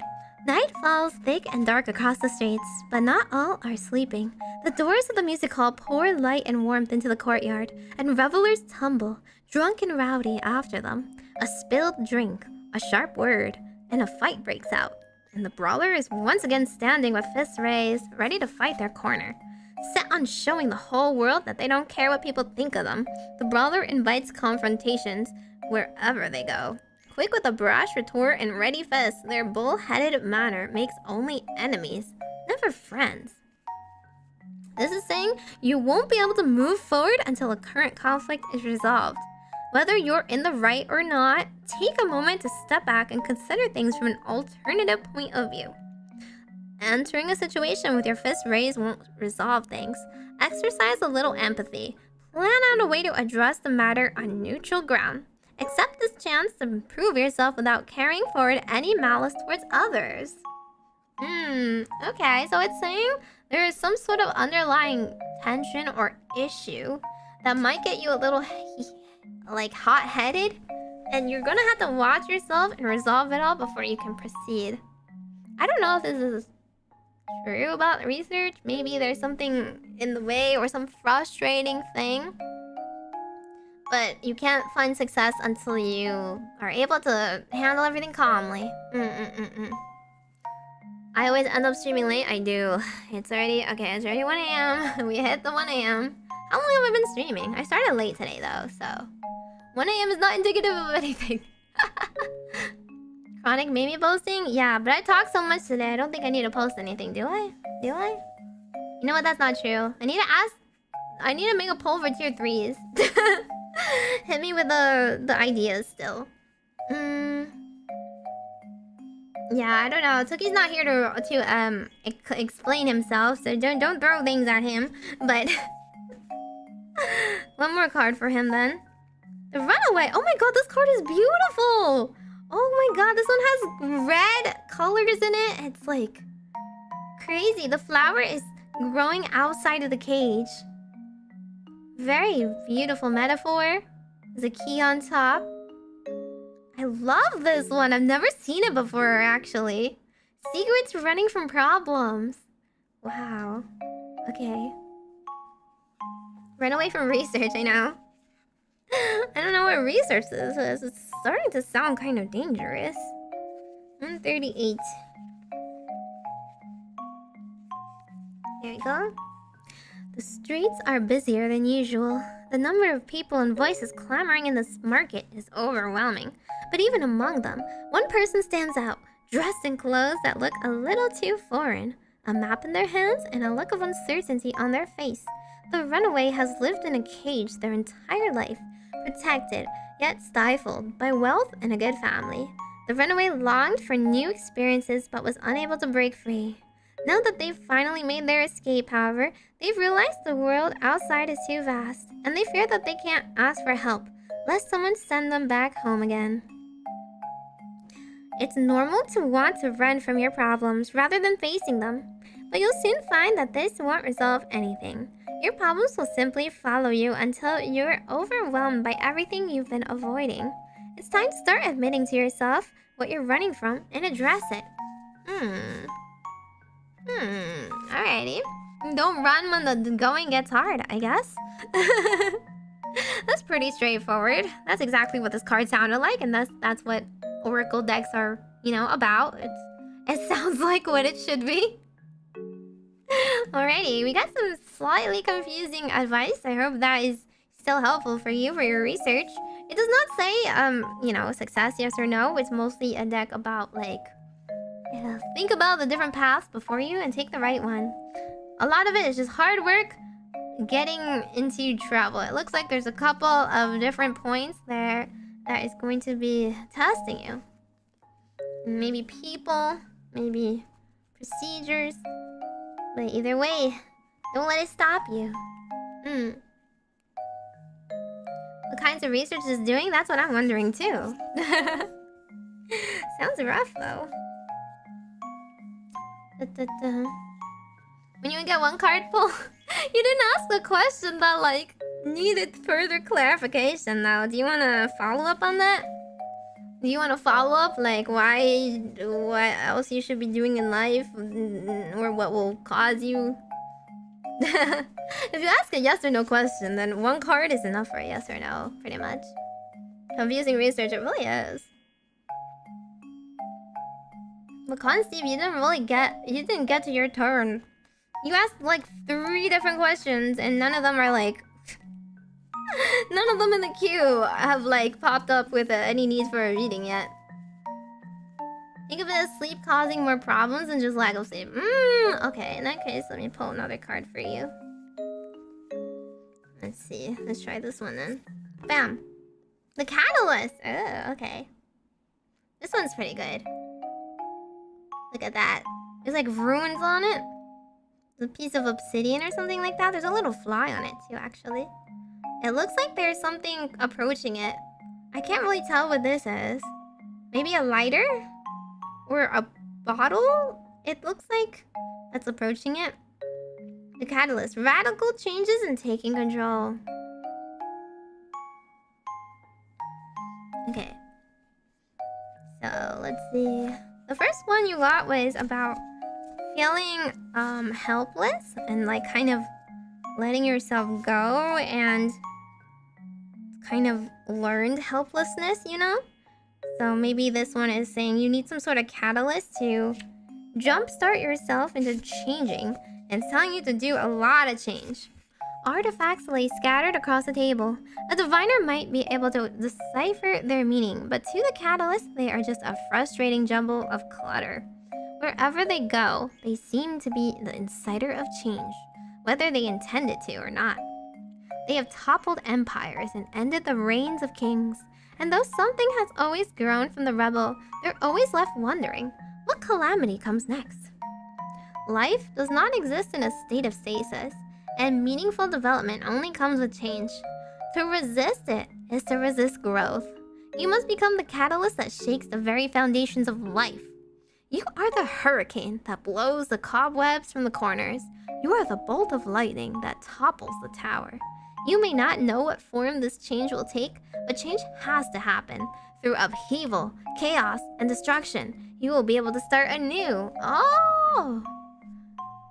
Okay, this is kind of like the tower. This is kind of like the Major Arcana tower. Change is not going to be fun. It's going to hurt. It's going to be bad. Like a storm blowing through. But it's going to be huge. And at the end of the day, if it takes a storm to change things, then you just have to like start over from picking up the pieces. Because staying still, especially when tarot, the death card, staying still forever is akin to death. The true death is a life without change, a life existing without renewal and birth and starting and like anything else, right? So it's not gonna be fun. But you're gonna have to weather a hurricane, or start a hurricane, and live through that hurricane to change. Hey yo, Meimi, I came to you not for fortune, but advice. Let's save a message to share to those you know, but afraid it would change how people feel about you if you're trying to tell them. Ooh, that's like a pretty big problem. It very much depends on the context. I think there's 2 ways. I can answer that pretty quickly because 2 things immediately come to mind, right? Are you telling that to other people for your benefit or for their benefit? Right? And does it have to do with your comfort or their comfort? These are 2 things you need to factor. For example, if you're confessing to someone, do you think they will reciprocate, or are you simply doing it because you really want to get it off your own chest? If you have some secret to hide from somebody, was telling them something like, is it like something that they need to know? Or is it something that you just feel guilty about, that you want to confess, that might ruin things for them without benefiting their lives? On the other hand, is it going to be something that they need to know that you've been hiding from them? This is my opinion, but if anyone's ever cheating, always tell them. I don't care. Like, I don't care if it ruins their marriage. Do they want to be married to the person that's been cheating on them? Tell them, right? Or like something that they need to know. Like, hey, other people, these friends have been talking about you behind your back. Always tell them. They make the decision to, you know, do what they do with that information. You're just a messenger. Don't incite anything. Don't cause drama that does not exist, though. That's very, very much important. If it's something else about you, some sort of important identity, for example, if people are mistreating you and you want to put your foot in the sand and stick up for yourself, you should do it, right? If people are being mean to you or bullying you or not seeing you for who you are yourself, if you can't feel comfortable being yourself with those people, then perhaps you should lose them. If they can't accept you, then yes, you should come out and create boundaries for yourself. Creating boundaries for yourself is never bad, right? Tell them, hey, I'm not okay with this, and from now on, I would appreciate you don't do that anymore. If they will cross your boundaries again and again, regardless, even after hearing that, then they're not your friends, and you shouldn't stick with them anyway. So those are my 5 cents, I guess. Yeah. Hesitation is a feat. Depends. There's a lot of different angles to take it. But I think it comes down to a mix of your own comfort level or their own comfort level, right? As long as it's not like selfish. Sticking up for yourself is not selfish. But saying something that they don't need to hear is somewhat selfish. Saying something that they don't want to hear but they have to hear is not selfish either. You just gotta tell them, even if it sucks. Not the exact situation, but some use of advice gives me an idea what I should do. Okay. Hopefully, at least gets you started thinking on it.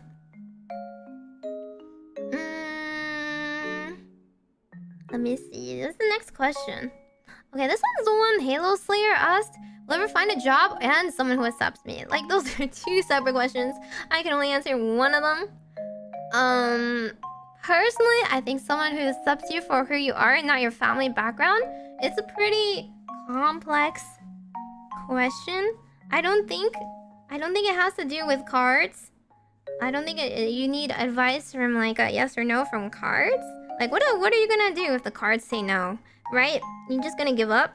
I don't think that should happen that way. That kind of thing is like, there are people out there, but it depends a lot about your own, the way you present yourself, right? If you can present yourself as somebody that's an individual, independent of your family, then people are gonna take you for who you are at face value.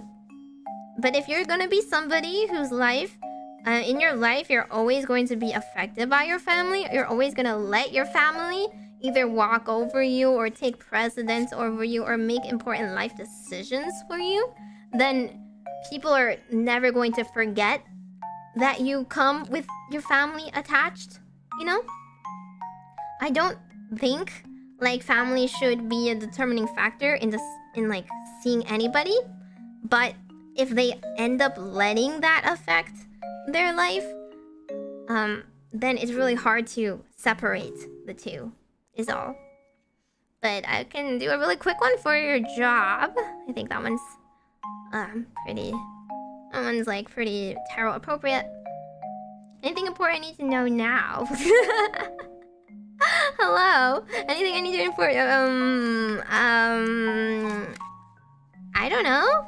What's going on in your life? I hope you're doing well. If you're not doing well, my advice of the day seems to be to touch grass and try something new. I think everybody learns like a new perspective in life if they try something new. Even if it's something they ultimately dislike, you can find a newfound appreciation for trying it. Like, people always think like, oh, it's so easy to do XYZ. Okay, try doing it yourself, right? Then you'll like appreciate it. Like, oh, why do artists like sell their prints for $25? Well, try drawing. See how easy it is. Then tell me after like 200 hours of drawing if you should get $25 for getting out one good piece, right? Something like that. But then you might fall in love with it. I'm not saying like do it out of spite. I'm saying like, oh, it might be that you really enjoy it. It might be a hobby. Even if you're not good at it, you still enjoy doing. Reason why is because my grandpa used to be a chairman from where I am. That's the only problem. Oh, okay. So they basically see you for your grandpa. They always see your grandpa in you instead of you for yourself, right? In which case, it might be a little bit difficult, possibly, to stand out just because people around you are making that conscious choice. That's honestly, their actions don't reflect on you, right? They choose to see you for someone else rather than for yourself. You don't need to work so hard to be good enough for them and stand out. They should change their perception in the first place. Whether they're too lazy to do that or not is somewhat on them. You should never base your self-worth on if other people notice you or not. But I also do think if you got a little bit out of the bubble, if you took some time to like travel somewhere else, meet new people that don't have that preconception of you, it might feel like very free, right? It might be your chance to express yourself without any like preconceived notions that they have of you. I think that definitely might make you feel a bit better at the very least. And then as long as you have a strong sense of self-identity and self-worth, then it won't matter. You know who you are and your own like what makes you, defines you as a person, then you don't need to worry about what other people think. I tried, it was bad. You know what? You're gonna get a bad Meimi-chan. I appreciate all Meimi-chans, whether they're bad or good. Don't worry about it. As long as it's fun. I'm bad at drawing myself and I still do it. That's just from my spirit team. What does that mean? I don't know about any spirits from the beyond. Drawing till you're good out of spite? Yeah, be like who the heck? PewDiePie or something? Is he the one that just drew until he was like really good? And everybody got like salty about it? But I'm just like, no, he like put in the work. He drew every single day until he was good, you know? You should commend that. He's literally showing you that you don't need talent. You just need persistence to be good. Although, personally, I think talent... What people think is talent is also, like, experience. People who are good at drawing look and think and analyze drawing all the time. They look at different types of art. They try different types of techniques. They fully understand it. It's not just about, like, technique when they're drawing, right? That has to do with talent. If you have an eye for it and understand what makes art good, then you can deconstruct it and do it again, like yourself, right? But in the end, it's just persistence. This is how many hours you put into it. I must be leaving now. No worries. Thanks for stopping by. I hope that was still helpful or helped you think. Yeah, exactly. Our PewDiePie is like crazy. It's like crazy good. Thanks anyway. It's okay. It's just something I don't tell that to anyone. No worries. I understand. It's hard to give advice, obviously, if it's a little bit like vague. But I do wish you the best, and I hope you believe in yourself and your ability to stand alone as a person, regardless of what other people think of you. Financial backing and free time. That's true. That is true. But like, there are so many good artists out there that have neither, and get good on their own as well. You have to sacrifice something if you're passionate about it, you know? What question should I ask them? I'm new here. Usually people ask about something in their life that they would like a little bit of advice about. Whether it's their career, their love life, a problem they have, how they should improve as a person, things like that. There are some subjects I'm not very good at explaining, so I would avoid... Honestly, I would avoid things like finance. I really don't know how to help you there. But maybe like self-worth and self-development. What you should do to achieve your goals, kind of thing. I feel like would I hate being good at art? It would be hard to appreciate so much of it. I don't think so. It's somewhat hard, of course. It just means you have higher standards. Like when I studied English, like for example, I'm allergic to reading bad writing nowadays, but it makes me appreciate good writing so much more because I know how hard it is to write, right? The mangaka I follow on YouTube even recommended. Yeah, even commended PewDiePie. Listen, the dude's results speak for himself. Do I like him as a person? Do I care about him? Not really. But like, even I can see that he has worked countless hours on his art. So, like, unless you have done that yourself, you have no right to judge him, right? At least on the art. I don't know about him as a person. I have no idea. How can I better myself? Well, I'm getting through my Q&A, like, reading queue right now, so I'm gonna be going in order. That's okay. Mine were accurate even though they weren't frou-frou.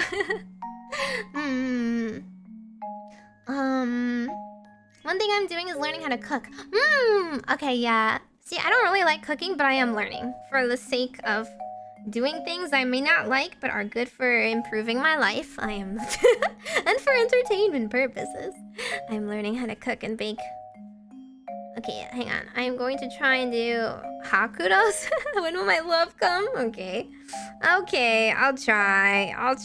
But I really don't have a...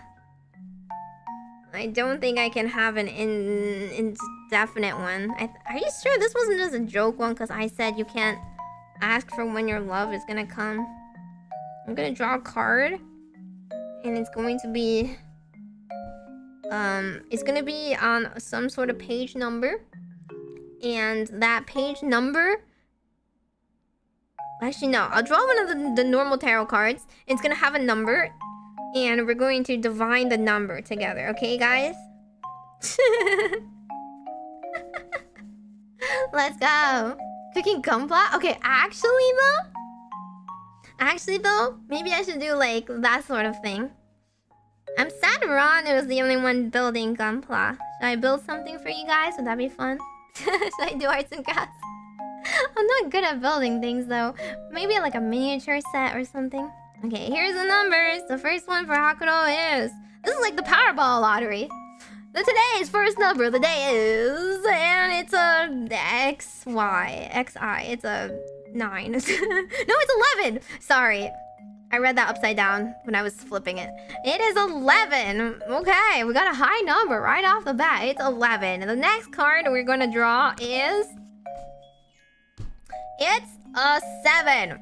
11-7. Okay, November 7. And our last card is gonna be 6.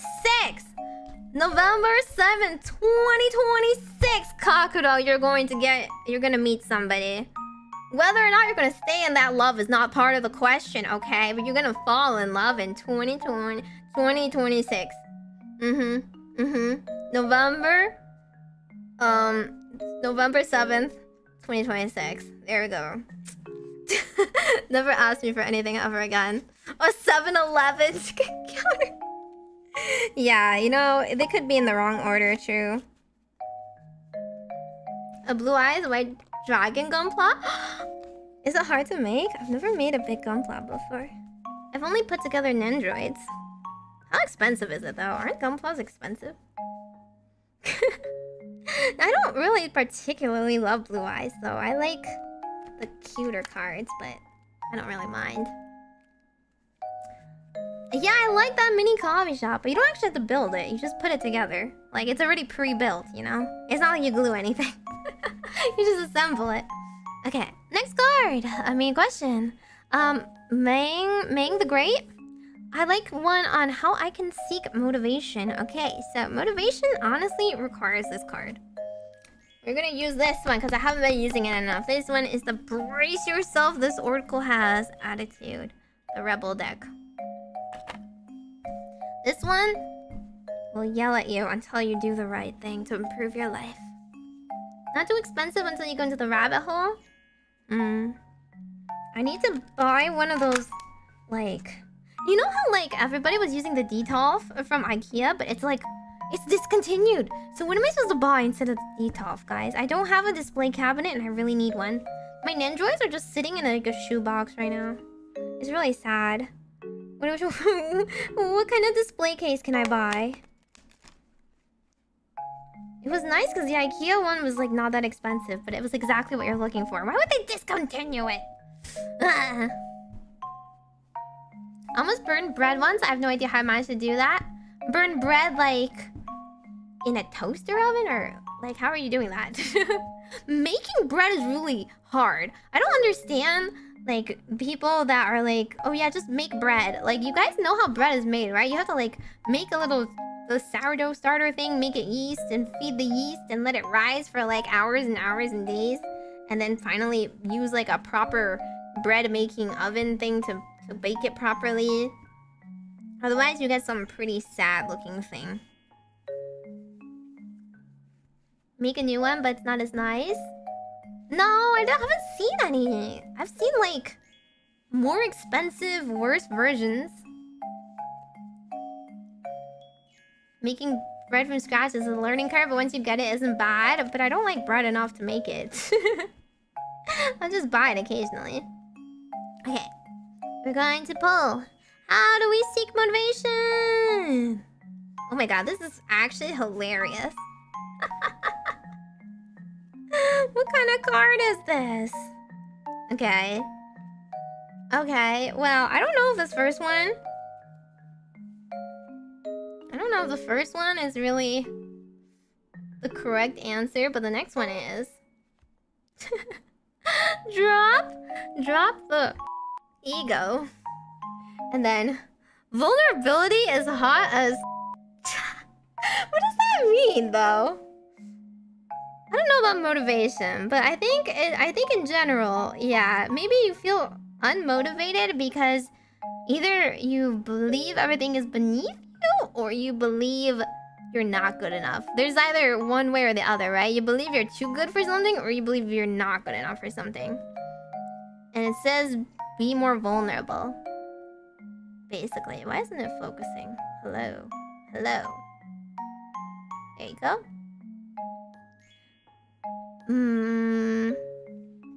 Be more vulnerable.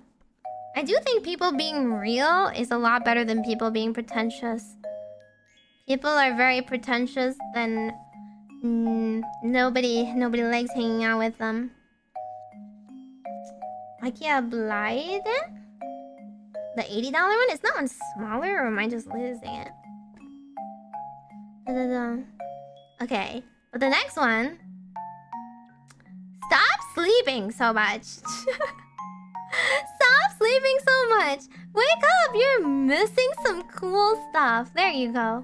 If that doesn't yell at you to get you some motivation. Life is moving on. It's moving forward. You can't just sleep through it. Okay, that's on me. I sleep through a lot. But I'm kind of in that boat where I've done a lot of fun things and I don't mind sleeping through some things. But still, if you need motivation in life, enjoy things without ego. I agree. Like, when you go into anything, just like, don't insert yourself. Just be there to enjoy the moment, do the thing, have that experience. Don't make it about you, right? Don't make it about you. And then, wake up and participate in more things. Look around you. Look at all the offerings around you. Even if you can't be motivated onto like the one thing that you feel like you should do, maybe you're just motivated to do something else at the moment. That's how I feel. Sometimes I'm like motivated to do a different stream than I had planned. It does happen a lot like that. Right now I'm motivated too much. Like, I have so many things I want to do and it only ever happens because I can't do it right now, right? I gotta do my work first. I gotta do everything that's due first, but... yeah. Can't just sleep through it? It's a challenge. No! You can sleep through it, but you're missing some cool stuff, see? You're missing out. The card was meant for Meimi-mu shush. I will sleep still. I have to. Otherwise, I can't survive. I'm a girl that needs like 9 hours of sleep a day. Otherwise, I'll make it up and sleep 12 the next day. Okay. Next one. Why does Clone Steve sound like 50 messages here? Which one am I supposed to answer here?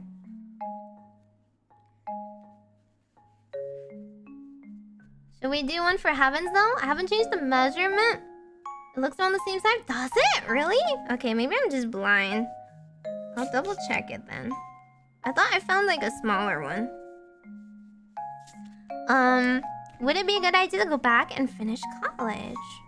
It just definitely depends. Depends on the place and depends on the degree and it depends on other things like career advancement. If you already have a good career, you do want to consider if that degree is going to get you better pay. Sometimes it does, right? People are very dumb like that and stuff, but I do agree that if you did go through all that effort to get a degree, that you should be compensated. So sometimes getting a degree is good for career advancement. Sometimes getting a degree is bad if that degree does nothing for you. Like, I don't understand people. I am sorry. I am very sorry to say this. If you guys have it, disregard this particular thing. But I just think experience is more important than a good degree. So I heard somebody that was like, went back and got like, I don't know. They got like so many degrees. Like, they went back and like, their bachelor's in like psychology doesn't do anything. So they went back and got like a master's in like something else, or like an MS in journalism or something. That is something you should never do before you get a job. Like, I don't understand why you would do that before you get a job. If you can't find a job, then just don't look for a job related to that degree. First of all, look for something else, because believe it or not, if you're trying to be like a journalist, for example, doing school is not gonna help you. Being in part of society and learning other things and finding things to write on is infinitely more important than deconstructing the theory of what makes good journalism, for example. Or like, you know, just actually being a lawyer and getting clients is much better than getting additional schooling for the theory of how to be better at it. Like, just do it. Just do it yourself. But college is also very helpful for connections. Networking at the college is very, very important, okay? College is some place that's really good for meeting new people, getting new opportunities, test trying, like depending on where the college is, like where it's like living there is also pretty good. Depending on if you're like on campus or not, you can see what it's like to live somewhere else and, you know, be in a different professional environment there. Also, it's just good for expanding your mind, right? In college, you do have to take a lot of courses that may not be necessarily related to what you want to do practically speaking, but gives you a lot of exposure to lots of different ideas that you never would have encountered on your own. So those are my practical pieces of advice for someone's career and schooling. But let's do a poll to see whether or not you should actually go back then. If I stay up too late, I sleep at least 12 plus hours. Exactly, that's me. That was me today. Go, man. A higher degree doesn't immediately increase pay. Stay away. That's true. But sometimes doing an like an MBA, MS or something is a really good networking opportunity. So in which case, yeah, go for it.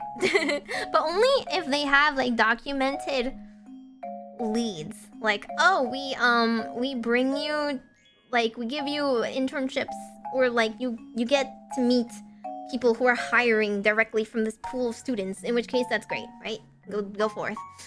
Anyway, we got beginnings actually. So, this is one of the major arcana, but replaced with a goddess Tara. It is 0, so she's actually supposed to be the fool, but in this goddess deck, she's the beginnings. She's very pretty. And that's actually a great sign for college, actually. That might be a yes for you. Might be a hardcore yes for you, actually. And depending on what type of beginning you would like to create. But let me see what she means, so I can explain. She is a Tibetan goddess, actually, so that's why you might not have heard of her. A Tibetan goddess. The Tibetans believe that the goddess Tara has the power to heal all sorrows and grant all wishes. Tara is honored as a protectress against the many fears that block men and women from living in happiness and harmony. So the meaning of it, upright, innocence which protects, new beginnings, optimism, innocent trust. So if you know anything about tarot, which many don't, but the Fool, right? The Fool is the beginning of a major arcana deck because they represent the person at the start of their journey. Person with so many hopes for the world, so many like wishes, so many things they'd like to undertake. And they have endless optimism because they haven't experienced life yet. They haven't, you know, become pessimistic enough from failing. So they like carry so much power and potential in them. And that's what the beginning represents. If you go in with like optimism and an open mind, you may be able to make the most out of this mindset. If you go in with like the wrong thing, like, oh, I only just want to get like one thing out of it. If you don't get that one thing, then you'll feel like it was a waste of time, right? But if you're just there to be open to the possibilities of where this will lead you, then sometimes this will lead you down paths you never expected to go on, but might, you know, better your life. So I actually think this might be a yes. Again, when you draw one card, you get a yes or no from this kind of thing. So this is definitely like a yes kind of card. Time to apply. Do your best. I woke up 10 minutes before stream time. Yeah, me waking up 10 minutes after stream time. More like 30 minutes after.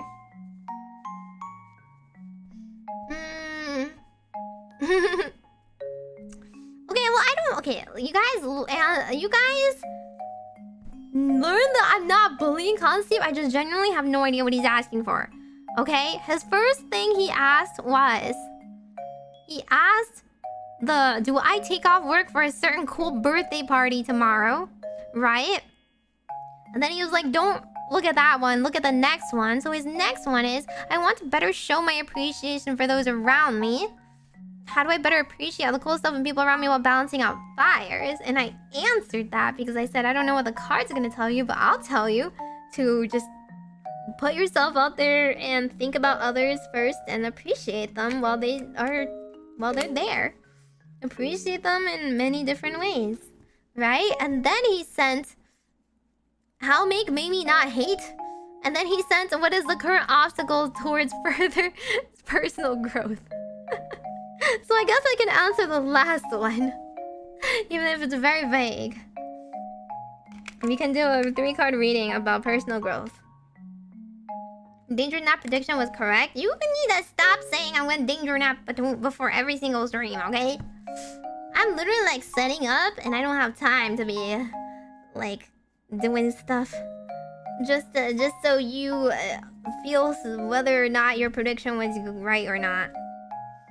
I gotta go. Thanks for dropping by. I hope I was somewhat helpful, or you just had a chill time thinking about stuff. Today is really a self-reflective kind of day. Thanks for dropping by. Okay.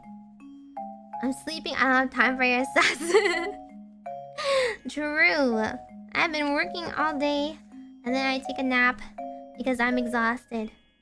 Okay, and then I still do my best so I can prep and stream, because I would not want to not stream. I just have to go late. What deck are you using today? So I've got a couple different decks.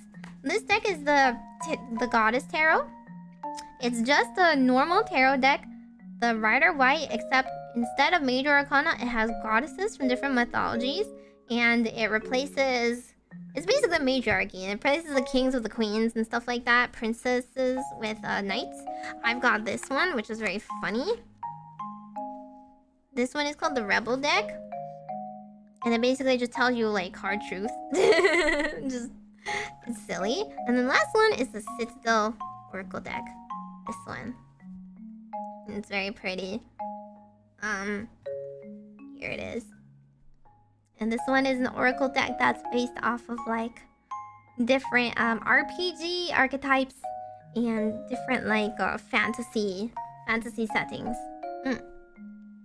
I'm just picking whatever is like most appropriate in my opinion for answering the question. So I think in this case, personal growth question, probably an Oracle deck reading is fine. Unless it's like vague enough that I would use the normal tarot deck with. The normal tarot deck, like, it's applicable for most situations. It's just very, like, it's very obscure, right? It's very much up to personal interpretation and knowing a lot more context to figure out which interpretation is correct. Oracle ones are a little bit more transparent and easy to read, even for beginners. Like this kind of card. Stop obsessing. You know exactly what it means. It tells you exactly what it means, right? Or if I pull like an artist card, you know what an artist is like. You already have an idea in your mind. Yeah, the Citadel one is really pretty. It's one of my favorites. I haven't even read every single card in it because it's fairly new. So let's do one with this.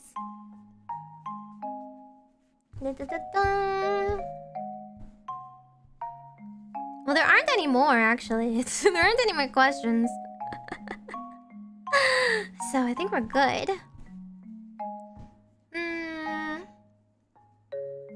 Okay. Actually, I should probably shuffle it a little bit more upside down. I have been like lazily shuffling it in between, but I haven't been doing the whole upside down reverse thingamajogger. To get it a bit more accurate and random. You don't read them in advance, you get the fun of gushing over whatever you draw to. Yeah, exactly. Like we got to pull the runaway card today. That one's so pretty. I've never seen that one before. And we got to pull my witch card, which is my favorite card in this deck. It was so appropriate too. All of you guys need to rebel. Rebel against the system. Rebel against tradition. Who cares what people say you should do and thought you should do beforehand? If that doesn't apply to your life, throw that away. Throw that out. That mentality is only going to hinder you. I think people who look to tradition should do it wisely and within reason, right?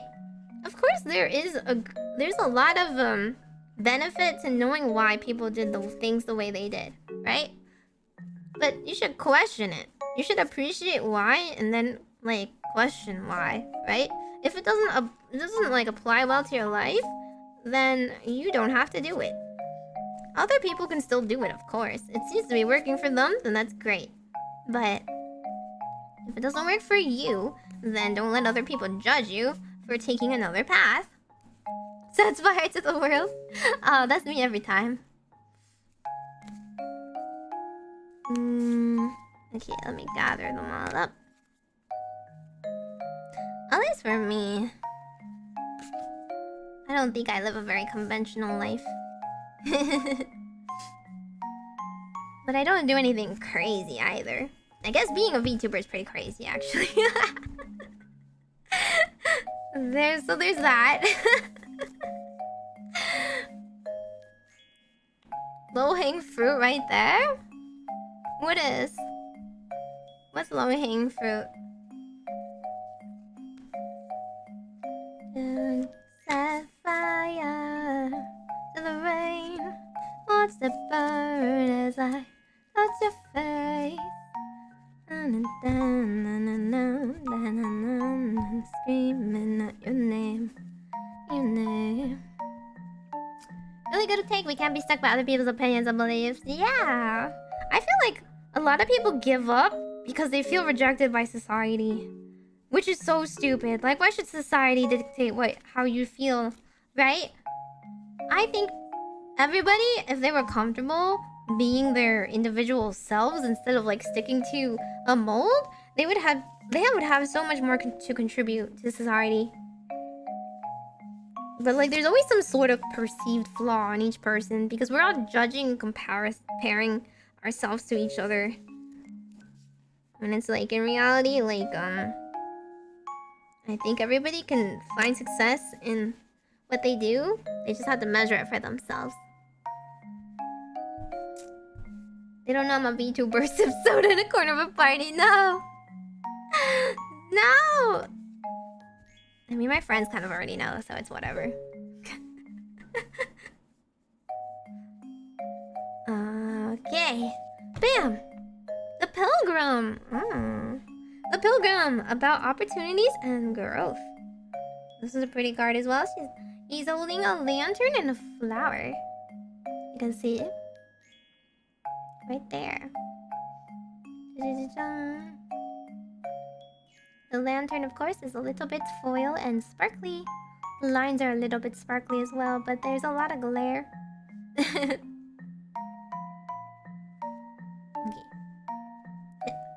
Oh, there's so much glare over there.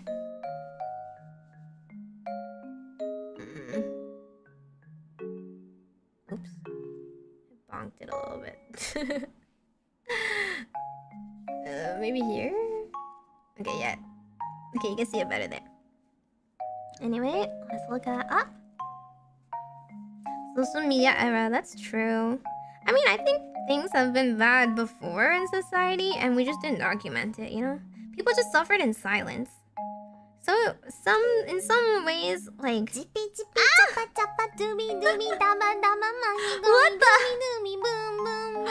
Are you crazy? Who the... Super jump scare? Another Meigorb tip? $100? What? Why are you guys spoiling me so much today?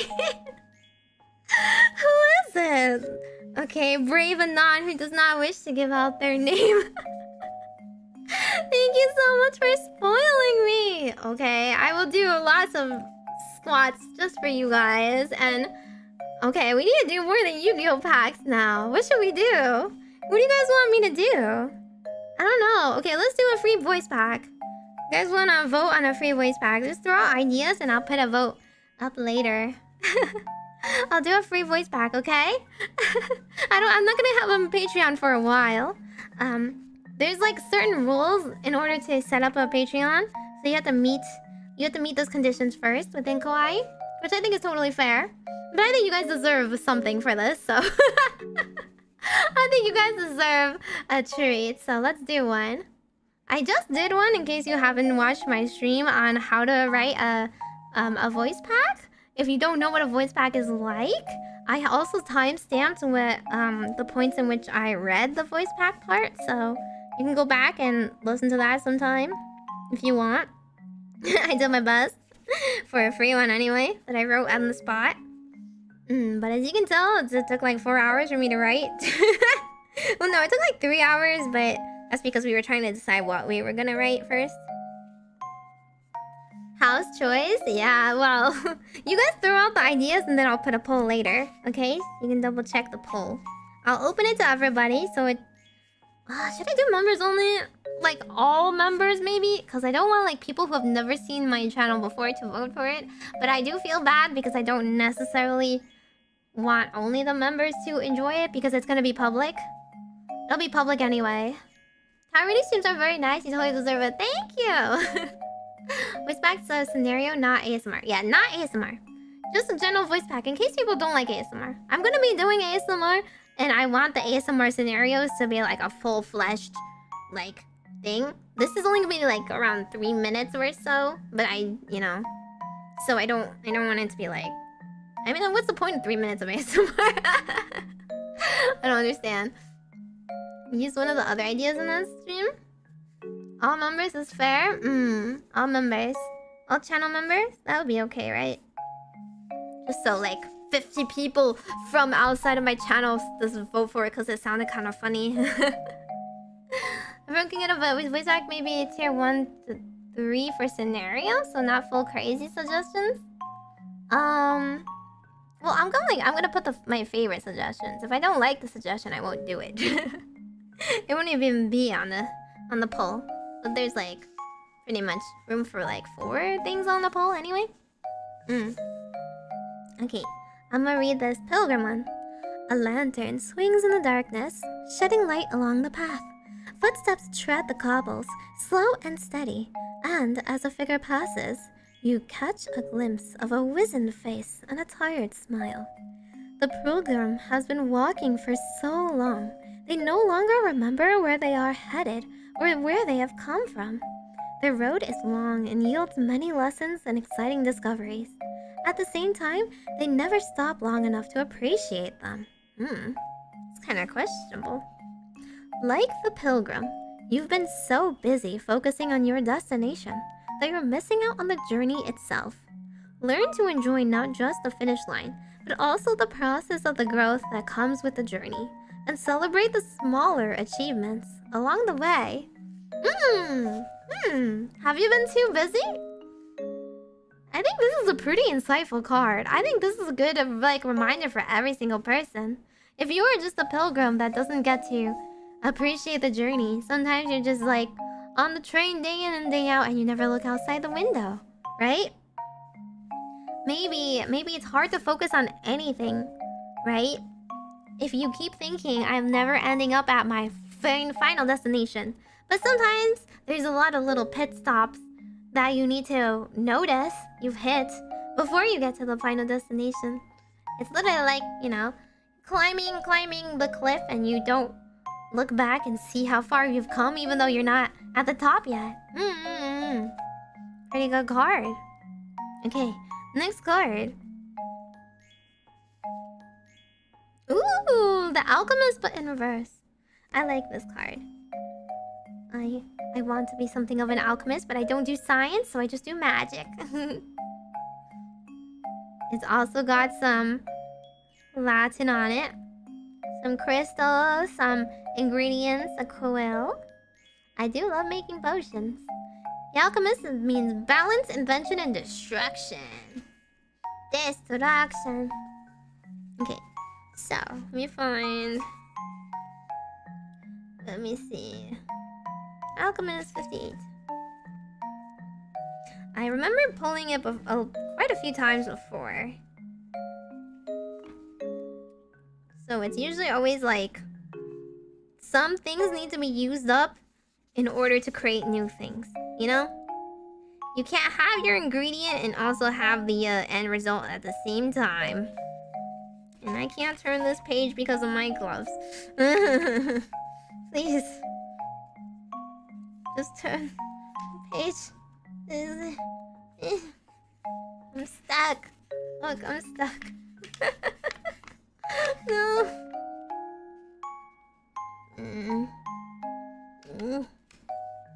Come on. Why is it like this?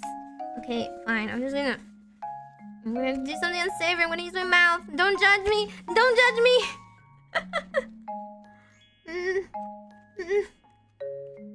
It's not working. You know when you like lick the page and try and turn it better? Wait, it worked! Oh, ta-da! Ta-da! Don't worry, I only licked the corner. Just a little bit. It's fine, it's clean. I don't have finger oil right now, I only have claws. The book is too small for even Meimi fingers, you shush. I'm licking my books? Well, there's nothing wrong with it, okay? It's not toxic or anything. Okay. Colored liquids and strange smelling chemicals bubble from inside of glass apparatus. A creature watches you from inside of a bottle, blinking its single eye. And in the middle of the chaos sits the alchemist, surrounded by an infinity of notes. It takes genius to create, and the alchemist is the embodiment of invention. They understand the core principle of creation. Solve et coagula. Something must be destroyed in order to create anew. That place of safety must be burned down in order to rebuild from the ashes. The alchemist is not afraid to take drastic measures in order to achieve their goals. But we drew in reverse, right? So what does it mean now? Here the alchemist's genius is uncontrolled. They were mad scientists, throwing them into an unbalanced situation of stress and anxiety. Too much has been abandoned in search for a fresh start.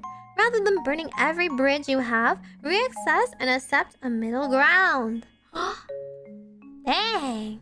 That's a lot. Okay, it's like the kind of person that's surrounded in a room full of like their abandoned, half-finished projects and too stressed to focus on anything and balance their life, and they're wondering what went wrong, and maybe the next one will be a success and maybe that will fix everything. Well, I don't think there's a magical potion to make everything right, and it's telling you right here and right now to reassess, right? Rather than just burning everything to the ground and starting anew, and then just abandoning that when that doesn't work, try to find a slow and steady climb to normalcy. Rather than, you know, I feel like this happens a lot. people who pick up a new habit, right? Especially at the start of the year. They'll be like, okay, this is my New Year's resolution. I'm gonna go to the gym. And then they go to the gym for like a month straight and they feel like I'm amazing. And then they skip 1 week and then 1 week turns into 2 weeks and 2 weeks turns into like, you know. And then they start cheating on everything else and they're like, oh, that sucked. That didn't work out. I guess I failed. Maybe next year. Like, that's too extreme. That's too extreme. You can't just think in terms of black and whites. You can't go in all or nothing. And I think that's what this card in reverse means. Don't unbalance everything and feel so stressed out by failing 1 or 2 things. Make concessions. Make it easier for you to hit your goals. Make it achievable. Even if you can't, like, do the full thing this week, break it down into pieces and do half of it. Right? That's me anyway. I can't record everything I need to do. I'll record half of it. I'll learn the thing. I'll put everything in a project file. I'll respond to some people. I'll brainstorm and, you know, if I can't like do as much as I wanted, it doesn't mean that I can't do anything ever again. It means we pick up where we last put ourselves. We just put ourselves in a better and more advantageous situation every time. Yeah, don't deal in absolutes, exactly. I'm a person that's a little bit too lenient on myself. So this might be a little bit too easy for me to say, but I'm very much things are not black and white and things are not absolute kind of way. If I do something, I think done is better than perfect every single time. Right? There's no way you're gonna ever be a perfect person. And besides, the perfect people you see in life are not perfect. They just present themselves as perfect. You see what they want you to see. Or maybe you're just projecting. You want them to be a role model. And you'll be a little bit disappointed when you find out that celebrity is actually not perfect either, right? Yeah. So, enjoy the journey. And yeah, don't just burn everything to the ground and restart. Be more resourceful. Look at what you already have and what you already built. And see if you can go off of that. Build off of it instead. Does not have to be thrown away. Is that a good enough? The 2 obstacles for further personal growth: being more patient and being more aware of your surroundings and where you are in life, and also being better at taking things step by step and not breaking down from the enormity of the task. The full mountain you must climb. You don't need to do it in one bite, you know? Okay, last one. Okay, last one for the night because it's really late. It's already 2. I still have another hour, but this one's just easy, so I'm gonna do it for Stunticon. Should I get another tattoo? Well, it depends. You're gonna show me what it is? What kind of tattoo is it? I mean, I could never. I think it hurts too much, and I'm a baby about pain. But I appreciate when other people get awesome tattoos. Depends. How cool is it? Don't do it on something temporary that it will not spark you joy later on, you know? Like, it's crazy. Somebody tattooed like a cloud tomo, right, for Nene, and I'm just like, really? I like you guys, but please don't tattoo any of me to you, because I would feel so much guilt if I ever changed anything. In that case, right? If I changed my mascot but you had a tattoo to yourself, I would cry. Like but then I would never be able to change anything I wanted to down the line. Right? What if I got a new outfit and I decided to like change my hair color or something, or change something else, or change my lore or whatever? You guys would be like, well, Meimi, I can't get this off me. Please don't do it. I would feel too much pressure. Tattoo on Friday, August 9th, 2024. No, don't do that either. No regrets, yeah. Fill out the robots on my arm. Oh, or a snail. Oh wait, actually, I think the snail sounds so cute. I like snails. A snail's on like a leaf, or a snail's like on a mushroom. I love those things. They're so cute. But anyway, that's not really the point. So we're gonna draw one card, and it's going to be a yes or no. Okay? I think this deck will be fine. It just says yes or no, pretty obviously. Tattoos that isn't how you think about them. A screenshot of a moment in time, just not just a present. Or you can look just nice. Yeah, you can just have a nice one. I think people who get like aesthetic tattoos, like it doesn't have to be meaningful. That's fine. It's cool. Like, heck yeah, I like cats and I got a cat tattoo and I always like cats. Fine. Go for it. Who cares? Maybe Snow Garden arc. I think they're cute. I just think they're kind of neat.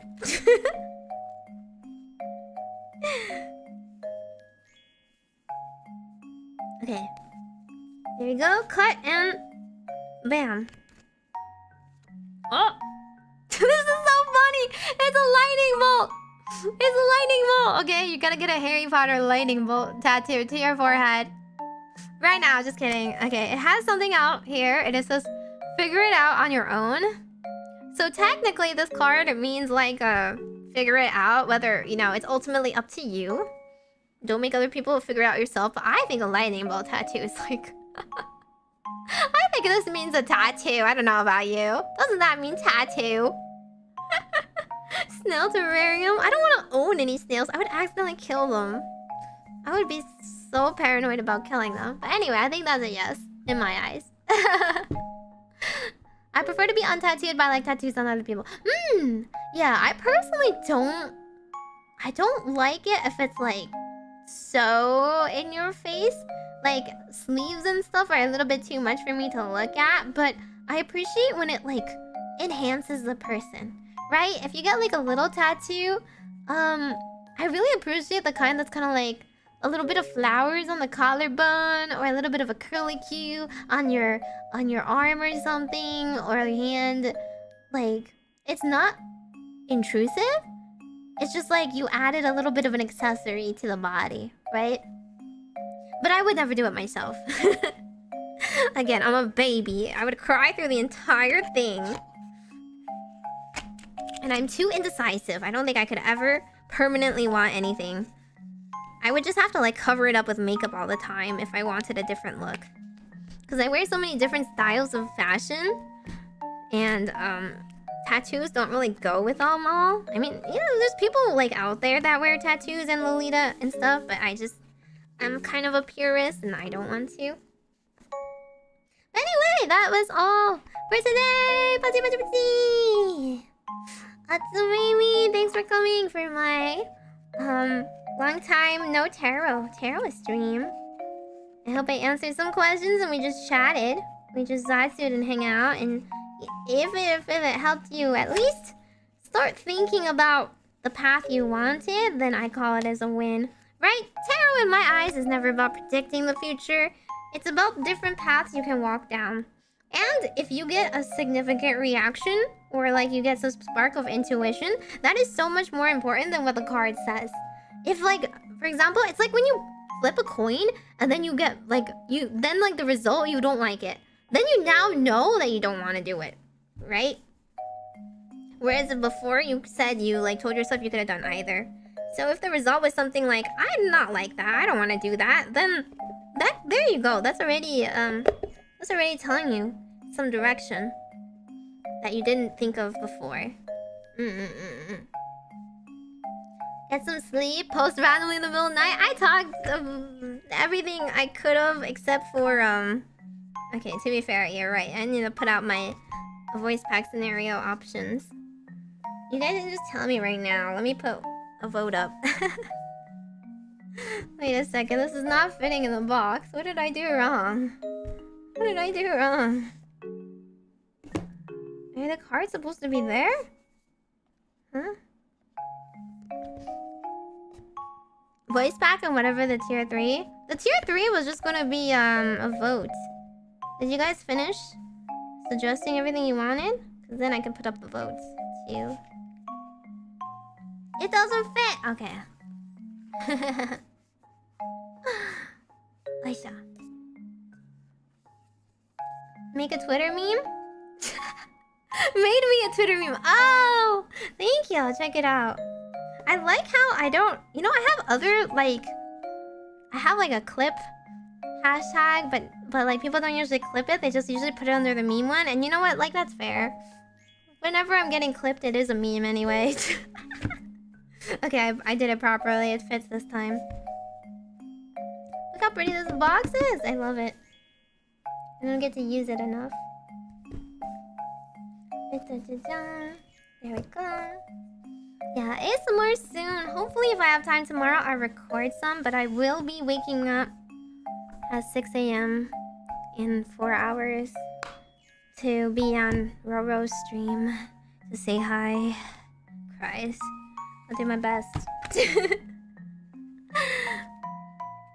I tag it as a meme, but it is a meme. It's fine. It's fine. Yeah. My meme tag exists. My drawing tag exists. My clip tag exists. I have other tags I don't use that frequently. I have a new tag that I should probably add. Mementos. Mementos is me using assets, but it's not a full drawing. Good luck not staying up until 6. It's possible. You know what? It's possible. Yeah. But I kind of need to chill. I'm like overheating in this. Oh yeah, Mementos is my official tag that I started. Oh, Meimi-mu-me-mo. Oh, no, it's Majokko. It's Majokko is my official meme tag. Should I change it? You know, like, does anyone look at the bottom left of my stream over here where I have those hashtags for your benefit? my general tag is Majokko Meimi, and I have draw Meimi and I have clip Meimi. But if you don't want to clip me, then you can just like you can replace that. It's much over. She's resting at the moment, so you should do the same. I mean, I could. I just checked them on Twitter. Of course, I knew that existed. Yeah, thank you guys for being super generous and hanging out with me all day today. It's been a while, then I get to Zatsu to my heart's content. And also, I'm not streaming tomorrow, so I figured I could Zatsu extra long today just for you guys. Yeah. See? Okay, one more time. We're gonna do it. Here you go. I'll turn the light on again. Maybe a medium light. Okay. Can I can't fit like a good perspective if I'm like angled right. I don't think. Okay, maybe I'll try a little bit harder. This way? Okay. I don't really get tracking over here. Let me move it. Okay, there we go. Ready? Here you go. Here's a heart! And here's a heart! And here's a heart! And here's a heart! And here's a heart! And here's a heart for you! Phew! Maybe beam! Beam! There we go. And now I can take these off, finally. They're so warm. Peeled off. And then the next one.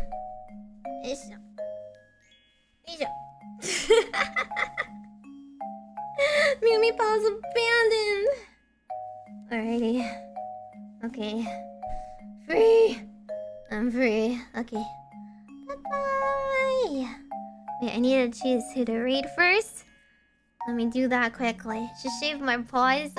Yeah, that's it. That sure is it.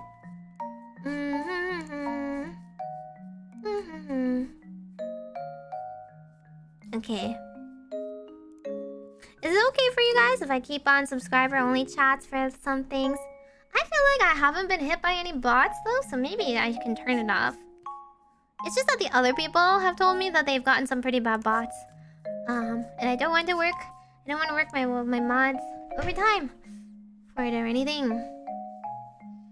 Should I get another tattoo? Hang on, how do I turn off all the questions? Oh, close and Q&A. Okay. Ta-da! Does that work? Okay. Was babysitting you guys? Let's see. She's on. Isla's on. Hio's on. That's everybody from Kawaii, I think. I don't know. You guys want to see? How hard is it for people to hit subscribe? Hopefully it should be easy. It does suck for like raiders, but usually we just get raided from kawaii people anyway, so it's not a big deal. Okay, why don't we send you all to Isla? Because I don't know what that sand Tetris game is, but it sounds interesting and I haven't raided her in a while. Okay. To Meimi! Bye-bye! Bye-bye! See you guys on Koha's channel on Saturday. For some lethal company, I'm gonna have to take a lot of motion sickness pills. Majokko Meimi. Yeah, Tomoe did it recently too, but Isla is like Isla's a pro, right? She's a pro at Tetris, so she should be great at this game. Sand tricks sounds like trap tricks. So whenever I hear it, I'm just like, Yu-Gi-Oh? Okay, you got a jar of sand. I got a jar of sand, and guess what's inside it? Tomoe was bad. Okay, I'm terrible at Tetris though. I'm horrible. Like, I don't know how to play at all. But if it was Minesweeper, we gotta start playing the Minesweeper variants. Tell me all the Minesweeper variants. I'll be a pro. Okay, bye-bye. Bye-bye. Oh, yeah. So let me know. Let me know in the polls. Let me know any suggestions for what I talked about today. And let me know if you have any, like, Yu-Gi-Oh card decks you recommend, or the boxes to pull, or if I should just save and wait for a better deal later on. I don't know. Oh wait, I didn't do my squats. Wait, hang on. Okay. Wait. I'll do them really fast. Okay, let's just do it here if that's okay. I'll just I almost forgot. Okay, I'm not gonna do 75. I'll do 50. Actually, it's like 400. 400. That's a lot of squats, actually. Is it 75? Really?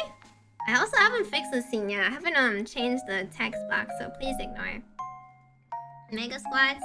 Okay, I'm just gonna do them really quickly. 1, 2. Yeah, that's true. Some of them are Yu-Gi-Oh cards. 3, 4, 5, 6, 7, 8, 9, 10, 11, 12, 13, 14, 15, 16, 17, 18, 19, 20, 21, 22, 23, 24, 25, 26, 27, 28, 29, 30, 31, 32, 33, 34, 35, 36, 37, 38, 39, 40, 41, 42, 43, 44, 45, 46, 47, 48, 49, 50! Okay, bye-bye! Bye-bye. I'll see you guys. Majokko Meimi. That's Meimi. お願いします。Yeah.